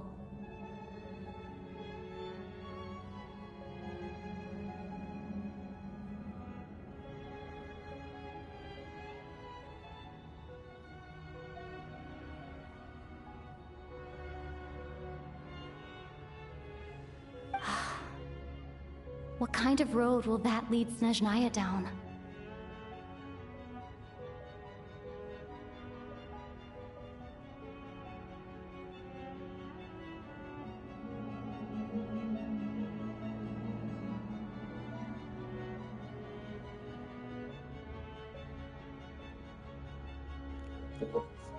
Sorry guys, I did talk to myself for a sec. Lord Jester, I would like to request some leave. I'd like some time to organize my thoughts and go over the data.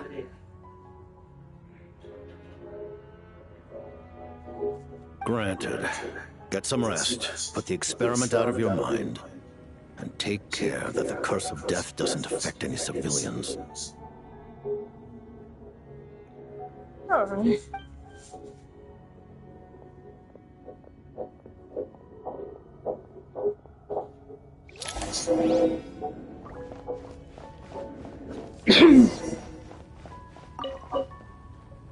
While there is yet time, allow me to offer you my hospitality, honored guest of Snezhnaya. Is there anything you wish to know?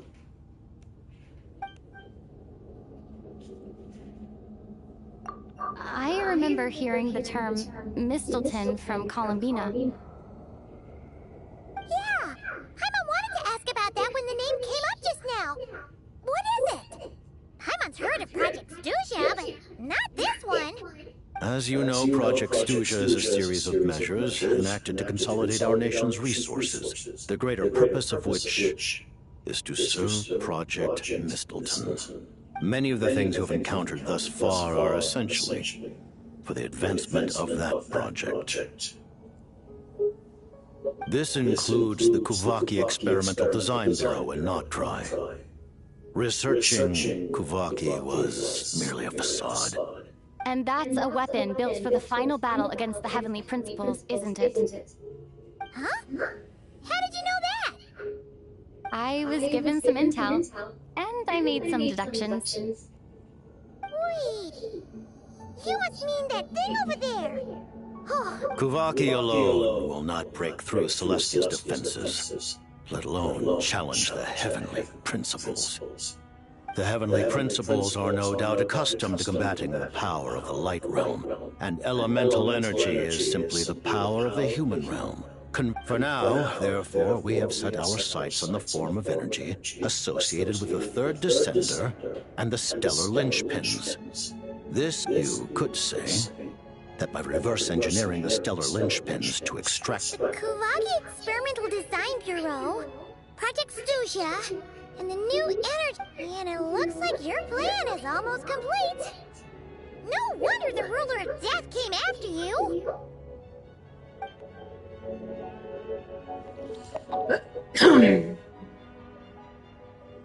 Her Majesty the Tsaritsa has embarked upon an expedition to vanquish a monster. Were it not for this, I imagine she would have been delighted to grant you an audience. Seems like the powers that be in Snezhnaya don't intend to hold my past conflicts with the Fatui against me. The Harbingers have been granted significant autonomy in retrieving the Gnosis. But by the same token, they do not completely represent Snezhnaya's official stance. You read my mind. Speaking of the Gnosis, Paimon's been dying to ask this question since forever. Why exactly does the Tsaritsa want to collect them?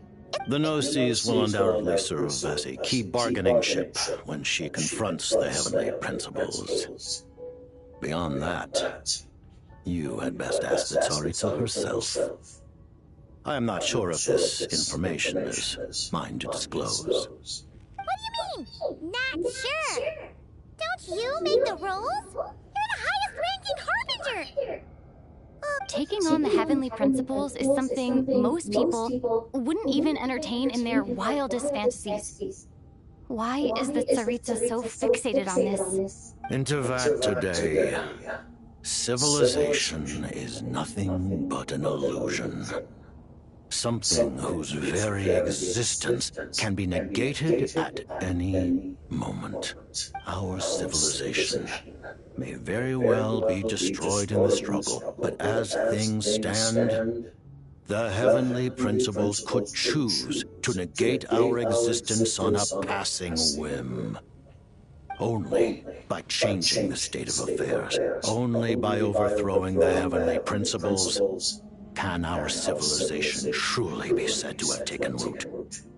Otherwise, the fate of the people of Conria and Hyperborea is a cycle doomed to repeat itself. Accepting potential destruction in return for getting to control your own fate. Furthermore, perhaps this is still somewhat difficult for you to understand.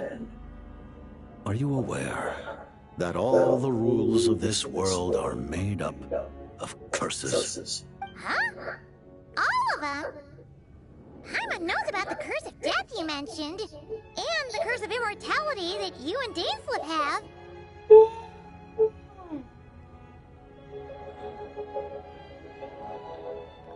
Then, the birth of the Hilly Churls, the rules of Natlan's Ode of Resurrection, those are curses too? Yes. Even a god's love for humanity is a curse the heavenly principles inflicted upon the gods. What? The Tsaritsa has always had ample reason to hate the heavenly principles.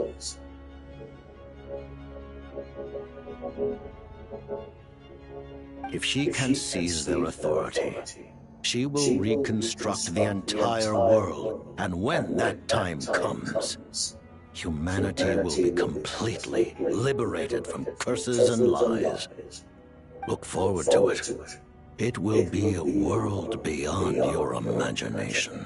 Though the ordinary people of Snezhnaya may not understand these details, in this frigid land locked in a ceaseless struggle against the environment, in this nation to which the gods have never shown favor, we all believe that standing in solidarity with the Tsaritsa in our shared struggle will surely usher in a new and better world.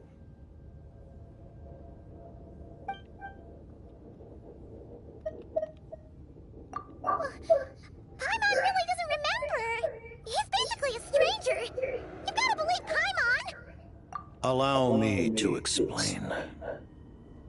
The reason Paimon reacted to the anti-Celestia energy developed by the Armory Palace is because she comes from Celestia herself. More specifically, she is one of its creations. Paimon? A creation of Celestia? Oh, right. I was blinded by anger earlier, but thinking back on it, Renova also said that Paimon is a creation of Celestia, but she lacks Celestia's power or authority. As you know, the lunar fragments in Nodcry were pulled down from the sky using Fatui technology. But the first application of this technology was in Conria over 500 years ago. I used this technology upon the heavens, and the response I received was none other than Paimon, descending from Celestia. I presented her to the Vinster King, but he took no interest in this gift, nor did it satisfy him. Paimon then took up temporary residence in my palace until, of course, the arrival of the Cataclysm. Wait, Paimon's a little confused. You're talking about things that happened in Conria 500 years ago. You're saying that Paimon doesn't remember any of that? Falling from the sky? Being given away as a gift? None of it! Having lived through the Cataclysm, perhaps you too were burdened with some manner of curse. Although, losing your memories would indeed be the smallest price I've ever seen paid. But it's not just her memories from Conria. Paimon doesn't even know how she spent the last 500 years. She only has memories from the past few years. No matter what was Paimon like back in Conria? Did she know a whole lot because she came from Celestia? Was she super smart? Unfortunately, when you arrived in Conria, your consciousness was like that of a newborn infant. None could say what kind of being you once were in Celestia. During the time you lived in Conria, your personality was no different from how it is now. Aw, man! Paimon's plan to get her memories back and become super smart and ruined before it could even, even though Paimon lost her memories, she still feels weirdly close to you for some reason. That must mean you took pretty good care of Paimon back then, huh? On the contrary, I completely ignored your existence. I was entirely focused on my struggle against Troptatir the Wise. But now, as I see it, it is as if you are the only sane thing that survived that era of insanity. And Noted. Man, Paimon's gotta stop projecting friendship on everyone she meets. But, Traveler? Even though you know Paimon's some creation of Celestia now, you still want her, right? You're not going to abandon her? Oh, phew! That's a relief. Paimon's just learning about this, too. She's barely even processed it.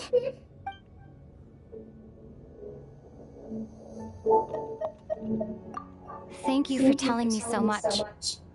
I'm a bit surprised, honestly. I didn't expect you to be quite so transparent with me. given the circumstances, the Fatui need not hide anything from our allies. Allies? To advance Project Mistleton, we must first resolve our issue with the Ruler of Death. And, if I presume correctly, you have no intention of letting her actions go unpunished either, do you? That's right. Ever since she said she intends to reclaim Paimon when we next meet, I figured reconciliation was out of the question. Against an opponent of this caliber, deliberating over our allegiances would waste time we do not have. We must join forces unreservedly with whomever we can. if we are to stand anything like a fighting chance. You're going to challenge the ruler of death? Just for Paimon?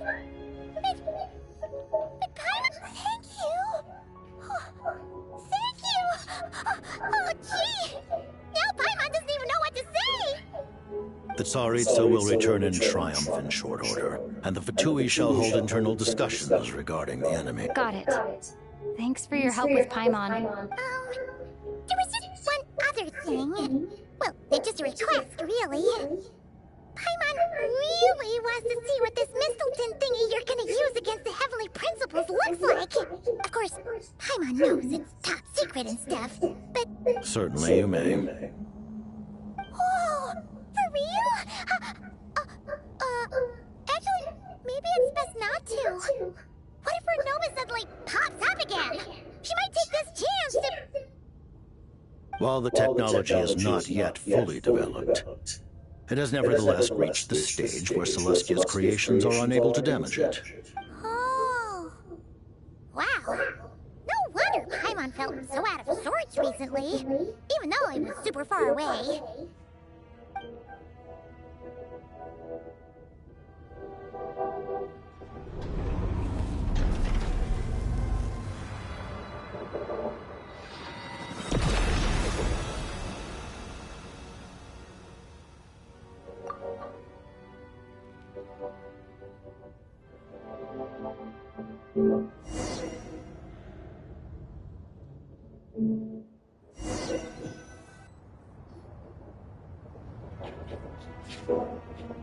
Huh? Oh, hey there, Odette! Paimon? You're okay. Thank goodness. You look well. Have you recovered? Long story short, yep, Paimon's up. That's right. When I woke up, I wanted to go in after you, but the guards had woken up as well. It would have been tough to take them on alone, and there was no easy way to sneak past them. So I returned the way I came and waited for you here. It was thanks to you that my soul found its way back to my body so quickly. Thank you. Huh. That actually worked? Nice. I just figured I'd try my luck when that ominous feeling struck me. Really, you should be thanking this thing instead. Anyway, and now that things here are all taken care of, I have other things I should get back to.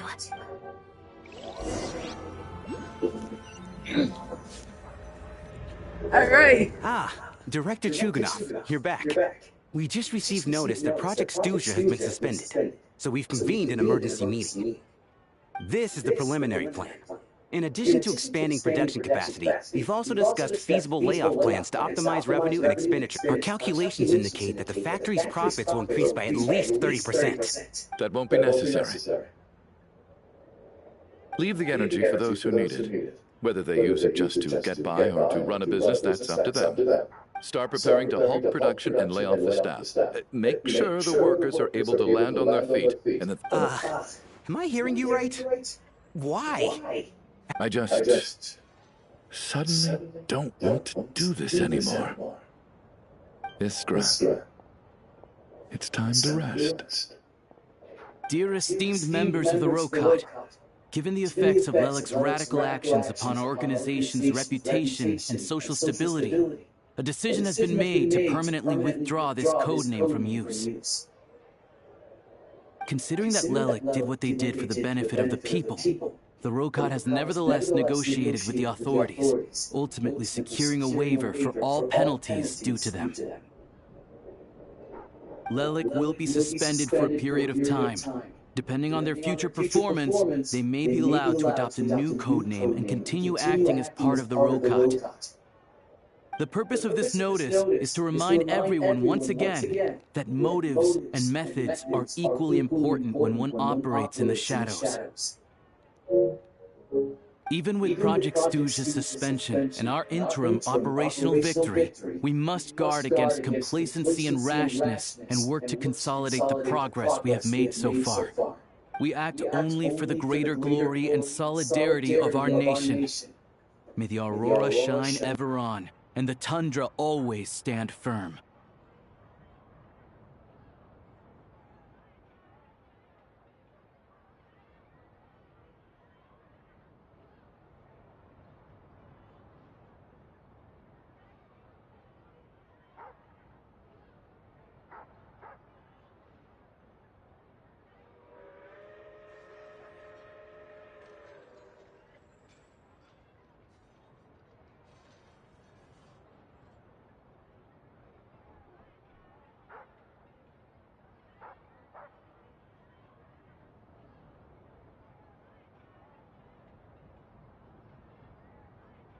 We act only for the greater glory and solidarity of our nation.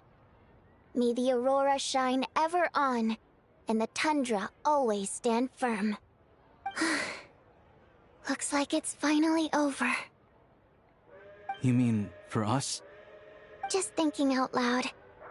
I've never seen the Snezhna Gradvecha so lively before. I never once thought I'd come here.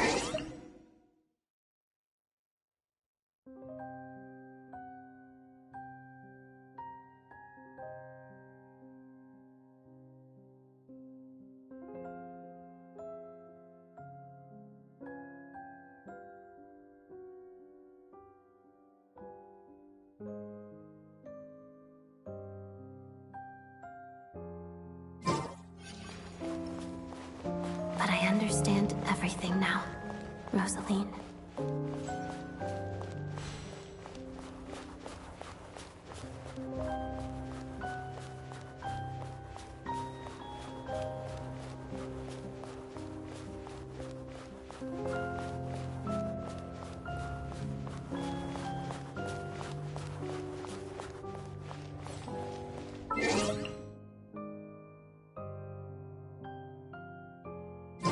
I've seen Spirit Seeker performed many times, including by your mother.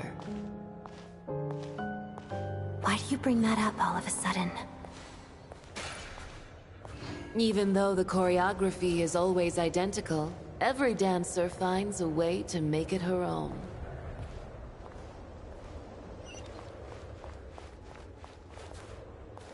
So you actually want to talk to me about ballet?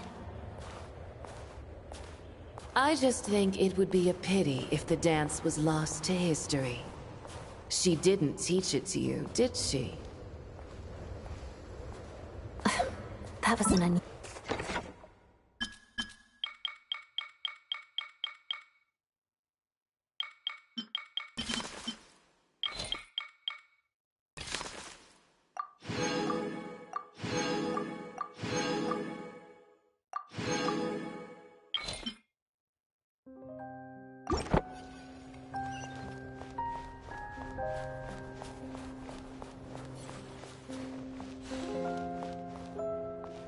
We embraced one another on the snow-swept plains, melting the ruthlessness of time. But when our bodies, in pieces, are cast to the winds, what of our love will remain behind?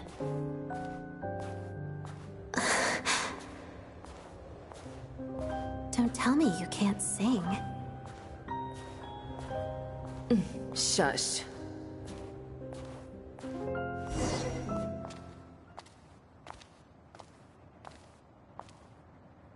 I understand her hatred. The Fatui robbed her of the life she should have had. I never opposed her dancing. Yet still I became an enemy of her ballet. I'll just keep my distance. Many despise me. I'm used to it. You're certainly not one to shy away from confrontation. They need a different approach. I'm hardly the most maternal figure. Yet, she is a child. In my experience, while a father commands authority, he must still yield to love. You should tell her what you think about her dancing.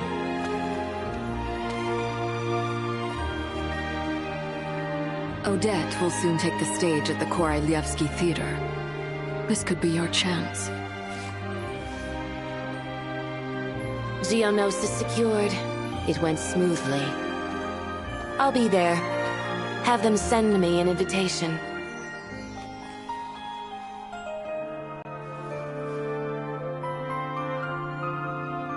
Sadly, things didn't work out. Her final words are inside that block of ice. This? Aren't these for monitoring her subordinates? Not yours. This one isn't her witch's flame, but my two worlds' flames. The two worlds' flames can burn away memories. It was my parting gift to Rosaline.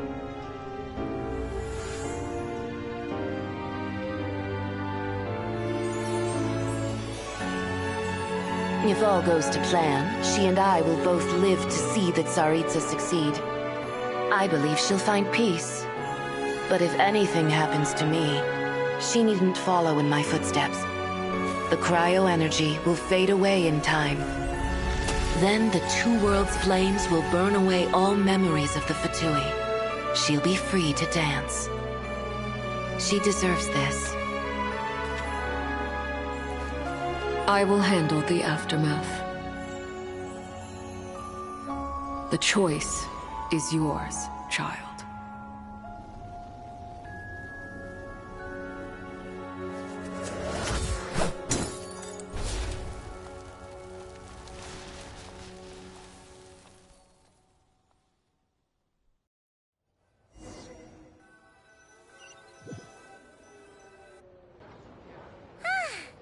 Fresh air at last!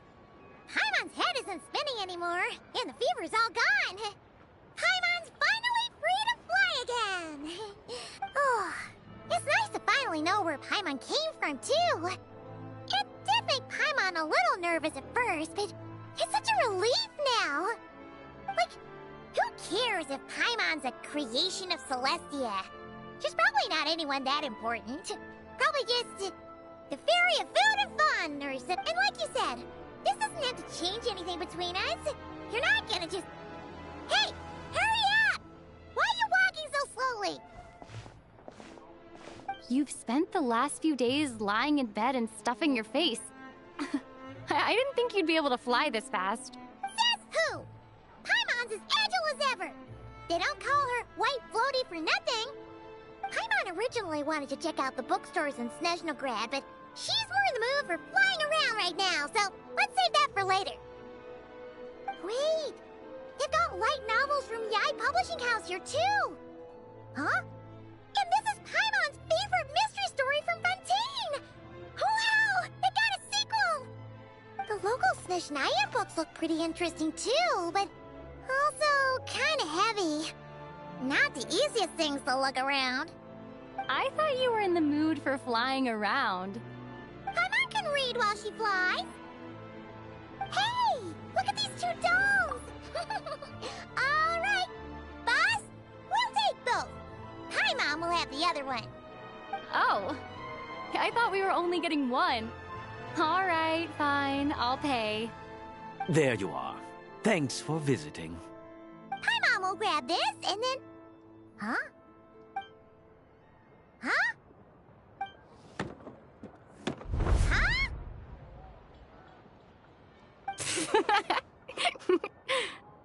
How many layers does this thing have? And what are you laughing at? Huh. You knew all along, didn't you? A whole bunch of people are gathered over by the plaza. Hey, look! That looks like Tartaglia! Hey, Tartaglia! I know that voice. Of course. If it isn't Paimon and my old comrade. You're looking well, Paimon. All better? Yeah! The Jester knew I was wrong and fixed Paimon right up! Thanks for sending someone to keep Paimon safe, too. Oh, yeah. About that. That was... kind of embarrassing. Who could have known that our director would go looking for you in person? So sorry for the misunderstanding. Oh, right.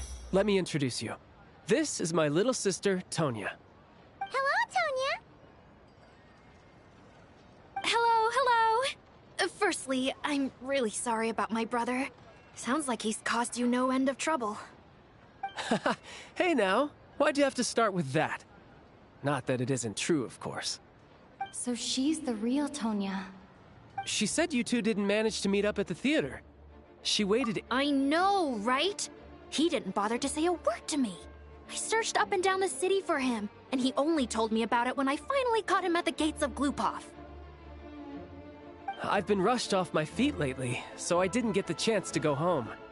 I just figured the Traveler would fill you in when she got there. Well, the snow was bad, and you're never late. so I was really worried about you. How was I supposed to know that you'd stood me up? I'm sorry, Tonya. I really am. I'll make it up to you somehow. Just... please don't tell Mom and Dad. Although the mix-up led to a series of that the real Tonya didn't get caught up in that mess. Besides, it's obvious that Tartaglia isn't usually one to break a promise. He only gave his ticket to me because he had to look into Lelek.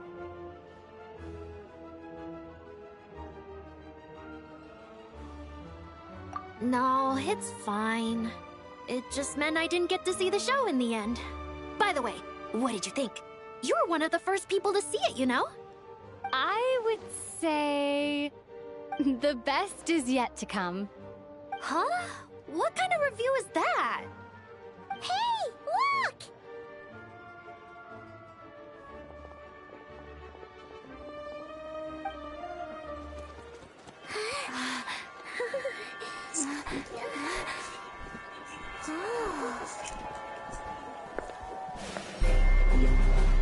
There's Miss Teresa.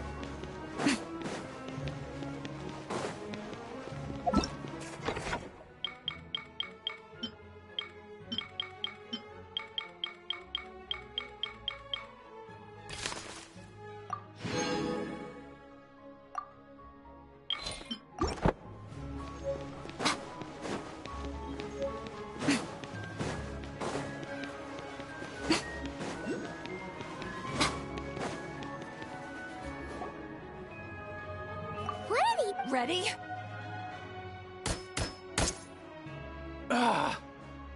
Not good enough.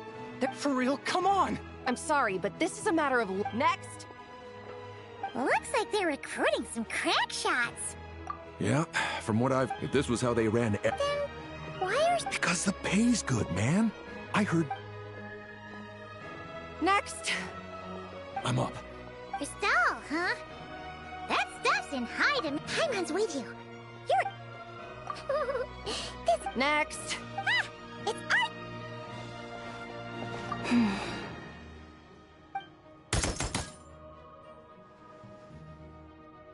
Pass! Oh, yeah! Pardon my curiosity, but have you entered the Shadow Realm before? Please, follow me first. Judging by the look of your firearms, my superiors would like me to send with this device. So, that's what this...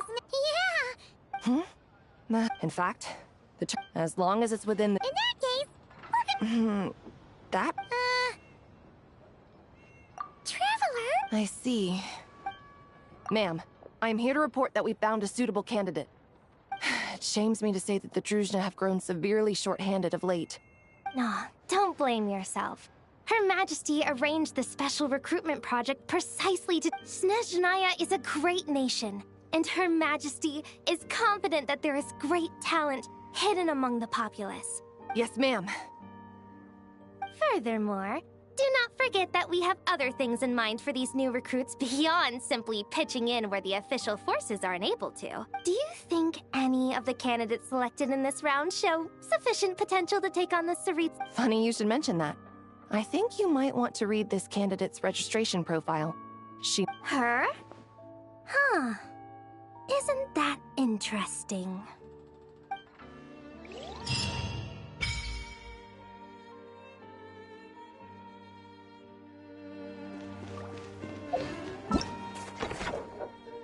Okay, we got that part done. So, meaning most of stuff here is done. Huh. Let me check around there.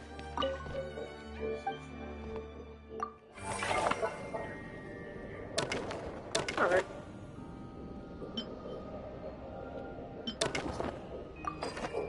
I will do that later time. And spread the wishes. It's on.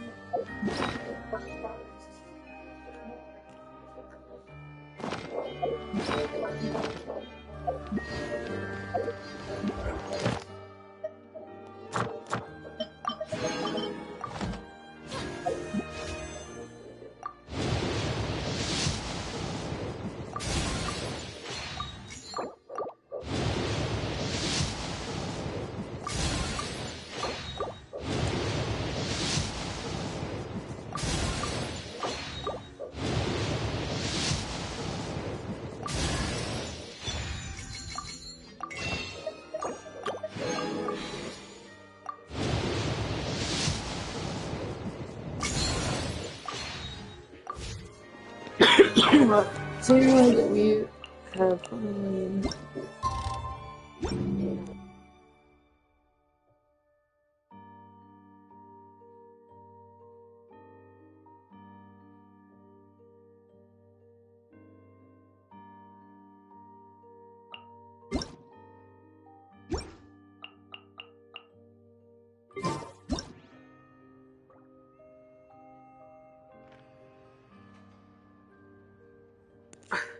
well, we have finally finished the art conquest.